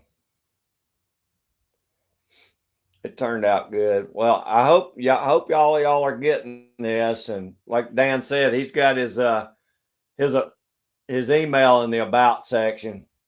Dan's good about helping you with anything you need. So the biggest thing is the two-step verification right off the bat. You need that. And once you do that, see, you can apply for your, or you can for your uh, about your community tab, and it's great to have the community tab. So Yeah, so I've had my two-step set up for a very long time. And as soon as they started dropping the restrictions on under 500, I mean, it wasn't even a big announcement. I don't even think I really heard anybody else talking about it. Um, I had my uh, the community tab like the first day they offered it to channels under 500. So it was. yeah, yeah. Well, I've had the two-step verification for over a year, but of course, I really didn't account for anything because I already had the community tab. But or maybe that's when I did set it up when I got the community tab or something. Uh, but yeah, I just wanted it because if I ever do get monetized, that's one step that you don't have to deal with when you get ready to get monetized. So.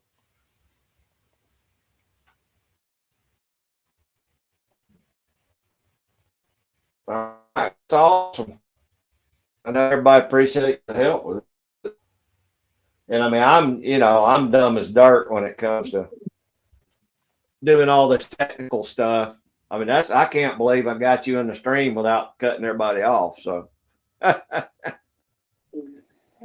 Yeah, sometimes that learning something new or trying something you haven't done is the hardest part because you're all nervous you're gonna screw something up, and so that's why I was trying to make sure I gave very like specific instructions, like this is what you do. oh, it worked good. I tell you one thing I've learned though is StreamYard.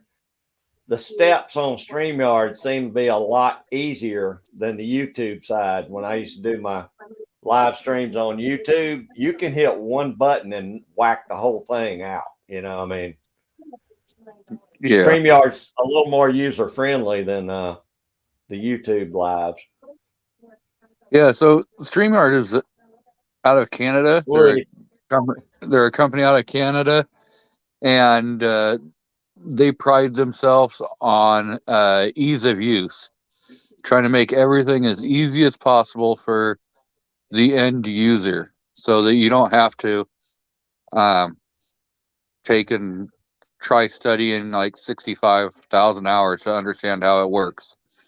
You know, Yeah. Yeah, it's been pretty straightforward for the most part.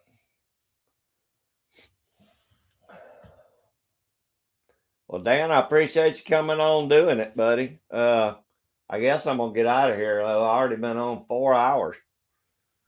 So yeah. I tell you what, Well, one day now that I know how to do this, I might start having some of y'all jump on here and we'll do a little panel one day or something. I mean, y'all know me. None of my stuff is I don't plan out any of my stuff like a lot of channels do. I don't have any topics. I just like to get on here and yap to everybody. But I mean, we could all sit here and yap on, online anyway. So I might do that. I might start having 2 or 3 people on here just to yap with me. Yeah. Well, I'm gonna jump off. I'm gonna post my email address out in the comments, so if anyone needs it, they can get a hold of me. Yeah, do But that. Yeah, put it on there, and I appreciate you helping everybody with it because you are ahead of a lot of us on this stuff. well, thank you. Yeah, I will. it's only been 4 hours. I'll be more than willing to Kyle, jump they back said on that anytime you need Jim. help. Okay, Dan, I sure appreciate it, brother. Yeah, Kyle, they said that Jim did like an 8 or a 12-hour live stream last night. Were you on that live stream, Kyle? Hey, Arj9, how you doing, brother? Appreciate you coming in. All right, well, Dan helped us out on that, so that's good. Y'all all do your 2-step verification and put in for your community tab, man. It helps a lot.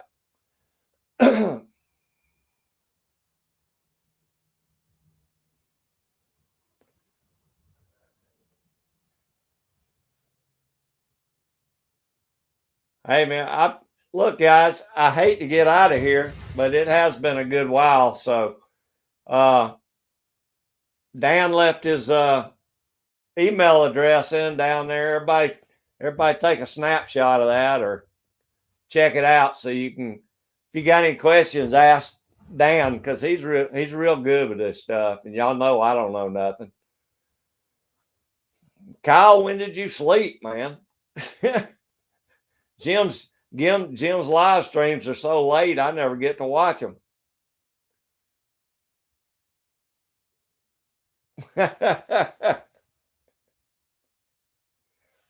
All right, guys. Look, I appreciate every one of y'all coming in. Arj9, I'm sorry I'm cutting out, brother, but I've been on for a while. So